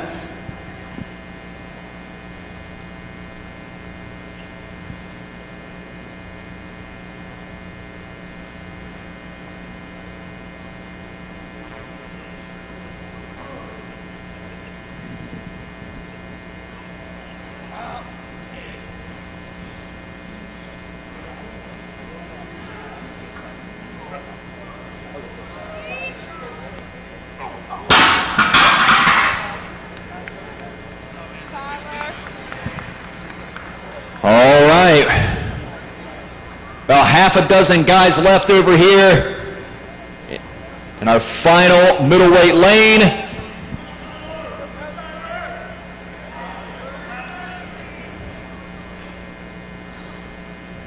Here comes Young, low squat position, gets it up to the chest. Explosive lift. Holds it steady, puts an exclamation point on it, and he gets credit for the lift.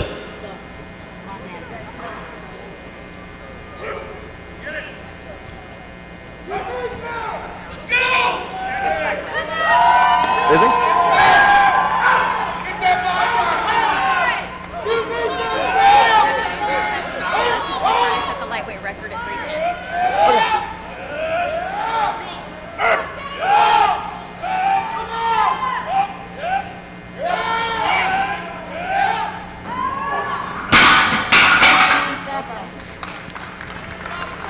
He's going to walk away from that one, live to fight another day.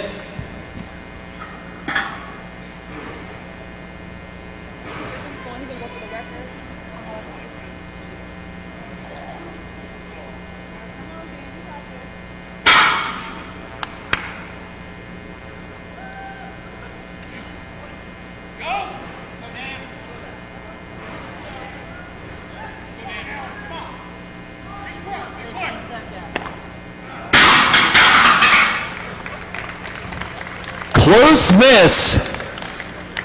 He knew better than to try it again. He knows he's got 5 more events to do this weekend. He knows he's already got good points on this event.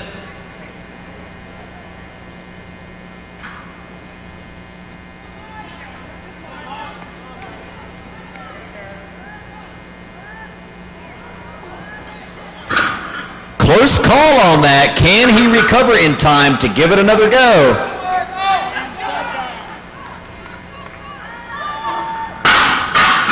Wasn't quite there.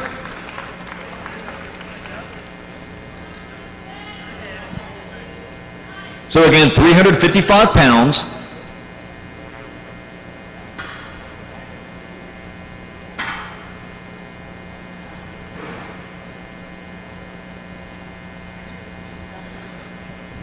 We are down to the best of the best pressers now.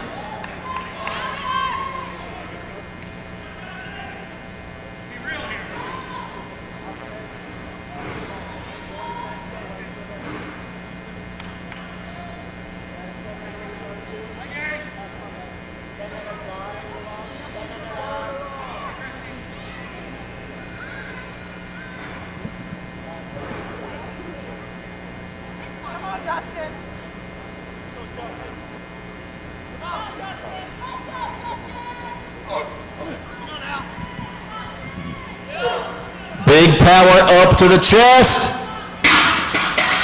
Launches it off. Waves it off. Oh, he's got to take a minute. Got a little lightheaded there, I think. But he's okay.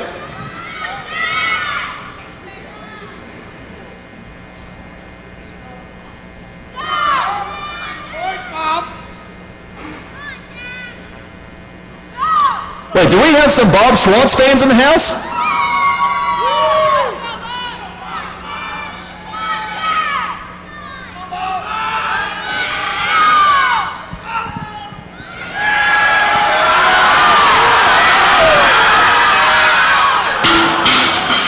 What an effort. And he took that one on the cranium. We're checking on him here. Our officials are checking on him, fellow competitors. We're going to get some paper towels.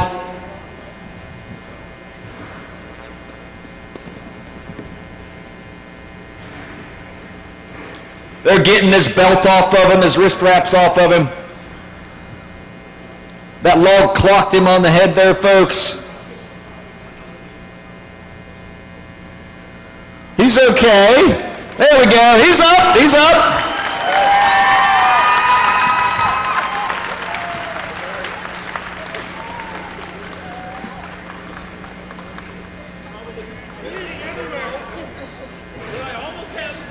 I tell you what, you just can't get closer than that without getting a down signal. He was so close on that lift. But that log had other plans. That log decided it wanted to sucker punch him. Not the first time Bob's been punched. He'll be all right.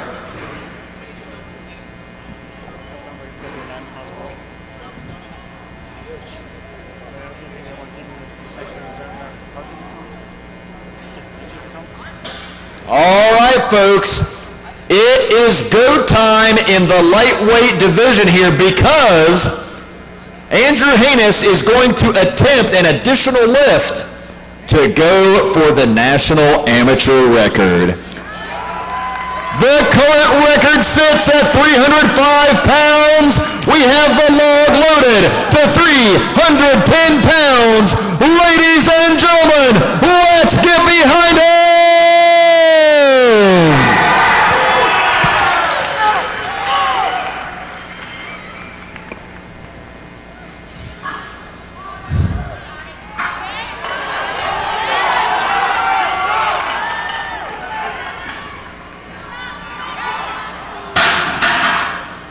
He still has some time. He's going to take a breather.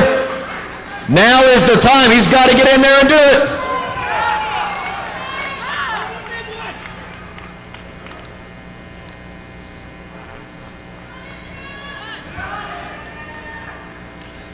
He's got it to the lap. Big power up to the chest. Solid rack position.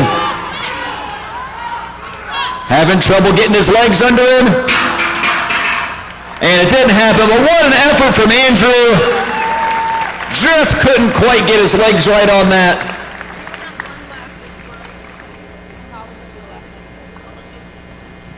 We have one lifter left. I believe we are at 375 in our middleweight division.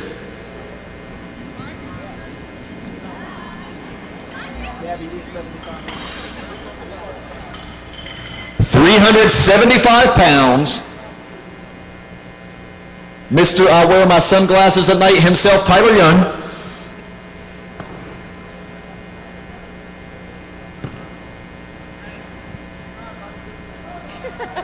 And here he goes. Our final log lift of the day.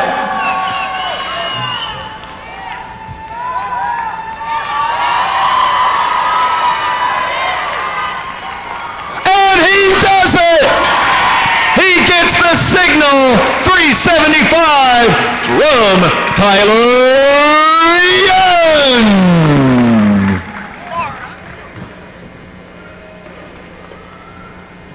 We are going to take a brief intermission and then get started with our deadlift event.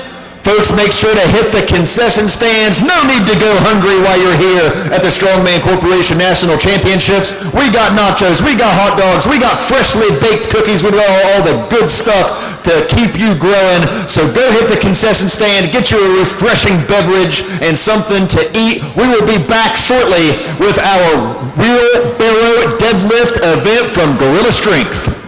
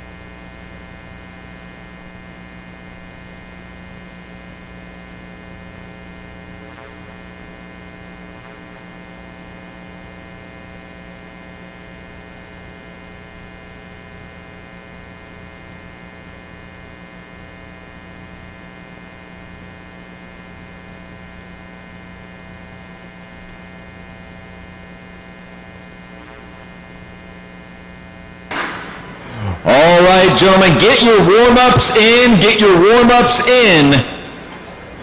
15 minutes. 15 minutes to get some reps in. Get warmed up. Get feeling good. You should probably bring the sandbags out because remember the problem we had.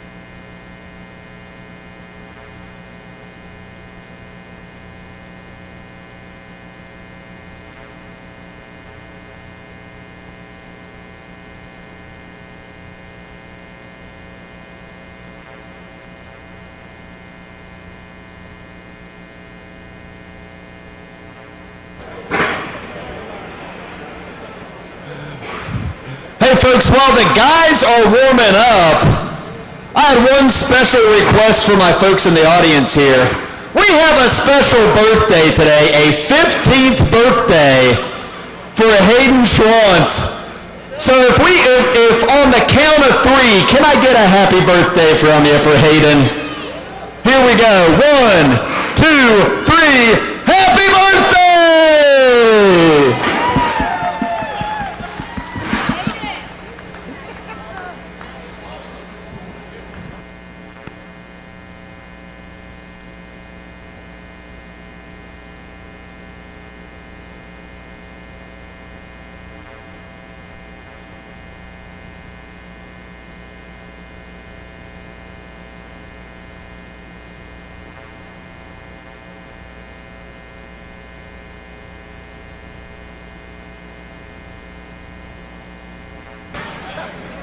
Hey, if I can get all my competitors to go on the other side of the yokes, can you guys go on the other side of the yokes? Because they're bringing pallets of plates through here, and they can't get the plates set up with the giant mob of dinosaurs that we have through here. So if we can go on the other side of the yokes, guys, if we can meander that way, that will help our staff get set up so that we can start this event on time.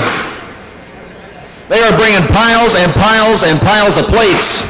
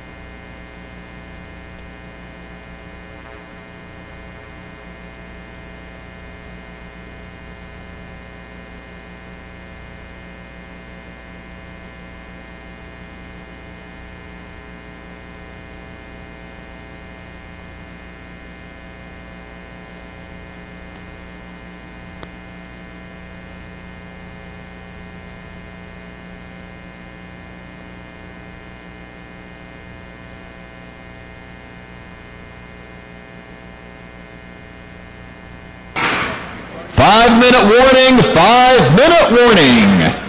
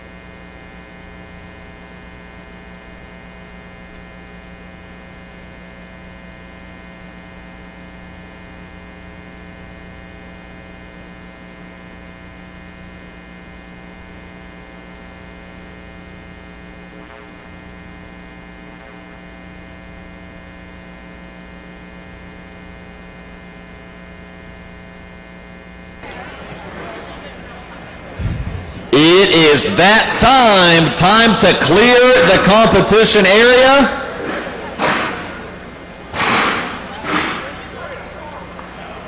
Warm-ups are over. Let's clear the competition area so our staff can get everything properly loaded.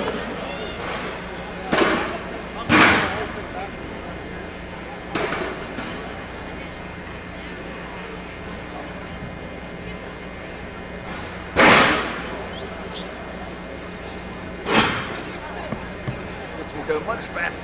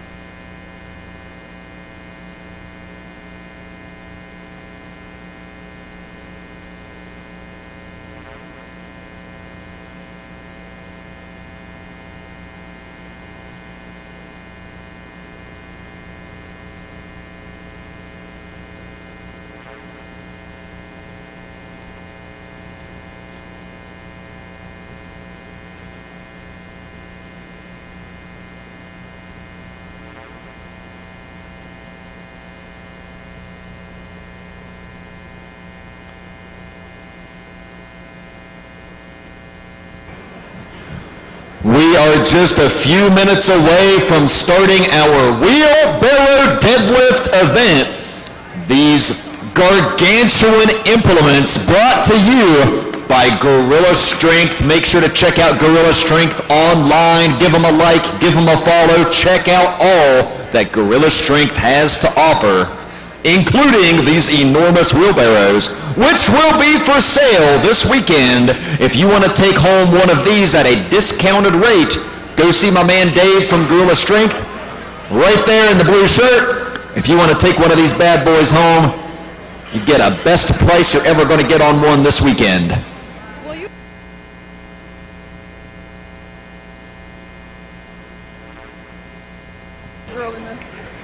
Gentlemen, head to the back. Gentlemen, head to the back.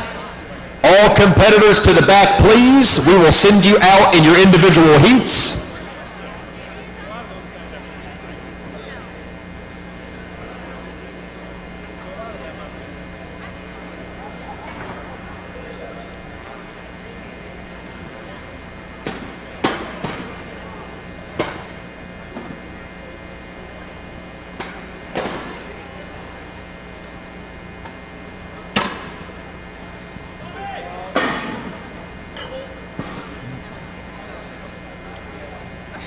If you really want to see the heavyweights move quickly, tell them there's a free steak buffet in the back.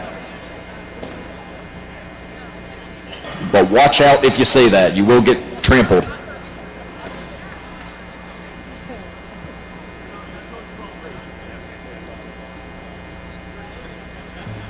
This event, quite a bit different from our previous challenge. This is a deadlift for reps. So they have to grab the handles on these gigantic implements, and they have to stand up with it as many times as possible in 60 seconds. Unlike the last event, there are not multiple turns for each competitor. Once they go, they do as many reps as they can, and then they are done. This event goes much faster than the max log event.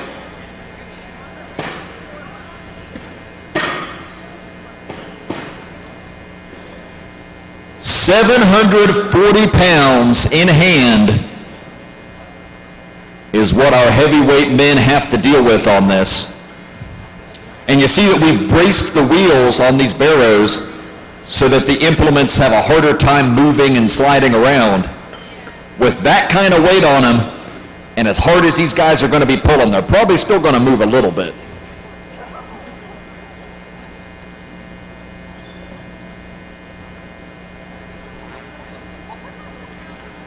Looks like we are largely set. Our officials just making a few last-minute adjustments.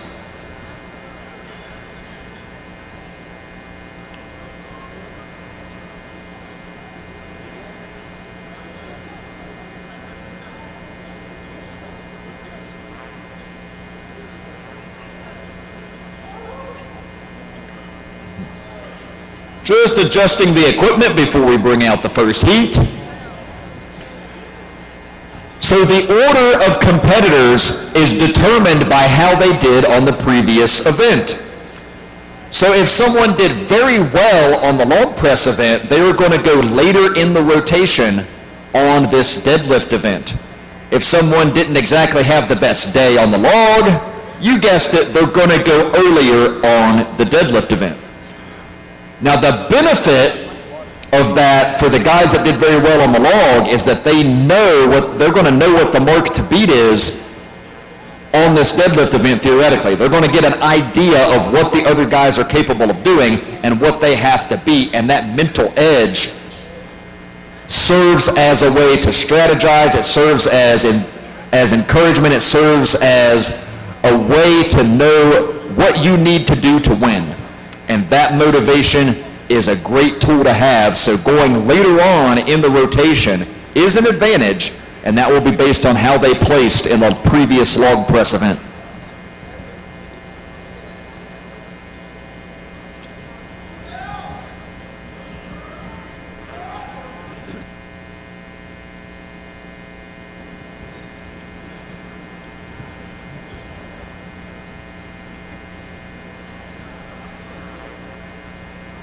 Also a reminder that if you are not one of the athletes that is currently lifting or a staff member, to please stay off the competition floor. We love you, but we got to keep you off the floor.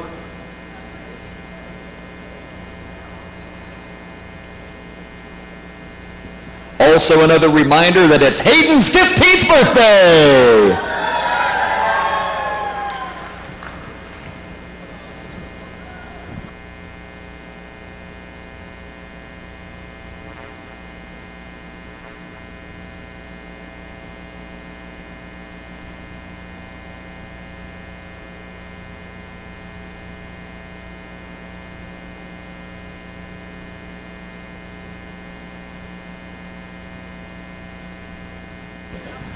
All right, staff and officials, take your positions, please.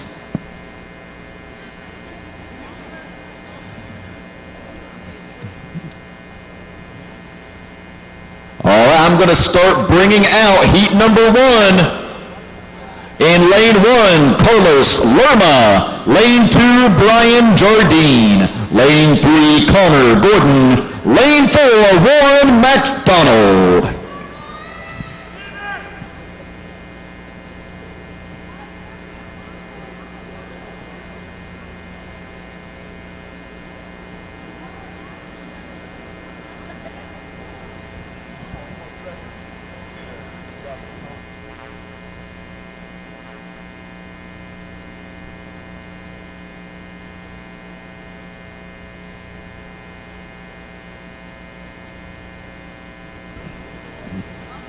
Okay, as it looks like we have 3 competitors out here. We might be missing one. So Carlos Lerma in lane 1. Nope, so I'm being told, looks like that's lane number 3. So it looks like Mr. Gordon will not be competing in this event. So we have Carlos in lane 1, Brian in lane 2, and Warren in lane 4. A few last minute instructions from our officials before we get rolling here. As soon as everyone's in position, I am going to give the signal. So competitors will start off of the mat.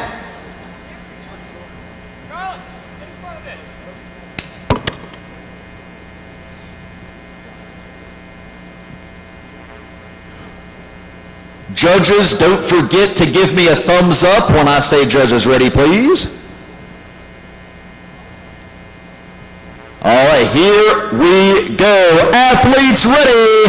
Judges ready. And we are off 740 pounds on this deadlift event, as many times as they can stand up with it as possible. And let me tell you something. That is a low pick. It's only 12 inches off the ground. 740 for reps. And we have some reps moving here. Look over here, lane number 4. Warren using those massive legs to good effect. Parallel handle deadlift.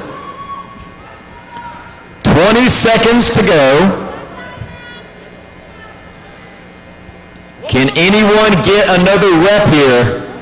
They've got to dig deep. Every rep's going to count. Every rep's going to be more points on the board. 5 seconds. Time!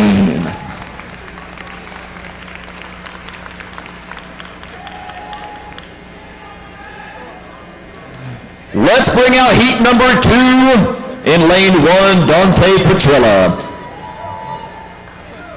In lane 2, Alfonso Nieves. Lane 3, Travis Helton. Lane 4, Ty McFarland. So again, 4 lanes utilized here.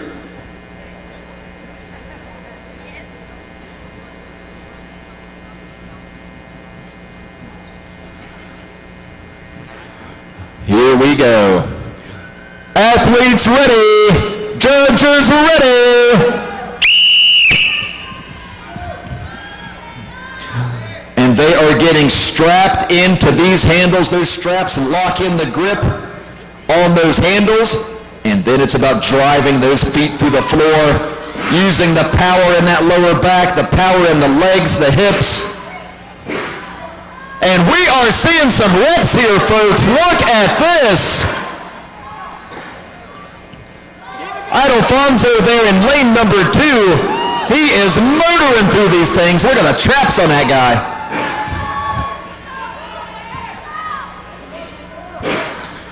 Ty over there in lane 4, having some success as well.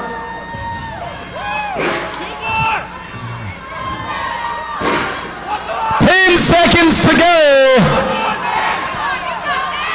Who can squeeze that final rep in? Time!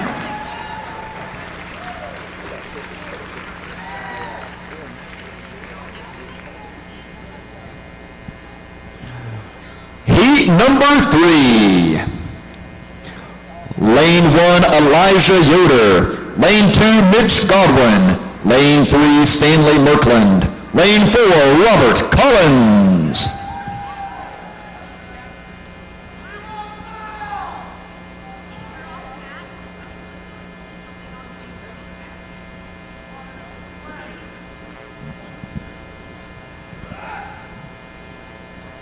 Here we go.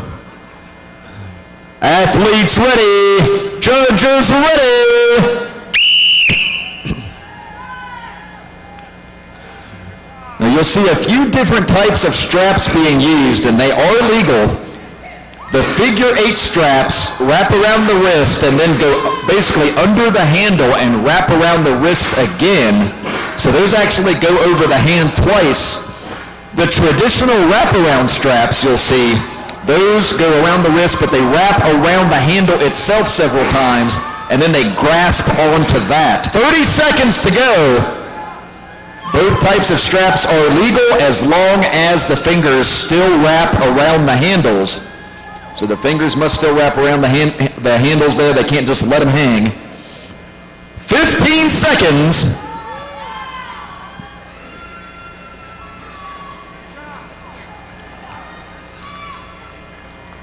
Five seconds.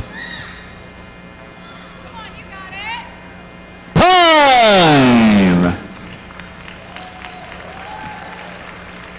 As you can see, this is an incredibly difficult weight to lift, 740 pounds. Let's bring out heat number 4, see if how they fare on this event. Lane number 1 is Adam Turner. Lane 2, Philip Berry. Lane 3, Brandon Williams. Lane 4, Joe Lestracco.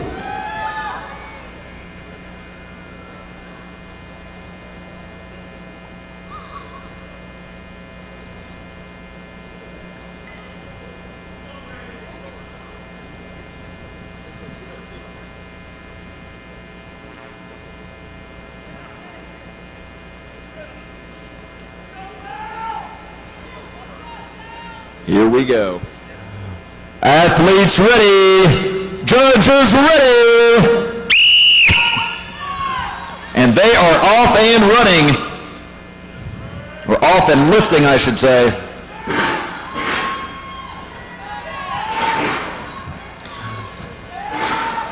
That is a low pick, 12-inch pick on this parallel handle deadlift. Because it's parallel handles, they're able to get just a little bit more quad out of that, a little more knee extension to help drive it up. 30 seconds. It really comes down to the low back and the hips.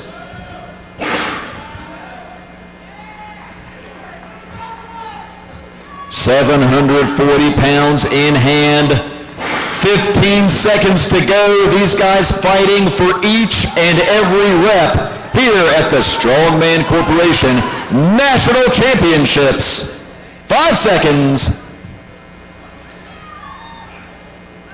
Time!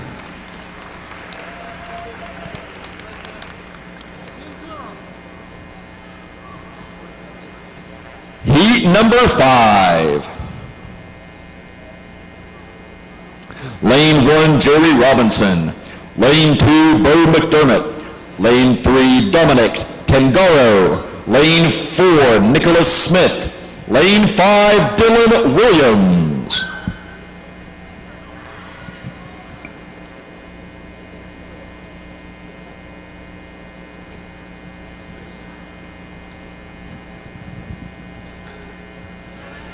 Athletes ready. Judges ready.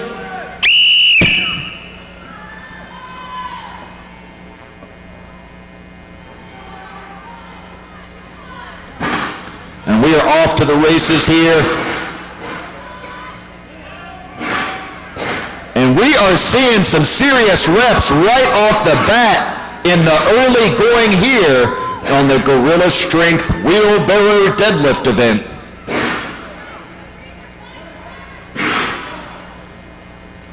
30 seconds to go, so we are past the halfway point for this heat. Now is the time to dig deep, see who can get that last rep or 2 reps in. 10 seconds to go.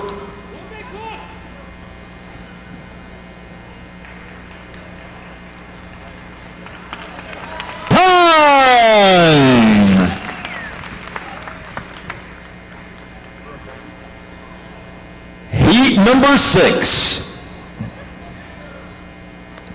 Lane number 1, Levi Strong. Lane number 2, Andrew Garrison. Lane number 3, Jasper Haney. Lane 4, Robert Miller. Lane 5, Stephen Spencer.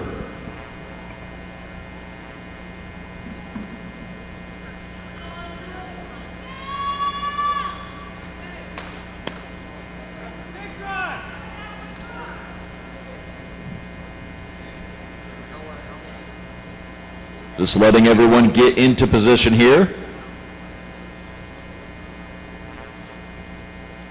And looks like we're good. Athletes ready. Judges ready.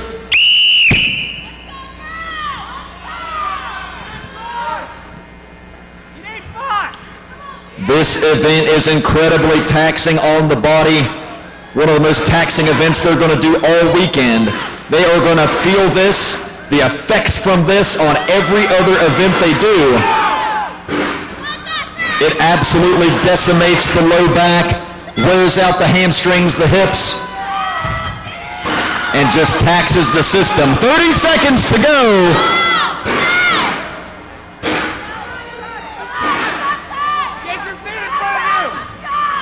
Tremendous effort we are seeing across the board. 15 seconds.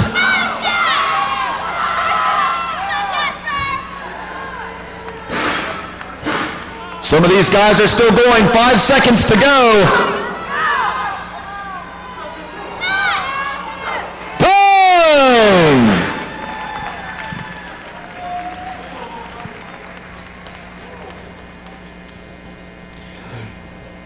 welcome heat number 7. Lane 1, Sean Schellinger. Lane 2, Dylan Thompson. Lane 3, David Elmore.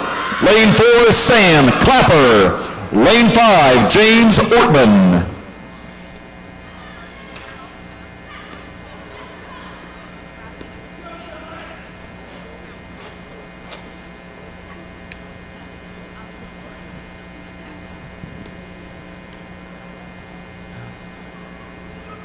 Athletes ready.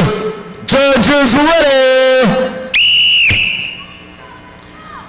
Heat 7 is off and running. Here they go, getting strapped into the wheelbarrows.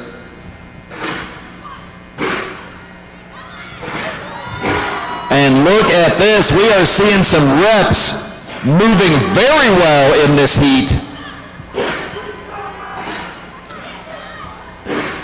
We may see some double digits at this point.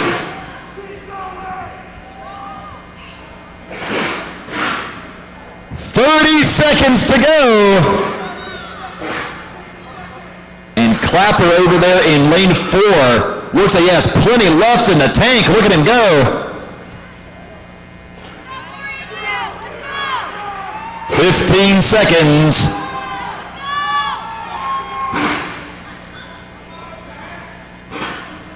Keep it going. 5 seconds on the clock. Time!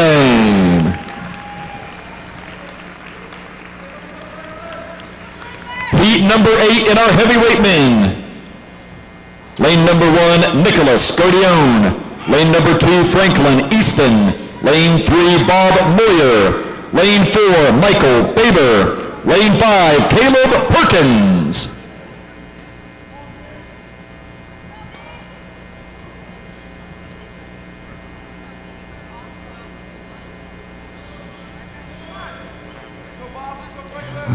Athletes ready.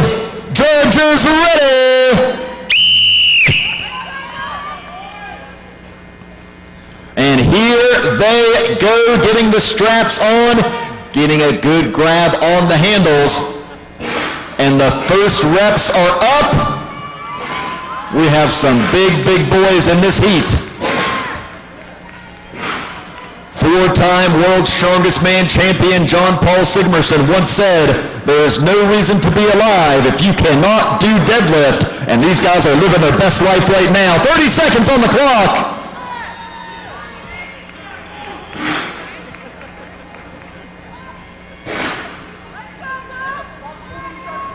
We are seeing rep after rep in a few of these lanes. 15 seconds to go.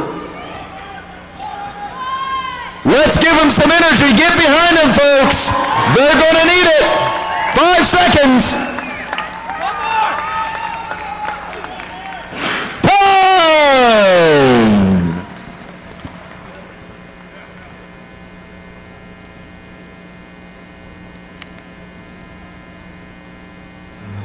Heat number 9. Lane 1, Tyler Brooklyn. Lane 2, John Hook Jr. Lane 3, Chris Slater. Lane 4, Zach Harden. And lane 5, Scott Deese. We're going to take just a short hiatus here, gentlemen. We have to do a little cleanup. Once again, strongman is an extreme sport, and sometimes extreme things happen, so we're going to have a little cleanup here before we bring our next round of athletes up. We want to make sure that every athlete has the opportunity to compete safely, so we're going to clean up a little mess before we move on.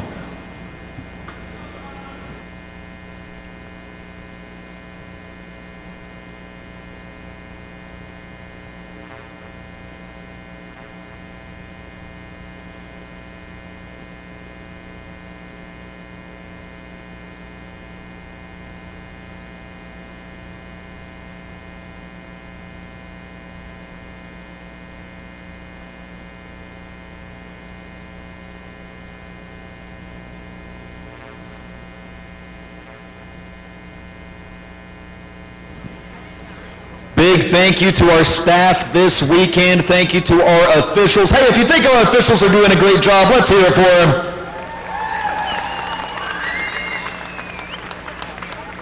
If you think our helpers, our loaders are doing a great job, let's hear it for them too. If you're glad that Dion brought the national championships to Salem, let's hear it for Dion.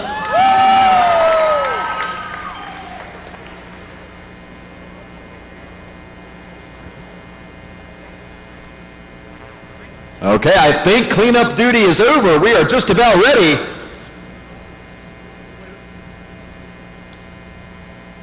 Officials just checking a few last-minute things.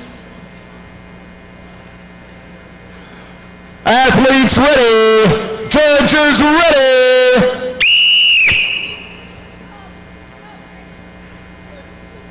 And here we go. Again, several different types of straps that you're seeing being used here. Two main types are just the wraparound versus the figure eights, although there are some different types of wraparound straps. Look at the reps being put up here. These are some big beefy boys and they are tossing these things around. 30 seconds to go. And some of these guys look like they got plenty more in the tank. Big Scott Deese down there in lane number 5. He has put up some serious reps. 15 seconds.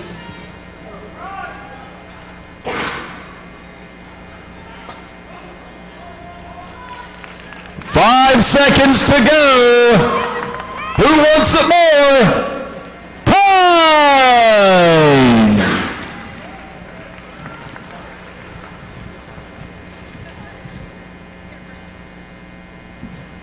All right, let's bring out heat number 10. Lane 1, Nicholas Romero. Lane 2, Michael Salter. Lane 3, Andrew Krasik. Lane 4, Daniel Pledger. Lane 5, Zach Roybert.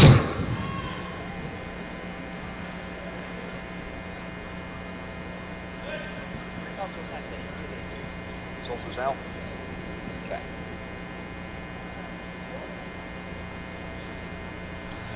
Athletes ready. Judges ready.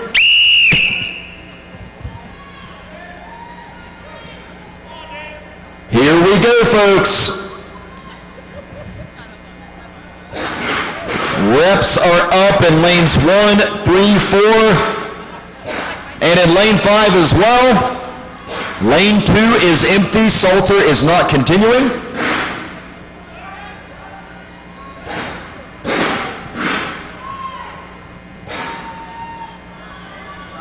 Seconds. So we are now past the halfway point, and this is where the work begins. This is where they have to dig deep and try to grind out every single rep possible in this time limit. 15 seconds remain on the clock. They have to block out the discomfort, block out the pain, and keep on pushing. 5 seconds to go.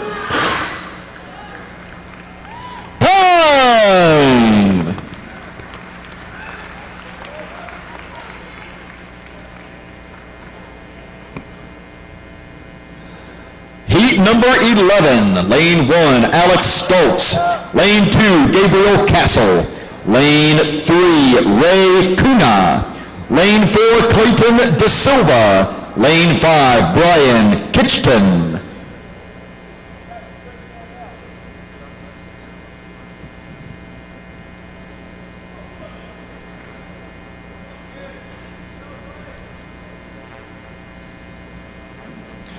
Athletes ready. Judges ready. You'll see they're wasting no time getting strapped into the implement. They have 60 seconds to do as many reps as possible, so they don't want to waste any time getting the strap set up. So you see they definitely look like they're in a hurry trying to get strapped in. They want to utilize the time as best as they possibly can to get the most number of reps. 30 seconds to go.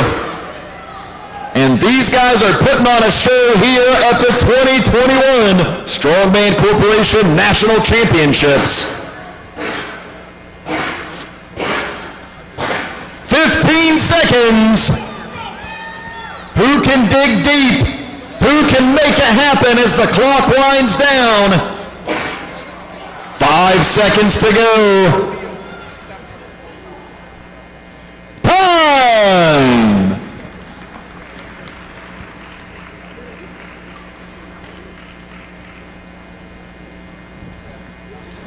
Heat number 12. Lane 1, Dominic Crequy. Lane 2, Nicholas Curl. Lane 3, Josh Gregory. Lane 4, Eric Carlson. Lane 5, Howard Battle.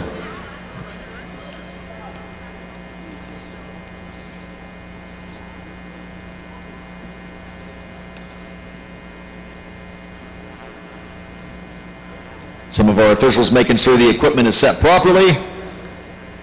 And we're good. Athletes ready. Judges ready.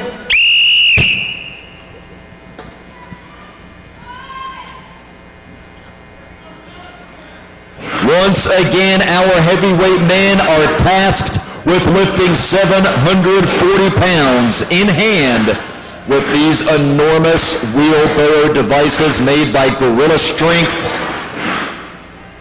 These huge implements loaded to the gills. Look how many plates are on this thing. 30 seconds to go. Those plates are stacked up to the ceiling to make this thing heavy enough for our heavyweight men. 15 seconds.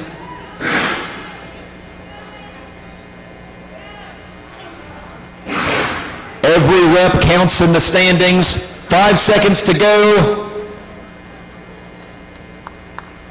Time!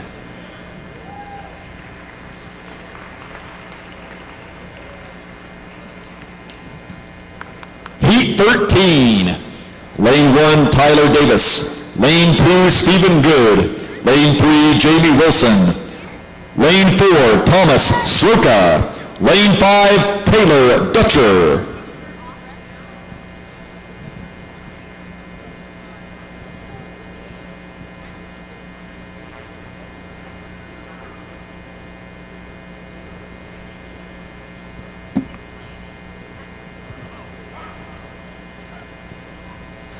Athletes ready. Judges ready.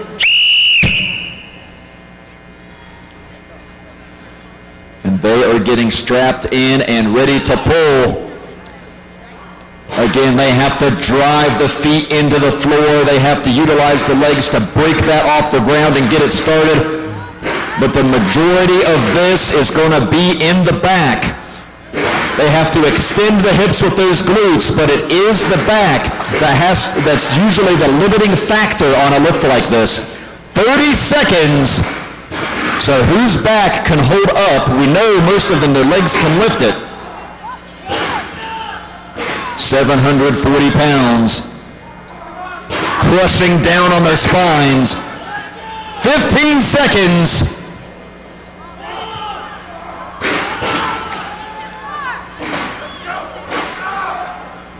5 seconds to go. Time!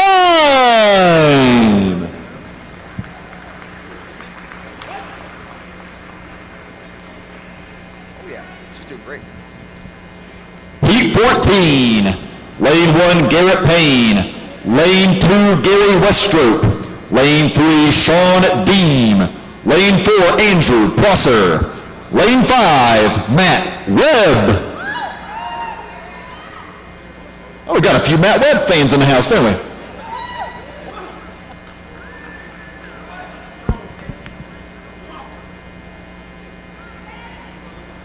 A few last-minute instructions from our officials, and looks like we are good. Here we go.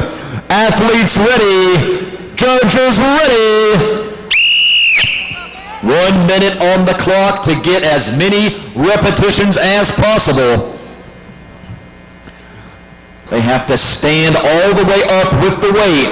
They have to get the down command from the referee in order to receive credit for the lift.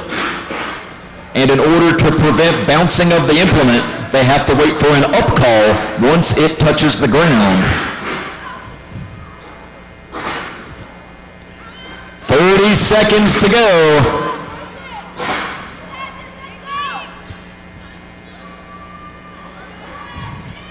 And look at these guys fight. You can see the blood pressure going up. You see the veins popping out of their forehead. Less than 15 seconds on the clock. Who can get these final reps? Who wants it? Who's going to fight for it? 5 seconds to go. Who wants that national title? Time!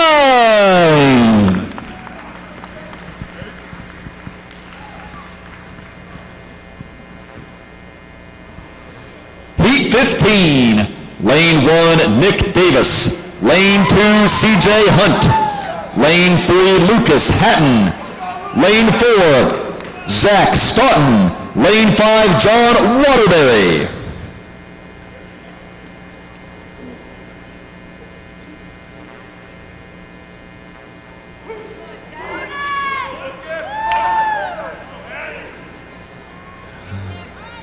Athletes ready. Judges ready.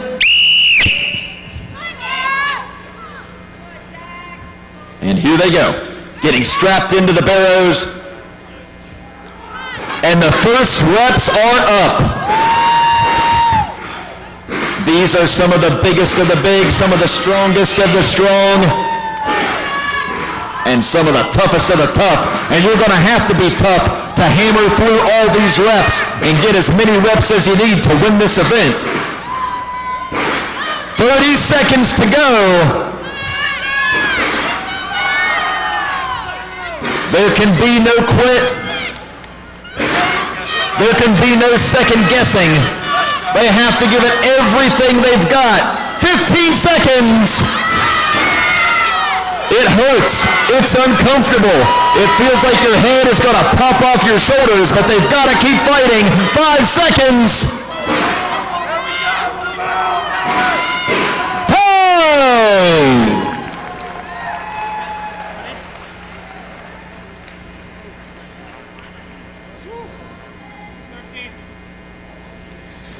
Heat 16. Lane 1, Austin Andrade. Lane 2, Albert Brand. Lane 3, Nicholas Secente. Lane 4, Kendall Williamson. Lane 5, Logan Money.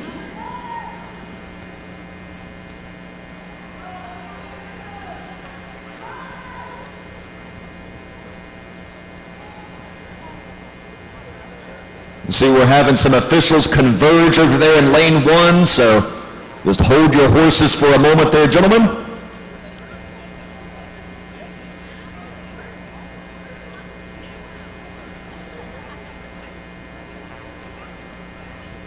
I think they're just going to scoot the implement, but it takes about 10 people to do that, so.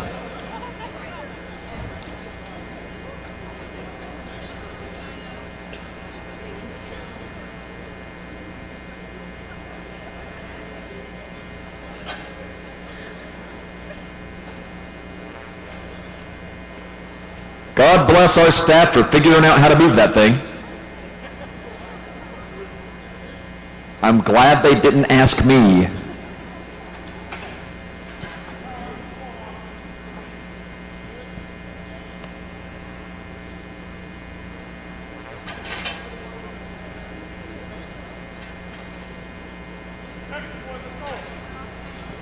All right, great job to our staff. Thank you guys for getting that set up so everybody gets a fair shake on this event.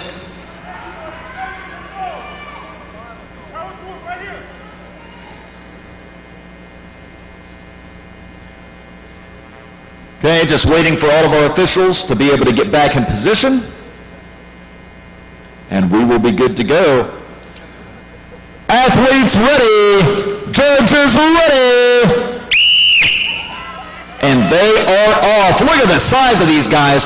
Where on earth did we find 100 dudes this size for a heavyweight division here this weekend? I didn't know there were 100 guys this big and strong on earth.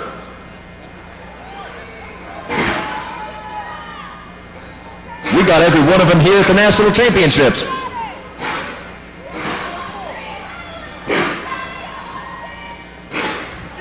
Looking good in the early going. There's 30 seconds left.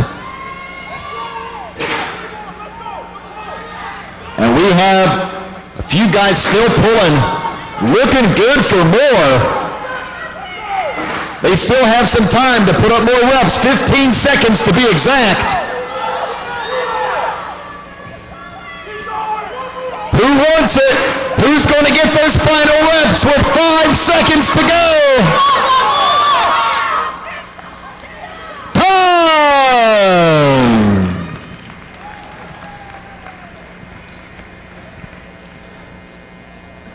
And folks, I can't believe my eyes. We are in Heat 17, our final heat of heavyweight men.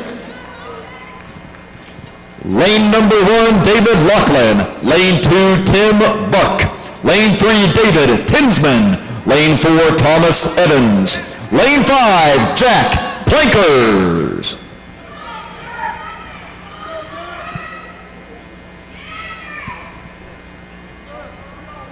Athletes ready. Judges ready.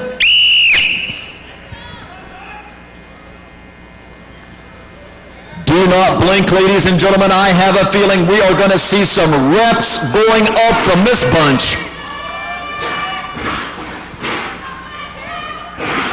These guys are bigger than the wheelbarrows, and that's saying something.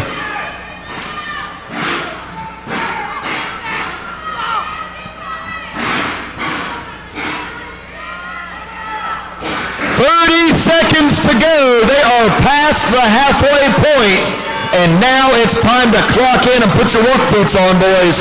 It is time to dig deep and make it happen. 15 seconds.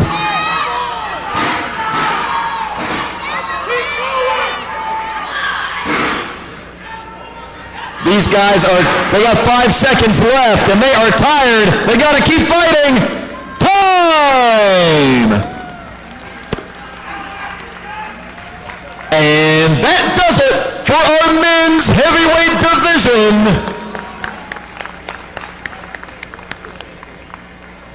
We're going to take a moment to change the weights on the implements.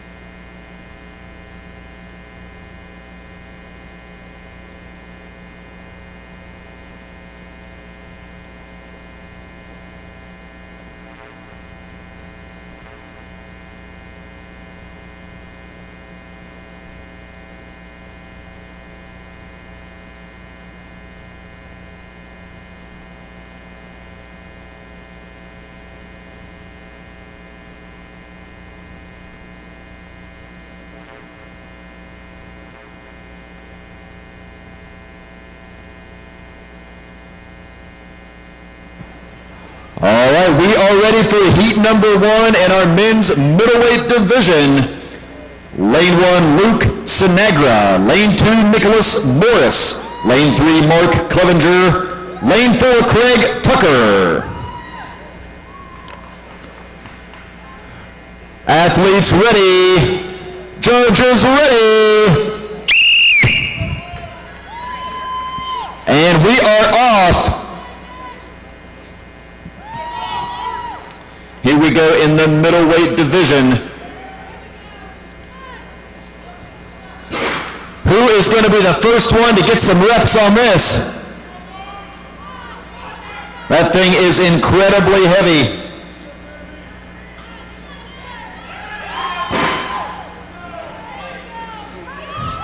As a matter of fact, 30 seconds to go. It is 670 pounds heavy. So 670.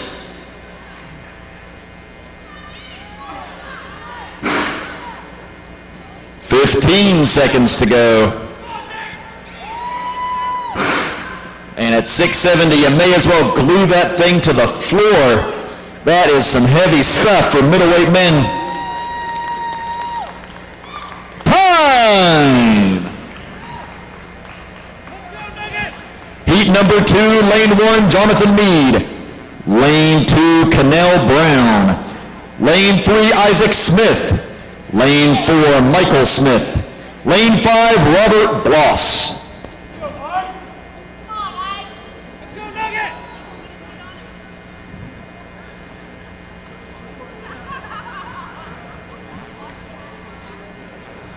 Athletes ready. Judges ready. He's saying no, we are not ready yet. Waiting for a signal from our judges. Here we go. Athletes ready. Judges ready. Come on, Ike, let's go! And the first reps are on the board. Lanes 1 and 3 off to a good start. Lane 4 as well. Keep it going!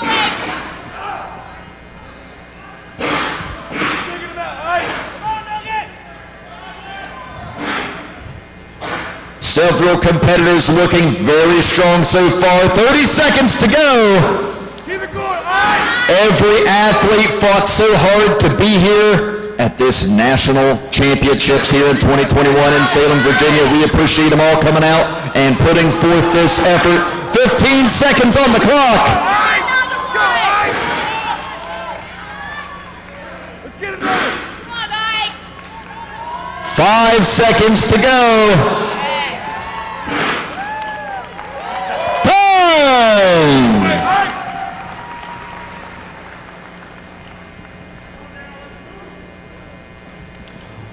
Heat number 3, lane 1, Tanner Haas. Lane 2, Joshua Dobbins. Lane 3, Larry Zapataki. Lane 4, Justin Ramirez. Lane 5, Daryl Aldridge.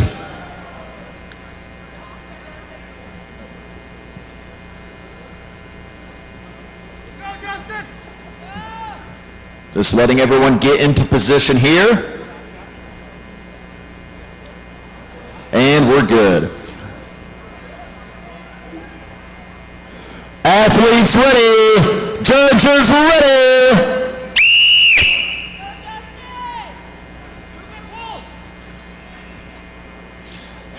Again, these athletes are going to have to fight, scratch, and claw for every rep.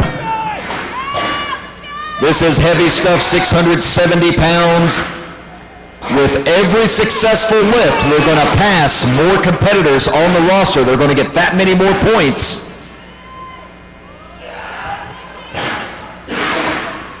"30 seconds to go.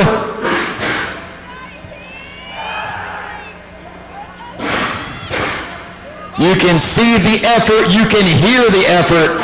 By God, if you're down here on the floor, you can feel the effort. 15 seconds.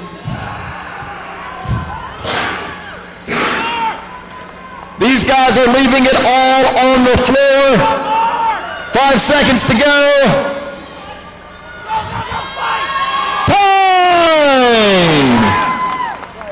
probably had a buzzer beater rep over there in lane number 4. I saw the judge's hand move. I think he did get credit for that. Yep, I got confirmation. He did, just in time. Heat number 4, lane 1, Zachary Davis. Lane 2, Eric Olmstead. Lane 3, Rob McKee. Lane 4, Jesse Purvis. Lane 5, Rick Carroll.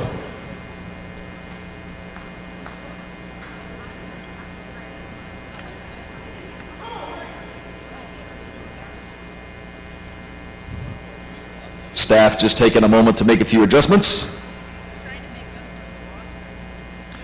Athletes ready. Judges ready.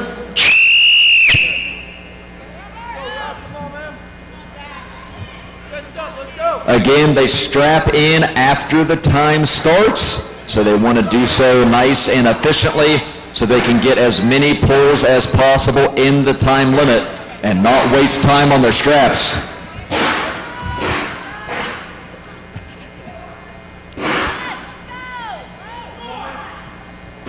Look at this, we are seeing some reps moving. 30 seconds.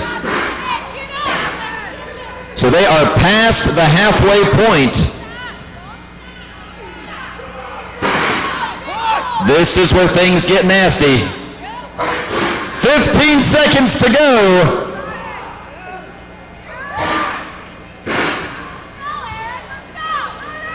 Who can dig deep and get those last few reps in the remaining time? Time!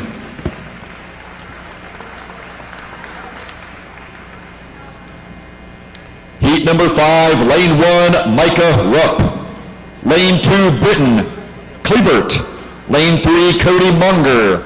Lane 4, Nathan Barna. Lane 5, Ryan Perrault.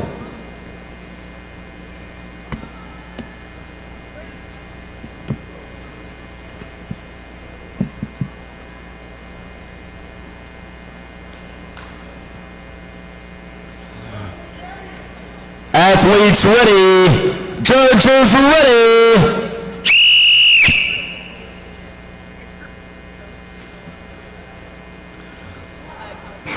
670 pounds on the Gorilla Strength Wheelbarrow Deadlift event.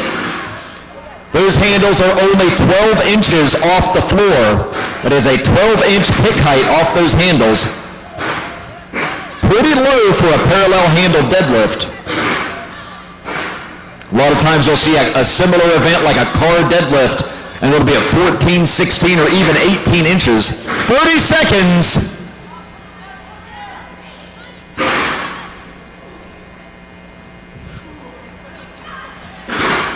And look at the work being done here. 15 seconds to go. They're giving it everything they've got to squeeze out every single rep.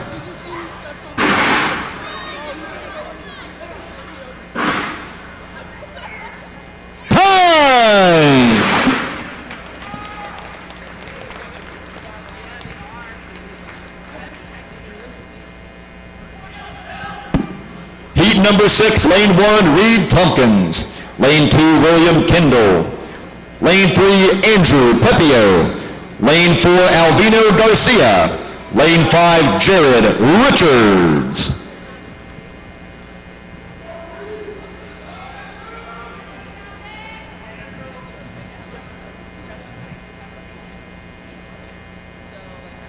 Athletes ready, judges ready.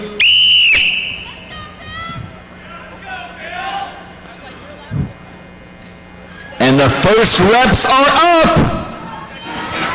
Here they go. Rep after rep. You'll see they have to wait for the down command from the judge in their lane.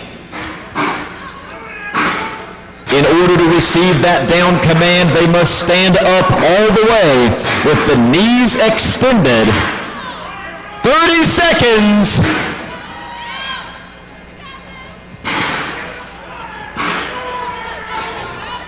And these guys are just motoring through these reps. Unbelievable what we're seeing from this heat. 15 seconds on the clock.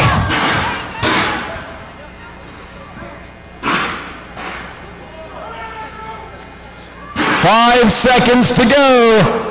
Who's going to dig deep? Time!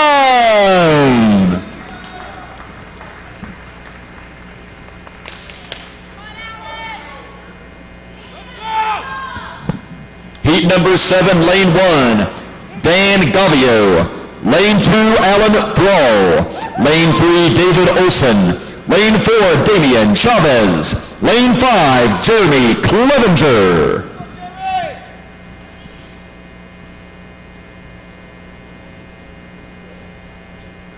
Athletes ready. Judges ready. Here they go, ladies and gentlemen. Let's give them some energy. Let's get behind them, folks. They're going to need it with that kind of weight.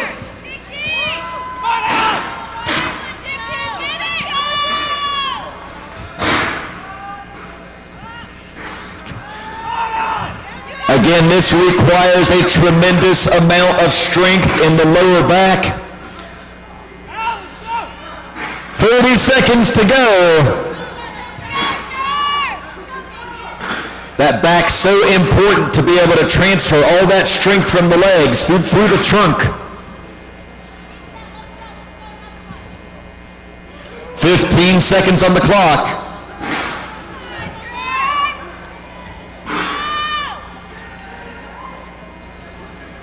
5 seconds.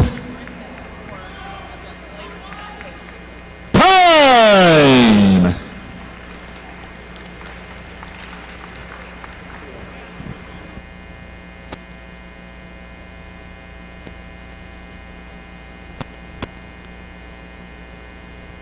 All right, heat number 8, lane 1, Daniel Zimmer. Lane 2, Damian Hollis. Lane 3, Stain Cantor. Lane 4, James Oglesby. Lane 5, Zach Miller.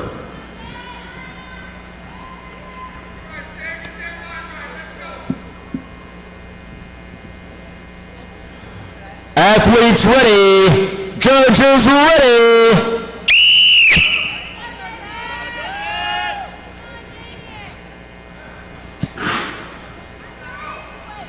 And we are off and moving, folks. Here we go.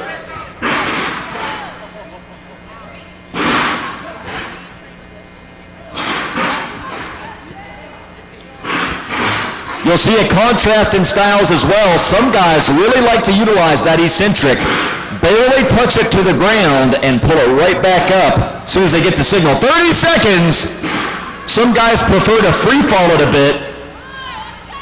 Let their tension go. Reset and pull again.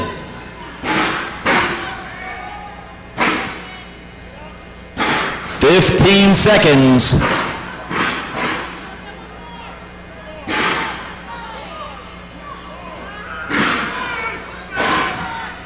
5 seconds to go. You can see the strain on their faces finishing these reps. Time!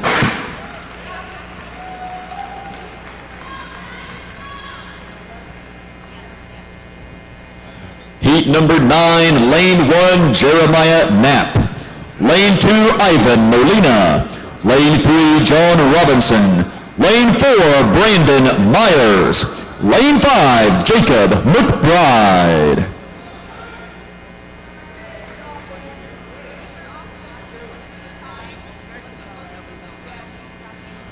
We're going to take a brief pause to reset the equipment. Believe it or not, these things can move around, even with the wheels chalked. When you're moving that kind of weight and they're getting slammed over and over, they do tend to move a little bit, so we're going to have to pop the wheels up on that bad boy, get it moved a little.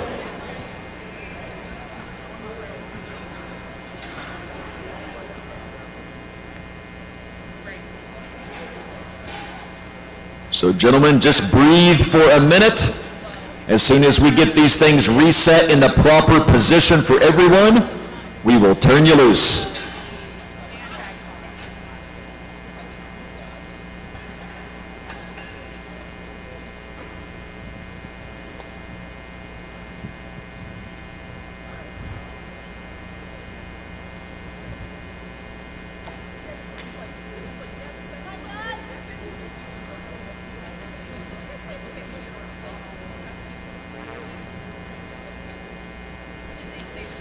Looks like we are set. Thank you so much to our staff for taking a moment to get everything set. We want to make sure all the competitors have the same experience in each lane. Athletes ready. Judges ready. Go, Jeremiah. Get it. First rep up in lane number 2, already on to the second. Look at this.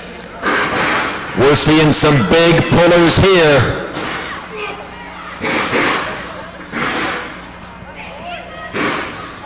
We have guys that are motoring through some of these reps. Look at them go.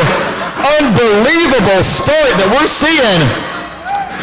30 seconds on the clock, and we may see 30 more reps out of lane number 2.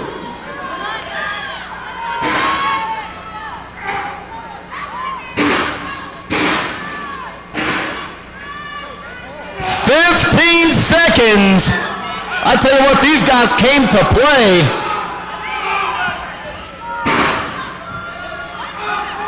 Five seconds to go. Time.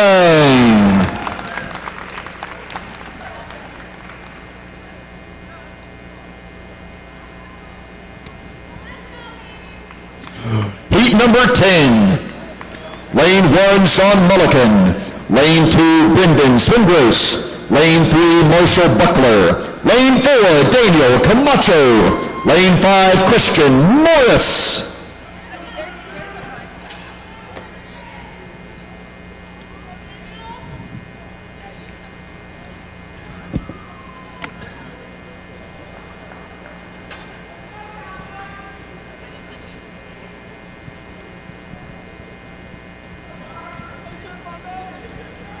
Our officials just checking something with the equipment there, making sure that it's set properly.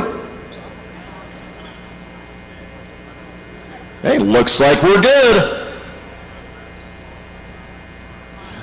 Athletes ready. Judges ready. And here they go. 60 seconds on the clock to get as many reps as possible. Most reps wins. And we are seeing some reps moving in this heat. Look at these guys go.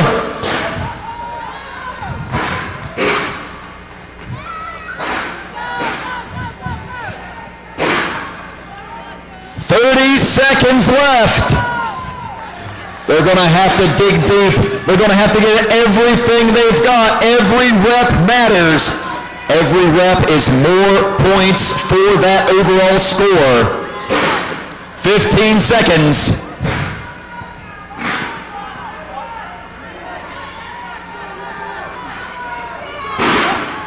Five seconds to go. Time.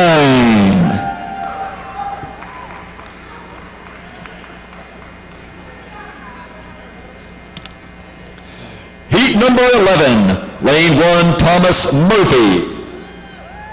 Lane 2, Servando Marquin III. Lane 3, Jack Turner. Lane 4, Ryan Saxton. And lane 5, Omar Ahmad. Go quick. You don't stop pulling till they call the time. Athletes ready. Judges ready. Go, Jack. Here we go. They are getting strapped in, ready to go. Saxton on the board with a few reps early on. And holy moly, look at this, folks. We have several guys in this heat that are putting on a show.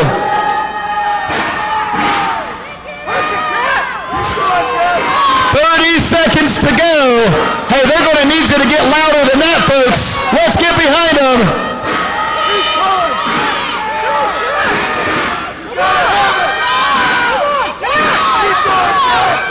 15 seconds.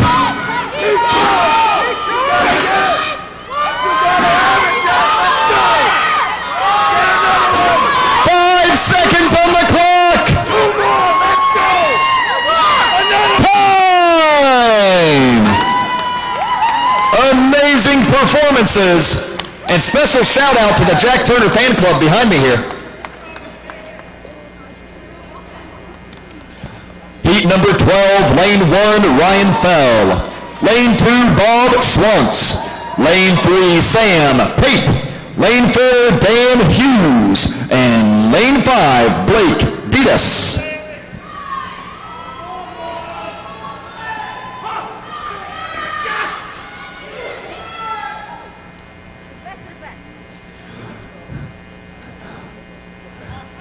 Athletes ready. Judges ready.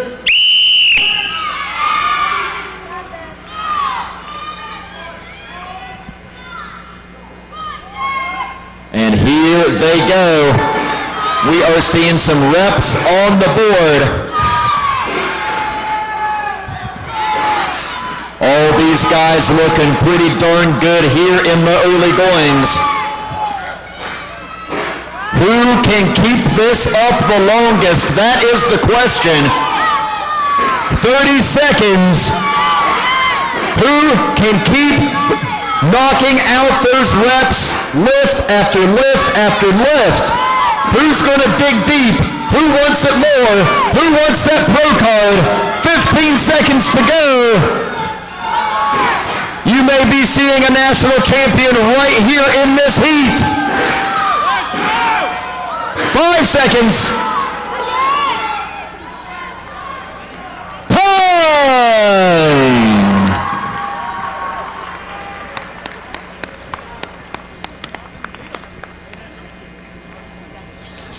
Our 13th and final heat of our middleweight men's division. Lane 1, Mark Jones. Lane 2, Justin Weaver. Lane 3, Charles Pierce. Lane 4, Matthew McKiston. Lane 5, Tyler Young.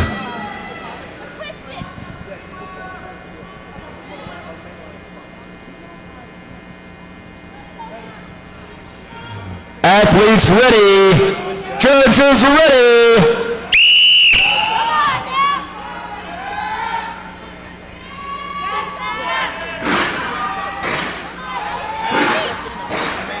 And here we go, folks. Big reps moving in every lane. They have to drive those feet into the floor, extend the legs. The back is the limiting factor. If the back can hold up and transfer the power from the hips and the legs. 30 seconds. Look at the performances we are seeing here in lane after lane. They are still going strong. Folks, let's get behind them. 15 seconds to go. Who's going to get the job done? 5 seconds. Time.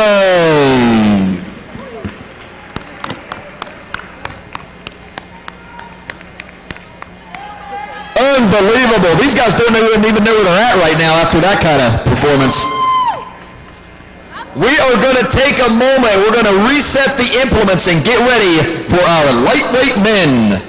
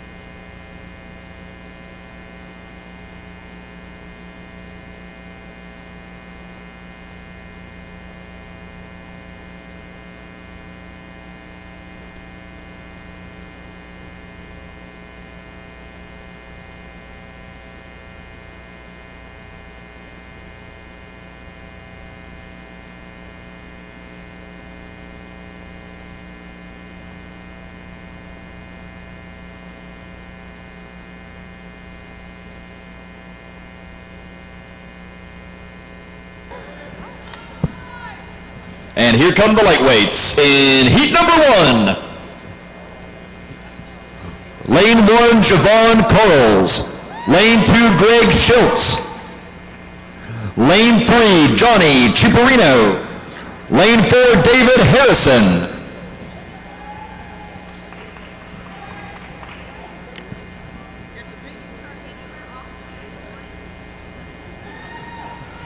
A few last-minute instructions from our referees.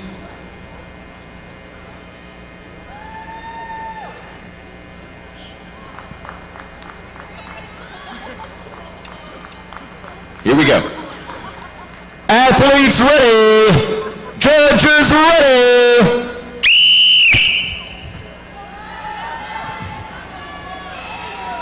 And we have turned them loose on the deadlift event.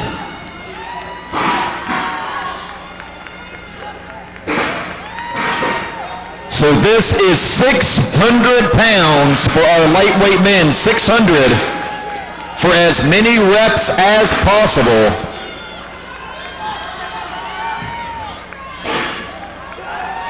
"30 seconds to go." Remember our lightweight division, the men's cutoff is at 175 pounds body weight. We also have the 150 subclass. 15 seconds, and they are tasked with lifting 600 pounds in hand on these gargantuan implements from Gorilla Strength. Time!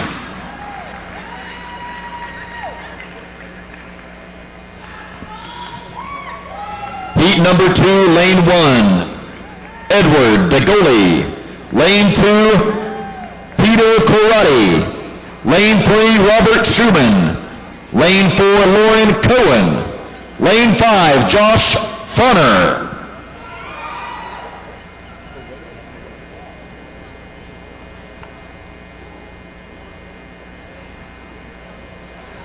Athletes ready. Judges ready. So here we go. Our second heat of lightweight men getting strapped in. And we already have a rep on the board.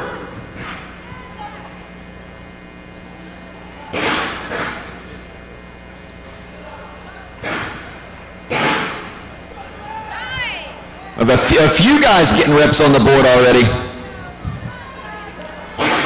30 seconds to go, so we're now past the halfway point. They have got to dig deep. They have got to do everything possible to get those reps on the board. Total points is the name of the game. 15 seconds. So every single rep moves them further up the ladder and gives them more points in the overall score. 5 seconds. Time!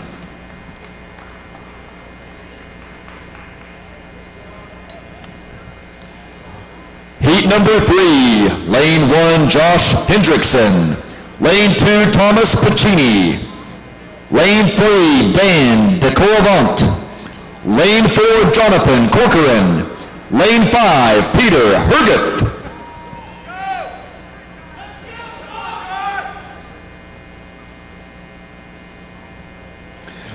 Athletes ready. Judges ready.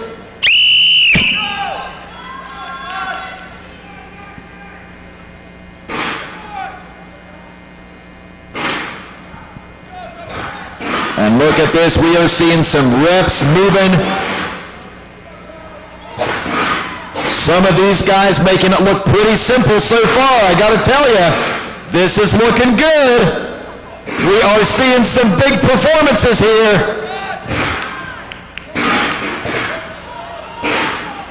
30 seconds.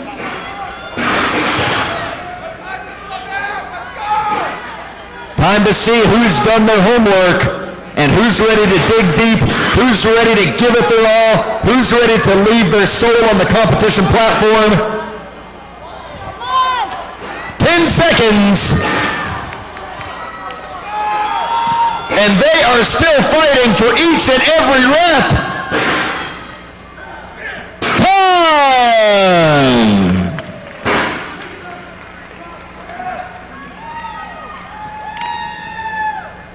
Heat number 4. Lane 1, Vince Colentes. Lane 2, Christopher Sergeson.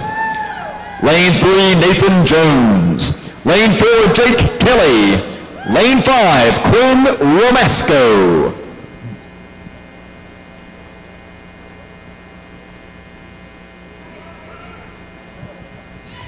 Athletes ready. Judges ready.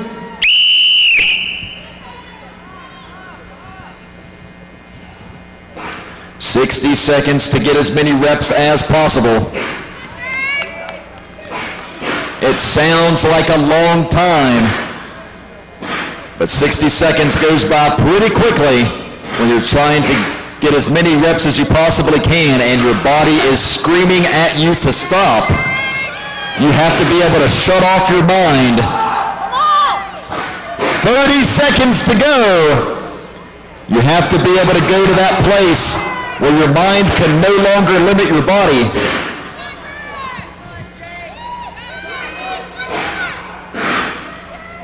"15 seconds remain." And we are seeing some epic battles against this implement here. 5 seconds. Time!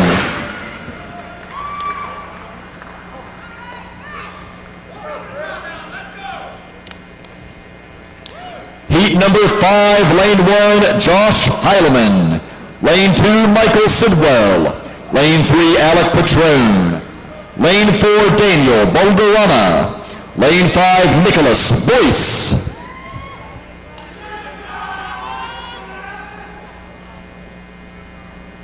Come on, Daniel, let's go.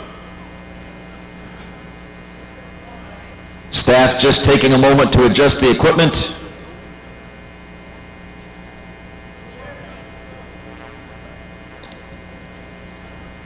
And looks like we are ready. Athletes ready. Judges ready. Let's go, come on. Get set, let's go. There it is, easy. And here we go, folks. The reps are moving now. Who can summon that strength over and over again to get the most number of lifts on the board? This is an event they're going to pay a price for this. 30 seconds. They're going to feel this event on every other event this weekend because it's going to tax the back so badly, the hips, the legs, the hamstrings. 15 seconds. One more, come on. Let's get behind them, folks. See if anybody can get these last few reps in the last 5 seconds. Time!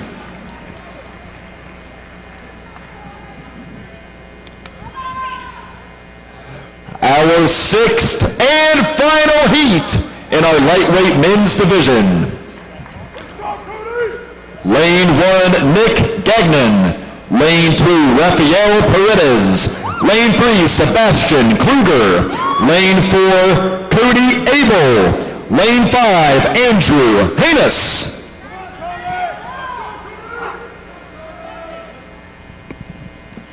Athletes ready. Judges ready.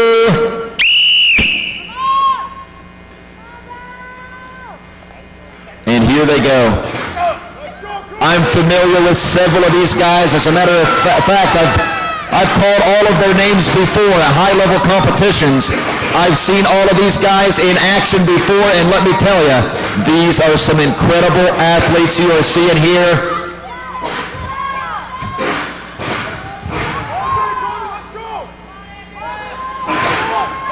30 seconds to go, and these are some of the best lightweights you'll ever have the pleasure to see.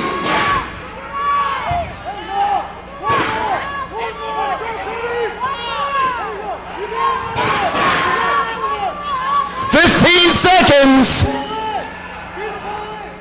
Who's going to do it? Who's going to dig deep? Who's going to get the job done with 5 seconds to go? Time!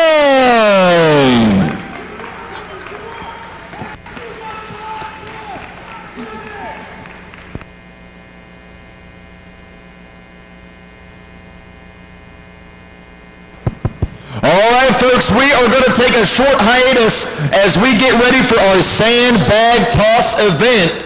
Ladies and gentlemen, make sure to visit the concession stands. No need to go hungry, no need to be thirsty. Go visit the concession stands, get you some grub, get you something to drink. Hey, let's all be not hangry. Let's be the opposite of that. Let's all get some food and be happy and enjoy a nice strongman show when we come back shortly with our sandbag toss event.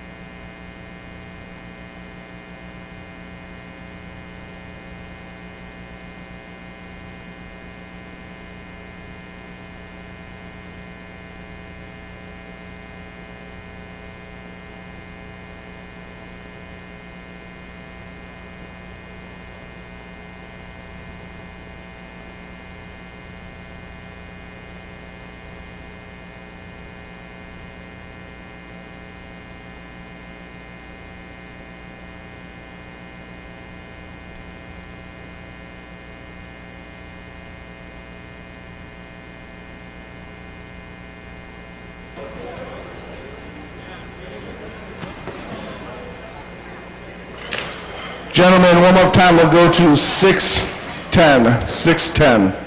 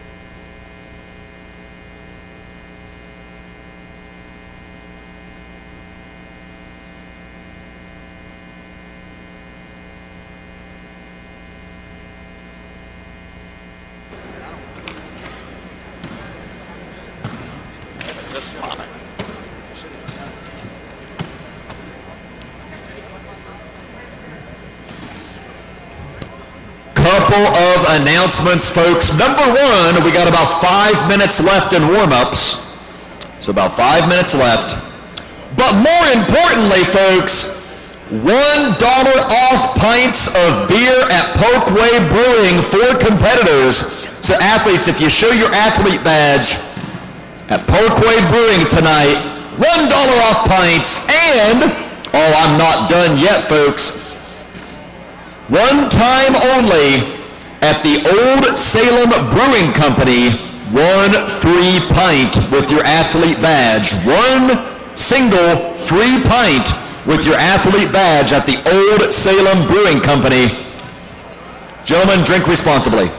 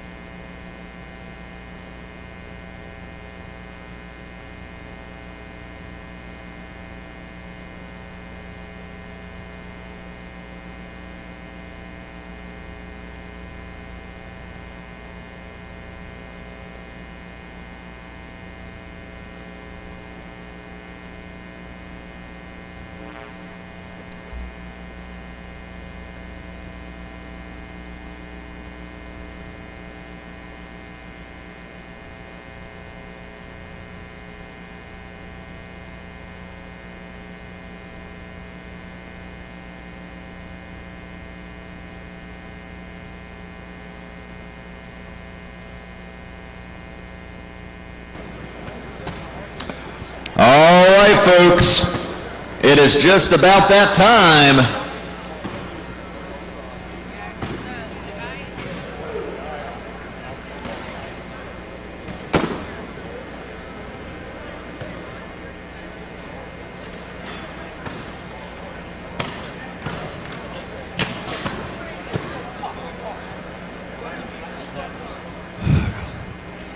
Competitors, please exit the competition area. Please exit the competition area.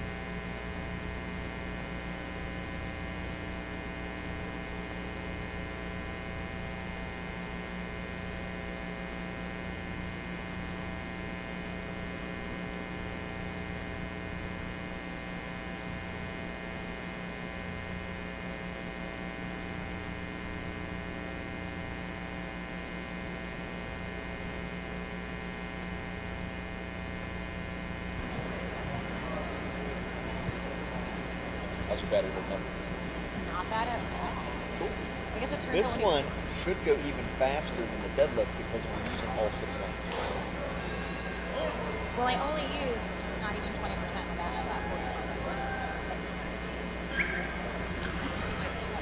All right, here we go. Our head official says we are ready, so if I can get all my staff and judges in position, I'm going to bring it out.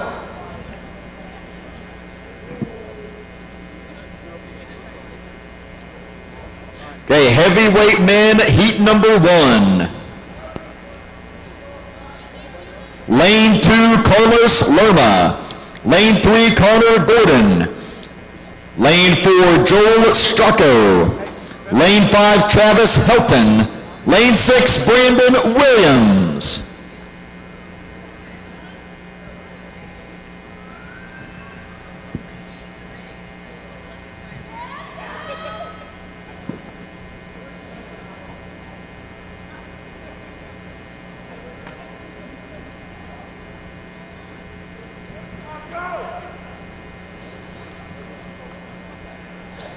Okay, taking a moment to make sure everyone's in position here.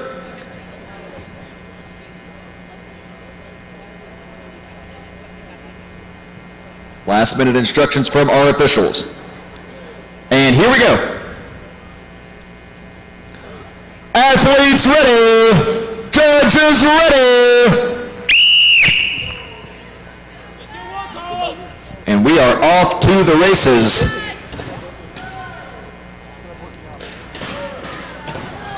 All right, folks, here is the deal on the sandbag toss. This one is fun, it's fast-paced, and it requires explosive power to hurl those bags over the uprights.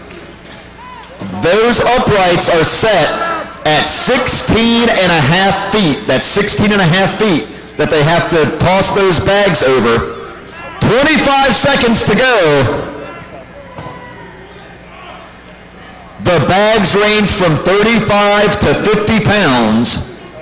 15 seconds. So the first bag at 35, second bag at 40, third bag at 45, and the final bag. 5 seconds to go. Final bag at 50 pounds. Time!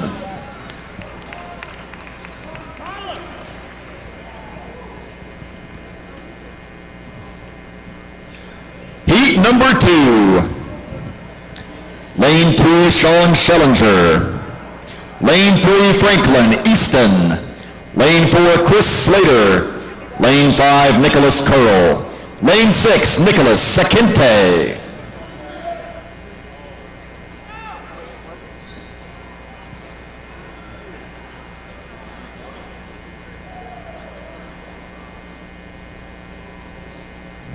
Okay, making sure our staff has everything in position. And here we go. Athletes ready. Judges ready. 35 pounds on the first bag, over 16 and a half feet. And it's not enough to throw them high. You also have to arc them over the uprights. So you're going to see who practiced. You're going to see who spent a little bit of time learning this.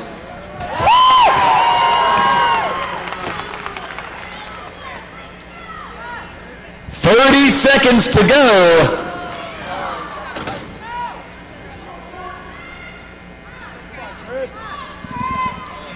Again, who can summon that explosive power again and again? 15 seconds. Every missed attempt just pulls the power out of the body. 5 seconds to go. Time!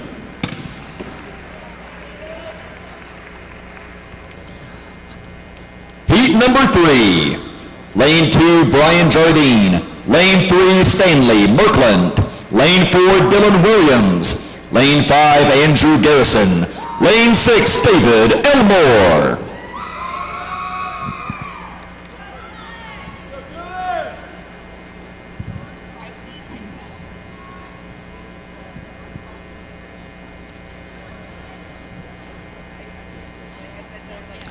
Letting everyone get into position here. Athletes ready. Judges ready.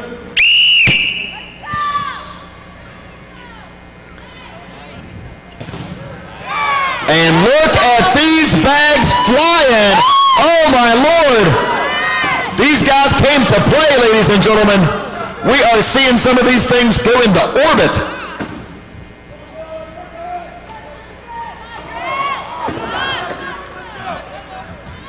And you'll notice most of the guys will get to one bag that's going to give them some trouble, and it might take a few throws to get it over. 30 seconds to go. The tough part is being able to be that explosive and that powerful on attempt after attempt. So you really want to nail that the first try if possible. That's also going to result in a better time, and the fastest time to complete a number of bags gets the higher placing points. 5 seconds to go. Time. So they send some of these into orbit. It's basically they send them to the cryptocurrency over the place. Yes, it's a good line. I'll use it.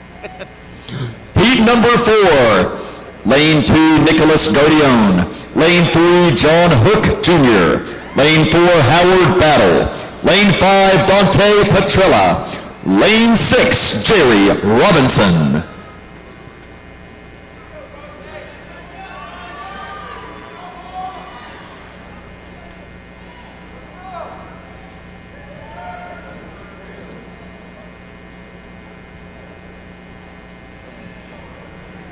Athletes ready, judges ready. And we are off to the races. They are out of the gate and they are hurling these bags over.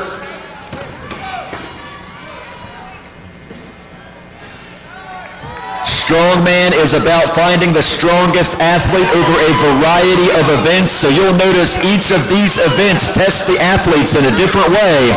We are looking at a total picture of strength, not just being good at one or two things or one or two aspects.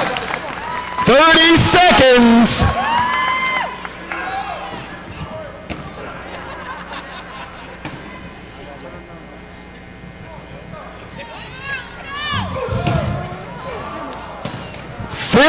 Seconds on the clock. Can anyone make it happen as the time winds down? 5 seconds. Here we go. Time.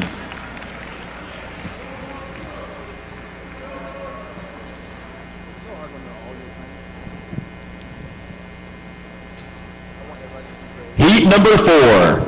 Lane 1, Warren McDonald. Lane 2, Elijah Yoder. Lane 3, Bo McDermott. Lane 4, Dominic Tangaro. Lane 5, Tyler Borkland. Lane 6, Zach Weibert.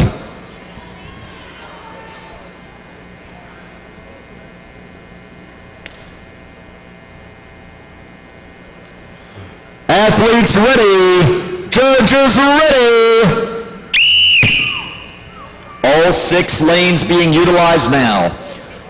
You'll notice some of the athletes will grab 2 bags at a time and drag them back closer to the barricade. Some will launch them from where they sit.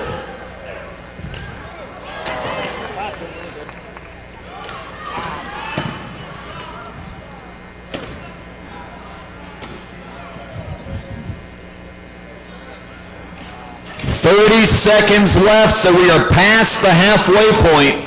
It is time to dig deep, gentlemen, and make it happen. This is for the national title. This is for that pro card. This is for that Arnold spot. 15 seconds.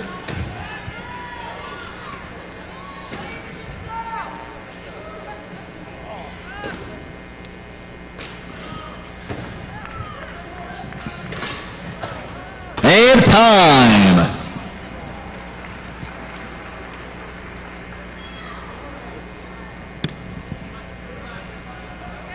That takes us to heat number 6. Lane 1, Robert Collins. Lane 2, Philip Berry. Lane 3, Stephen Spencer. Lane 4, Jamie Wilson. Lane 5, Gary Westrop. Lane 6, Albert Brand.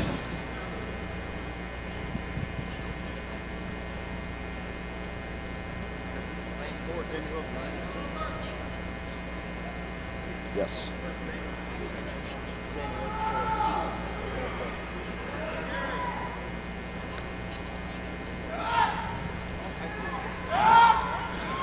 Athletes ready, judges ready.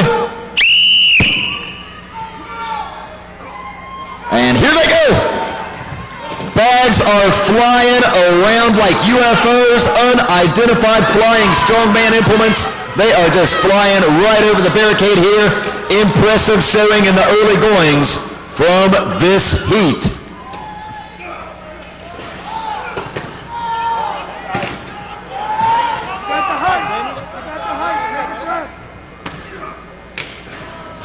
Seconds. We are past halfway. It is time to make this happen, gentlemen.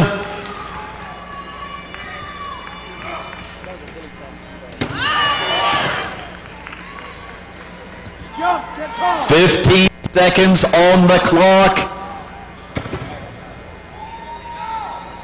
It is now or never. 5 seconds to go. Time!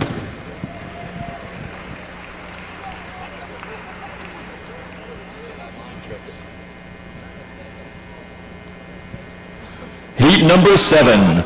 Lane 1, Mitch Godwin. Lane 2, Nicholas Smith. Lane 3, Michael Bader. Lane 4, Caleb Perkins. Lane 5, Gabriel Castle. Lane 6, Ray Kuna.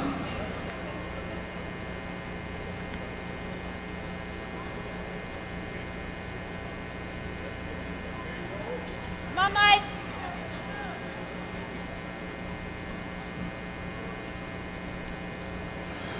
Athletes ready. Judges ready.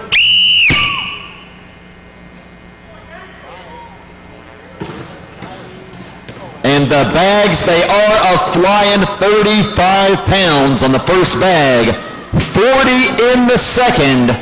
The third bag weighs in at 45 pounds, and the final bag at 50 pounds. And they went over there in lane number 2. Can anyone else here finish that series? There's a few guys that are close. 30 seconds.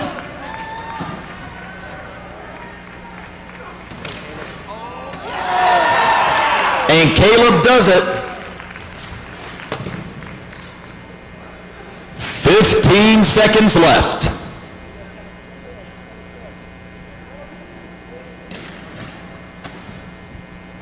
The time is winding down. 5 seconds to go. Time!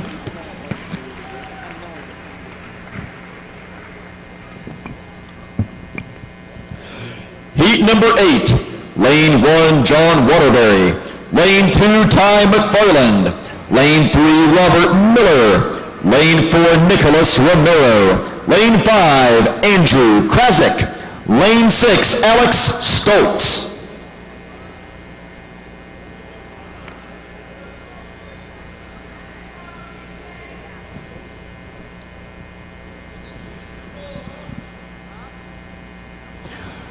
Athletes ready. Judges ready.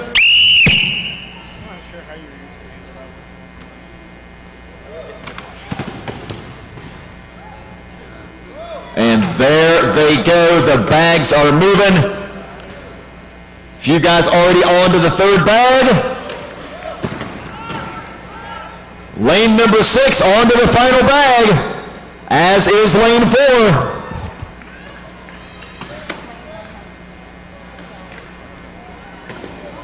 "30 seconds.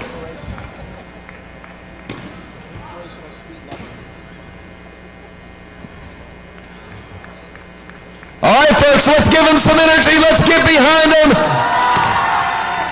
They've got 15 seconds to make it happen. Who's going to step up to the plate?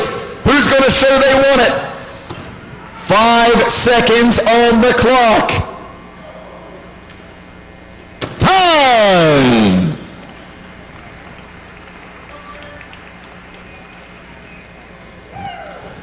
Heat number 9, lane 1, Brian Kitchton.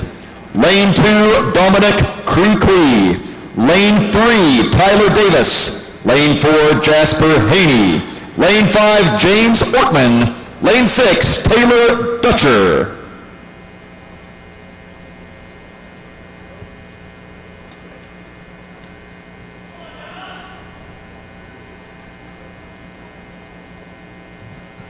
Athletes ready. Judges ready.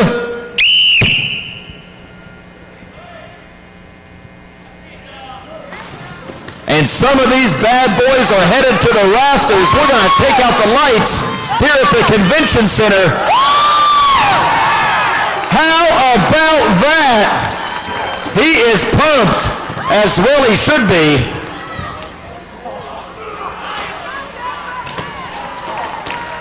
We saw a special performance right there. 30 seconds. You know, I've been sitting here telling you how difficult this event is, and then somebody comes and does it in like 10 seconds. 15 seconds to go.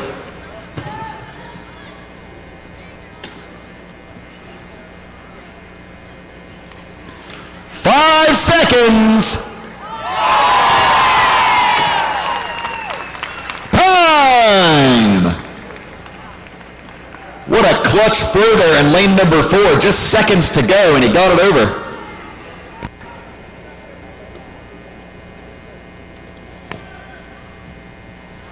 Heat number 8, lane 1, Garrett Payne. Lane 2, Sean Deem. Lane 3, Matthew Webb. Lane 4, Kendall Williamson. Lane 5, Logan Money. Lane 6, David Lachlan.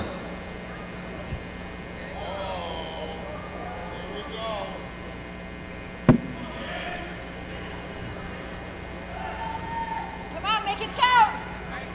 Athletes ready. Judges ready.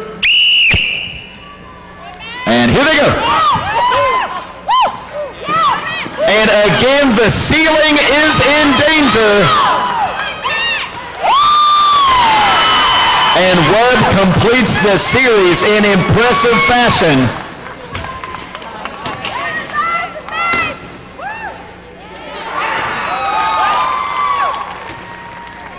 We are really starting to see some phenomenal performances here on the sandbag toss event. 30 seconds on the clock.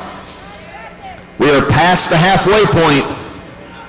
They have got to get those bags over. They've got to grab every point they possibly can to stay in the hunt for the national title. 15 seconds.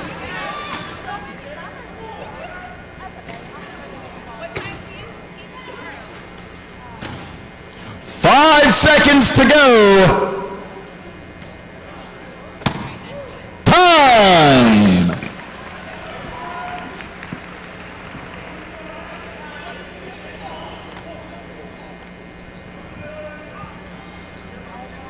Heat number 11. Lane 1, Adam Turner. Lane 2, Dylan Thompson. Lane 3, Bob Moyer. Lane 4, Stephen Good. Lane 5, Zach Stoughton. Lane 6, Tim Buck.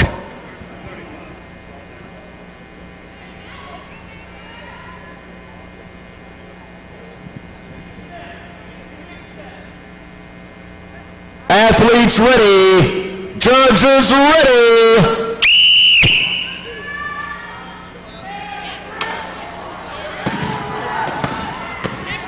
Low-flying aircraft beware, because these bags are hitting the ozone layer into the stratosphere with them. We are seeing more and more guys that are able to complete the entire series. 30 seconds to go.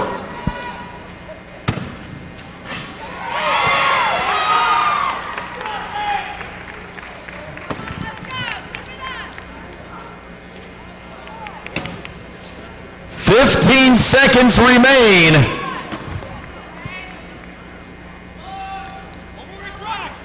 Lane 4 going to give it another shot. 5 seconds.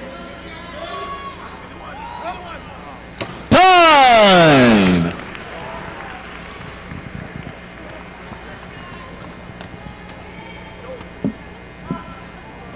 Heat number 12. Lane 1, David Tinsman.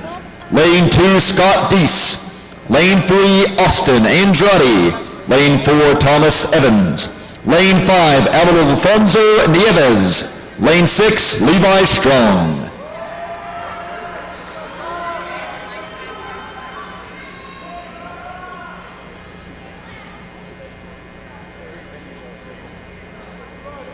Athletes ready. Judges ready. And we are off and running. Even my whistle is tired at this point, apparently. I don't know how it made that sound. But that's not important. What is important are these guys hurling these sandbags like madmen. Look at that.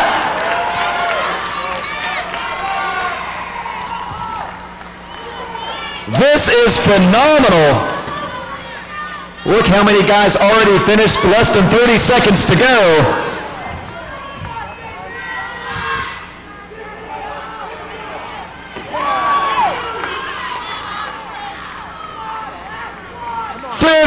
Seconds remain. Who's going to make it happen? That's the one. Let's go, Boston. Make it happen.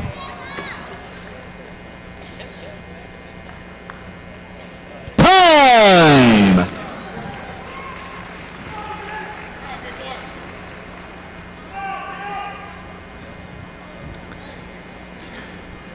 Okay, heat 13, lane number 1, Zach Harden.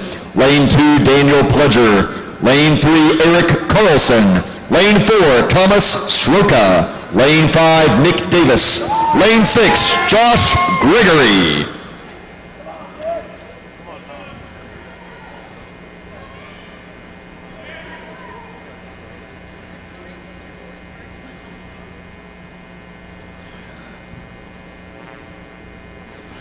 Athletes ready. Judges ready. And the whistle is back in commission.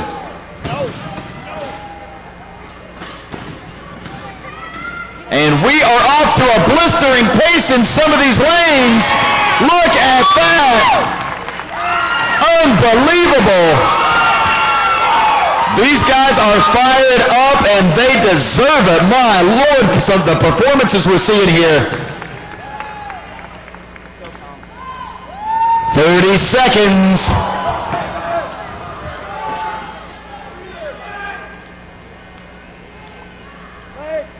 Jump!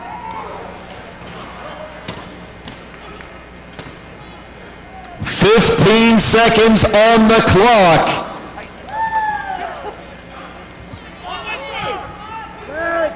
Jump! Come on, Tom. And Tom gets it over. Time.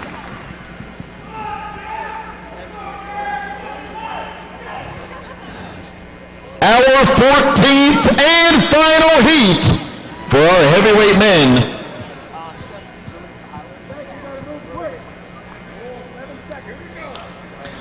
Lane 1, Lucas Hatton. Lane 2, Jack Plankers. Lane 3, CJ Hunt.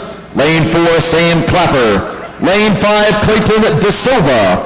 And lane 6, Andrew Prosser.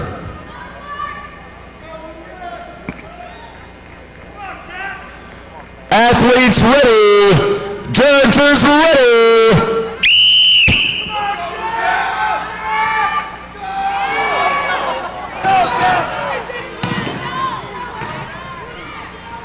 And we are off and running here. Tactical mistake there in lane number 2. He thought his first bag went over. He had to redo that one. He's still on pace for a good time.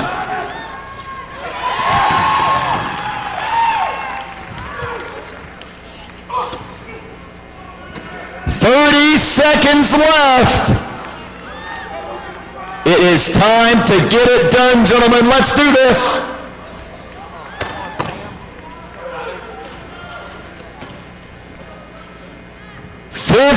Seconds remain for our competitors to attempt to finish this course. 5 seconds. Time! All right, folks, we are going to begin our middleweight division shortly as soon as we have time to adjust the uprights. So the barricades will drop to 15 and a half feet. The weight remains the same. 35, 40, 45, and 50 are the weights of the bags, but we're going to drop the barricades 1 foot for our middleweight men.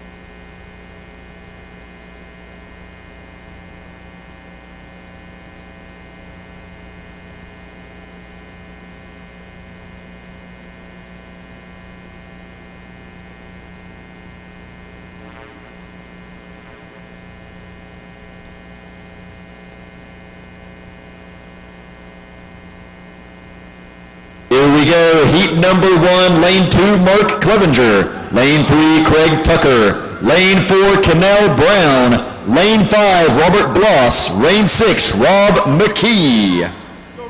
Athletes ready. Judges ready. And we are rolling our first heat in our men's middleweight division.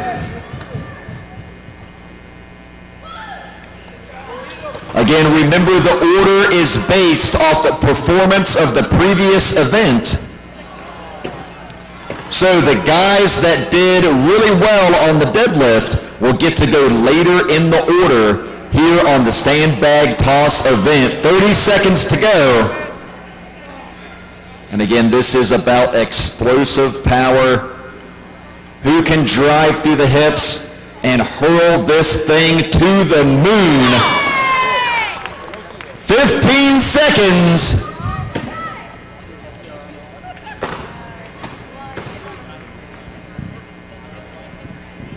Five seconds. Let's make it happen, gentlemen. Time.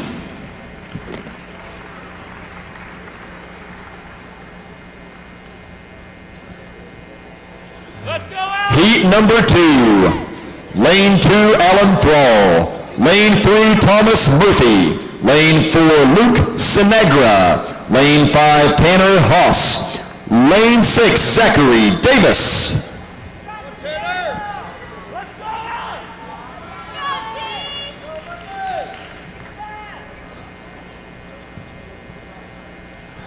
Athletes ready. Judges ready.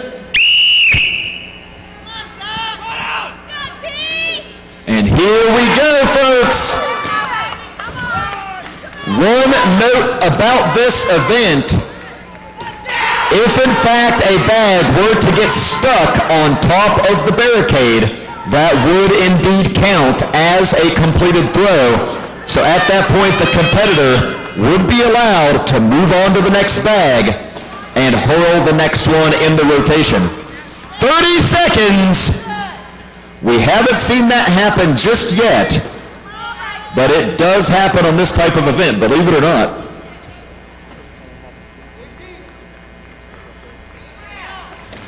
"15 seconds remain. One last time! Let's get behind them, folks. They've got 5 seconds to get it done. Time.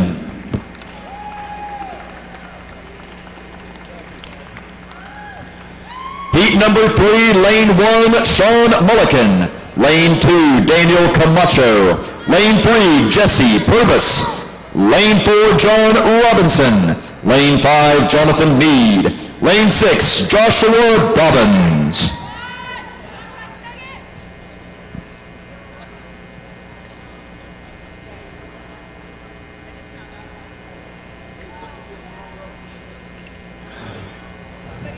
Athletes ready. Judges ready. And we're off. Lane 1 with 2 bags over pretty quickly. Why do you stand? Get more! This is about strength, explosiveness, rate of force development. Testing these athletes in a variety of ways over the weekend. 30 seconds left. And whoever turns out to be the best at all 6 of our weekend's challenges will be crowned the national champion. Pro cards going out this weekend to the top 3 in each division, as well as Arnold invites. 10 seconds.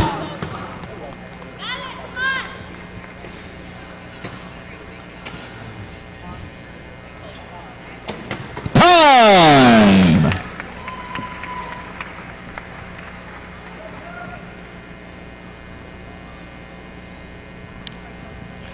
Heat number 4, lane 1, William Kendall. Lane 2, Damian Chavez. Lane 3, Jeremy Clevenger.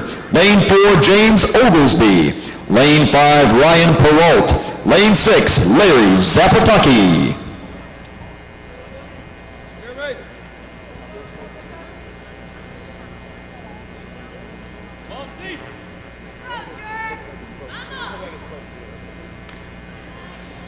Athletes ready. Judges ready.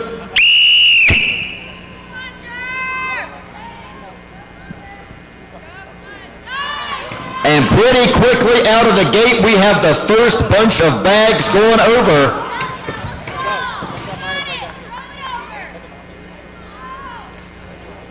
And these guys are moving pretty well through the first few bags. That third bag seems to be the one that gives a lot of guys a lot of trouble. 30 seconds remain.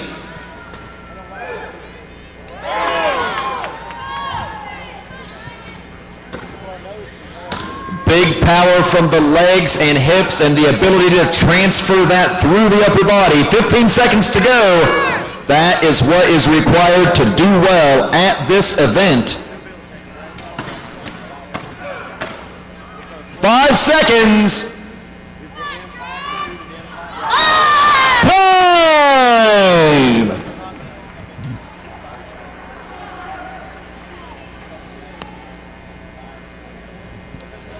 Heat number 5. Lane 1, Nicholas Morris. Lane 2, Michael Smith. Lane 3, Jeremiah Knapp. Lane 4, Daryl Aldridge. Lane 5, Nathan Barna. Lane 6, Stan Cantor.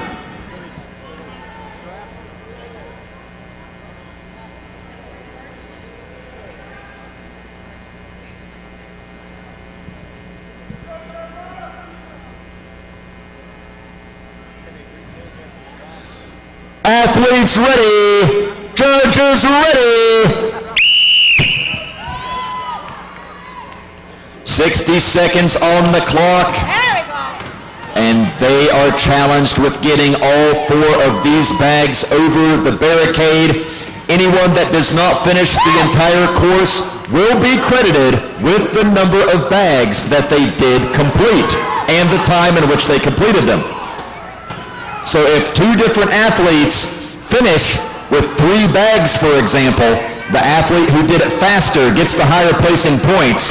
Less than 30 seconds to go.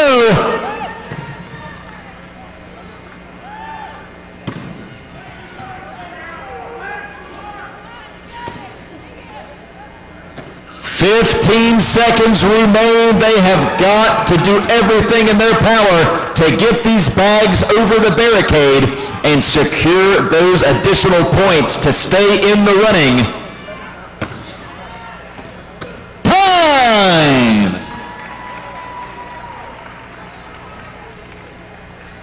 Let's go, Omar!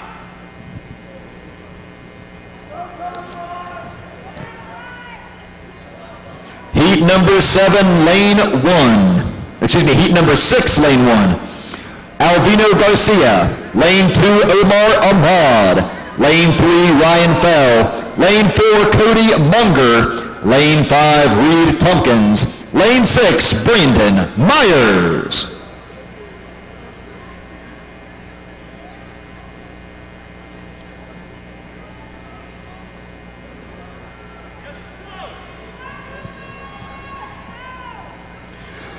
Athletes ready. Judges ready.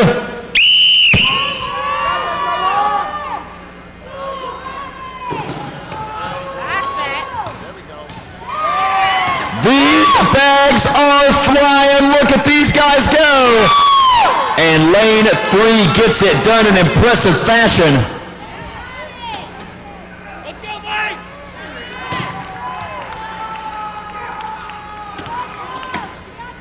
Somebody call air traffic control, let them know. 30 seconds.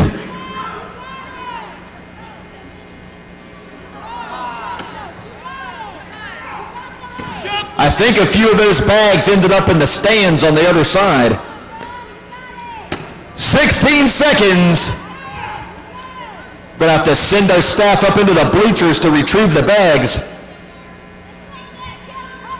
5 seconds.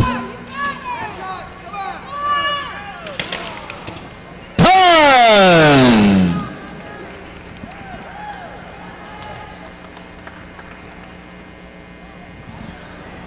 Heat number 7, lane 1, Micah Rupp. Lane 2, Britton Klebert. Lane 3, Dan Gavio. Lane 4, Damian Hollis. Lane 5, Brendan Swingross. Lane 6, Marshall Buckler.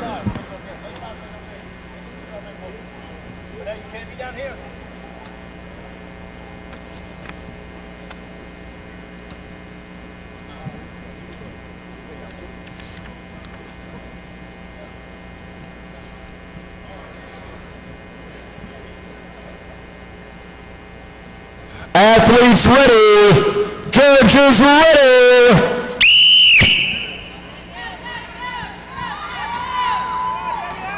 And they're off.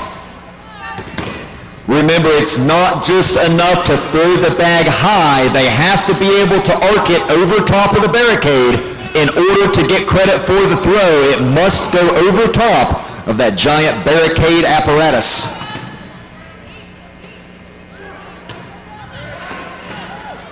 The heaviest bag at 50 pounds, so it's 35, 40, 45, and 50. 30 seconds! 15 and a half feet is the height of the barricade. And that is a long way to throw, folks. 15 seconds to go. Can anyone dig deep in these final seconds and get that next bag over? 5 seconds to go. Time!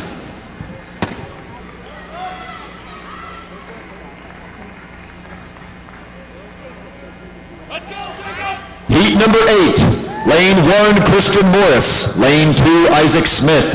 Lane 3, Eric Olmstead. Lane 4, David Olson. Lane 5, Jacob McBride. Lane 6, Matthew McKiston.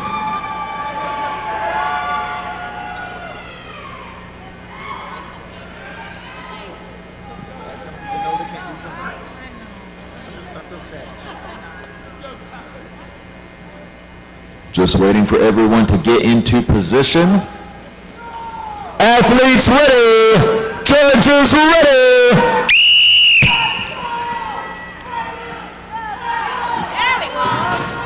And look over there in lane number 6, Matthew hurling those things into space.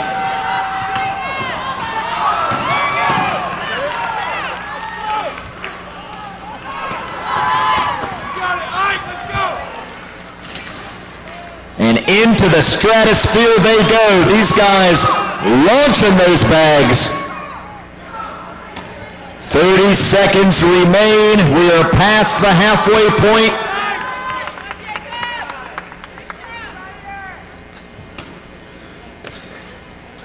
Who is going to get it done? Who is going to step up to the plate? Who is going to show what they're made of with 15 seconds remaining on the clock? Who's going to show that they want that pro card? They want that Arnold invite. They want that national title. 5 seconds. Time.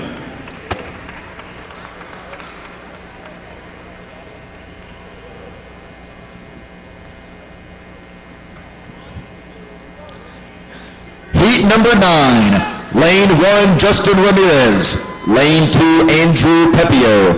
Lane 3, Samuel Pape. Lane 4, Blake Ditas. Lane 5, Charles Pierce. Lane 6, Zach Miller.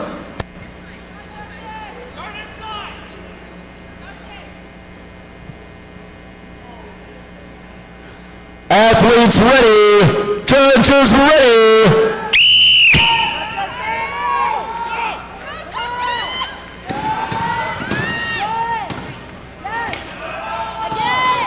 And look at them go, folks. Oh, my Lord. Lane number 4 made short work of the bags. That's got to be a good time. He's throwing up the double biceps. He's happy about that.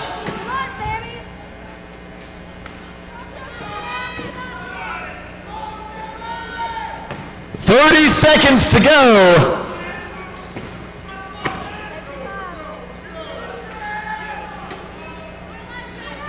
We've still got a few guys going at it, folks. Let's give them some energy. Let's get behind them. 15 seconds.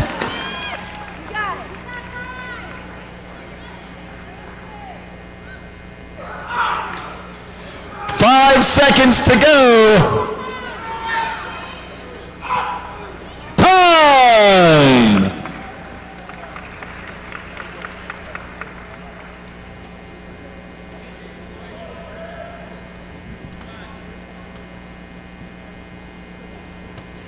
Heat number 10, lane 1, Ivan Molina. Lane 2, Justin Weaver. Lane 3, Rick Carroll. Lane 4, Jared Richards. Lane 5, Daniel Zimmer. Lane 6, Servando Marquin III.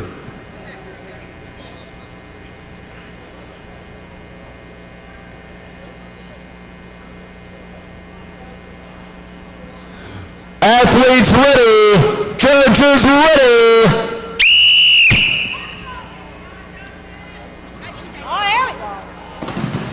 The first bag's flying over in most every lane here. Second bag's going well. Also, third bag's lane 1 already onto the fourth bag, as is lane 4.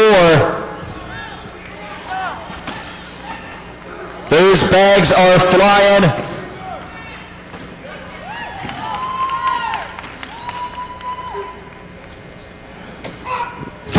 Seconds.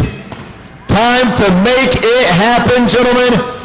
Who's going to be flying on the pain plane and who's going to ride the game train to victory here at the 2021 National Championships?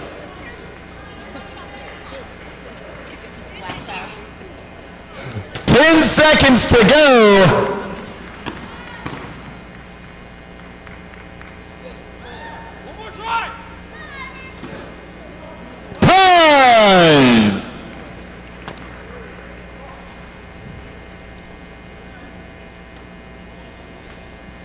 Our 11th and final heat for middleweight men. Lane 1, Bob Schwantz. Lane 2, Jack Turner. Lane 3, Ryan Saxton. Lane 4, Daniel Hughes. Lane 5, Tyler Young. Lane 6, Mark Jones.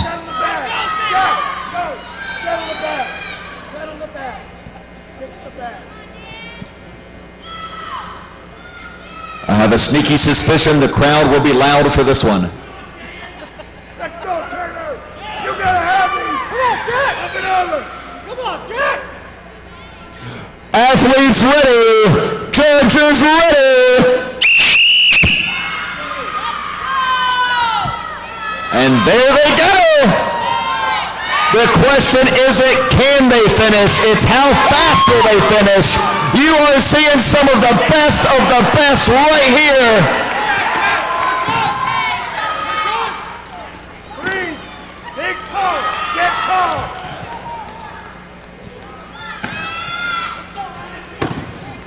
Look at these guys go, several already finished, 30 seconds on the clock.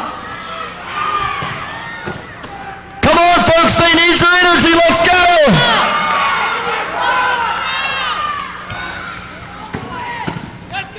Up on your toes. 15 seconds. Get tall. You gotta be tall. Big reach. Watch where it goes. 5 seconds to go. Time. What amazing efforts there. Some real heartbreakers too that we saw. We saw a few that just got right to the top of the barricade and just came back down on the wrong side. So we're going to take a moment, get ready for our lightweight men. We're going to reset the bags. We're going to lower the barricades one more foot. So they're going to have a 14.5-foot throw. It was 13, excuse me. So they're going to go to 18 inches. 13 feet will be the throwing height for the lightweight men. Bags remain the same, 35, 40, 45, and 50 pounds. This is still 3 feet higher than a basketball rim, just for reference.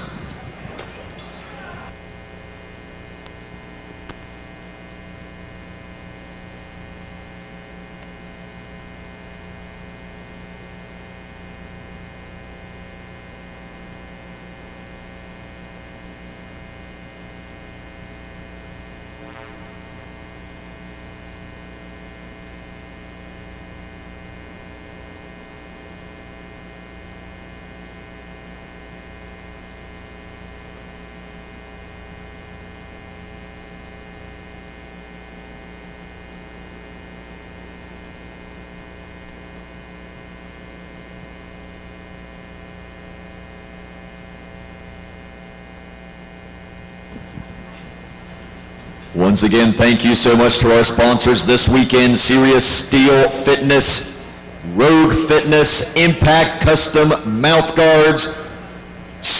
We have Gorilla Strength as well. Once again, thank you so much to all the people that made this happen, the City of Salem, the Civic Center for having us. We appreciate all the support from all these various entities. So make sure to follow all those companies online, give them a like, give them a follow, show them some love, let them know you appreciate them supporting Strongman.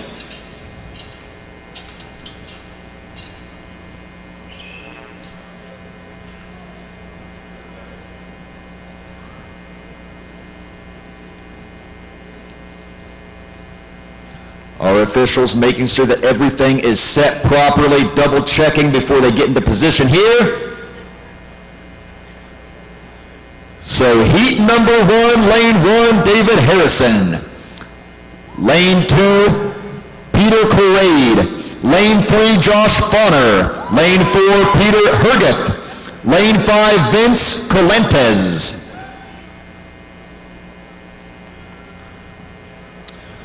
Athletes ready, judges ready.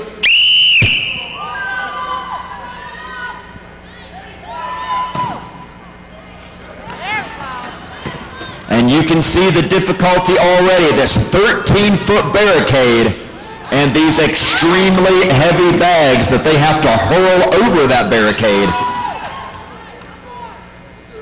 Again, the idea is to toss all the bags over. However, anyone that does not finish the course will receive credit for the bags they did complete. 30 seconds to go.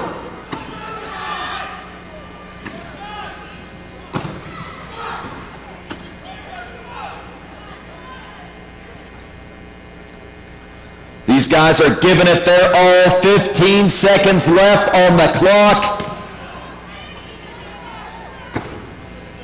This is where it counts, gentlemen. It is time to do it. 5 seconds to go. Time!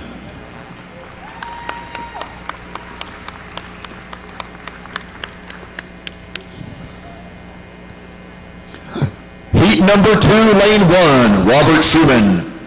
Lane 2, Michael Sidwell. Lane 3, Sebastian Kluger. Lane 4, Edward DeGoli. Lane 5, Nick Gagnon. Lane 6, Johnny Chipperino.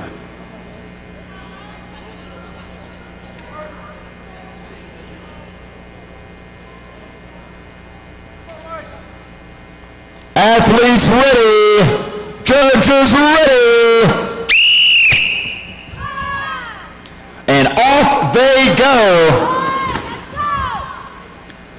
And Gagnon throwing them pretty much from where they sit. Look at this, we've got a few guys already who are close to finishing.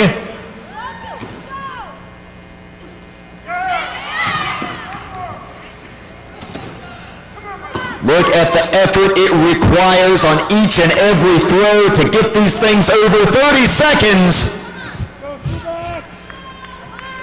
A completely different type of challenge than what we saw earlier with the max log.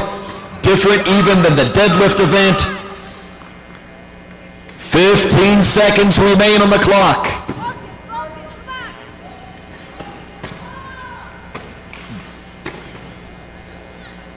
Five seconds to go. Time.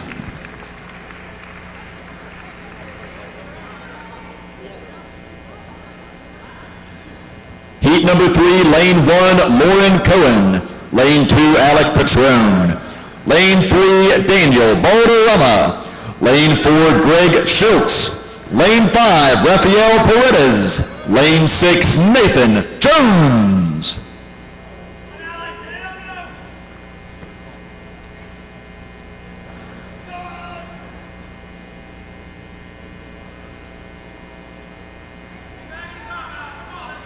Athletes ready, judges ready.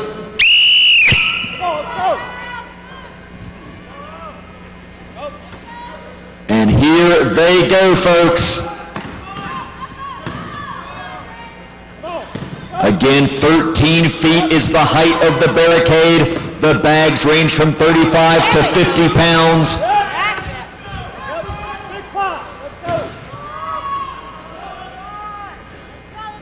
The heaviest bag is equivalent to about 6 jugs of milk. 30 seconds to go. Take a break. Come on. Let's get behind them, folks. They need your energy. 15 seconds on the clock. Can anyone step up and make another throw? 5 seconds. Time.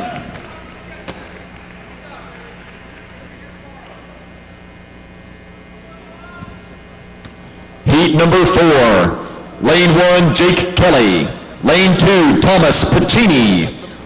Lane 3, Dan DeCoravant. Lane 4, Jonathan Corican. Lane 5, Nicholas Boyce. Lane 6, Josh Heilman.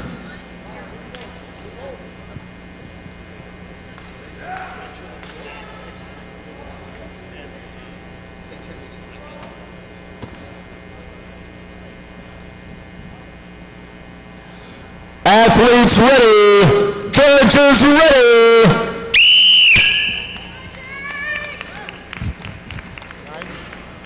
All right, several lanes with the first bag over, some already on to the second and third one.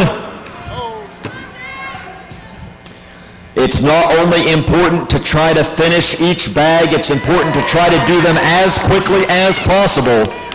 Because the faster the time, the higher the placing points, even if you don't finish the course. 30 seconds.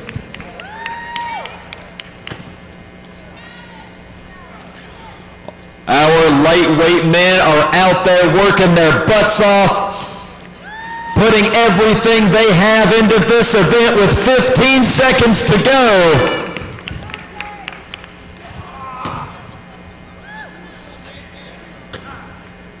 5 seconds. Time.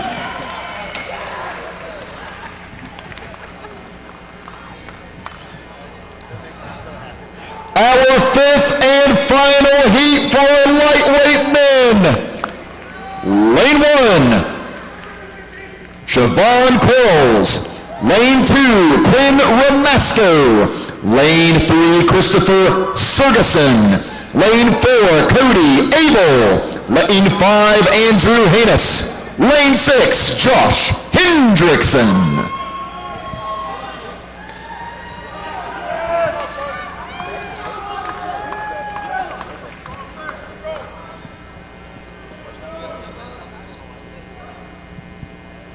Athletes ready, judges ready.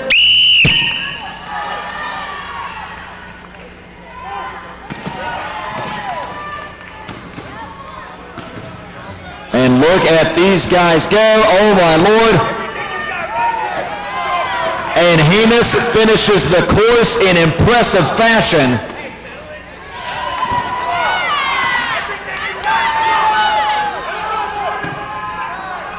Every other lane still working on it. Abel was right there.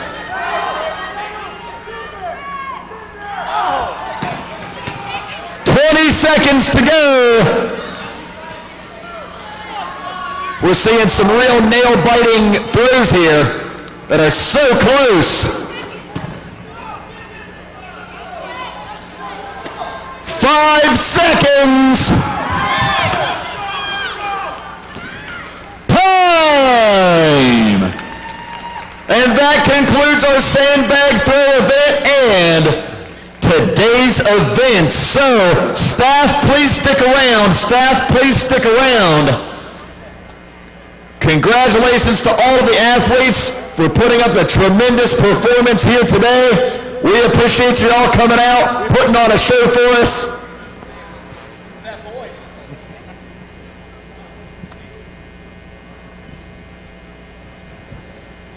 Folks, if you're going to go eat tonight, make sure you're heading to a local Salem establishment. We want to give back to the city of Salem.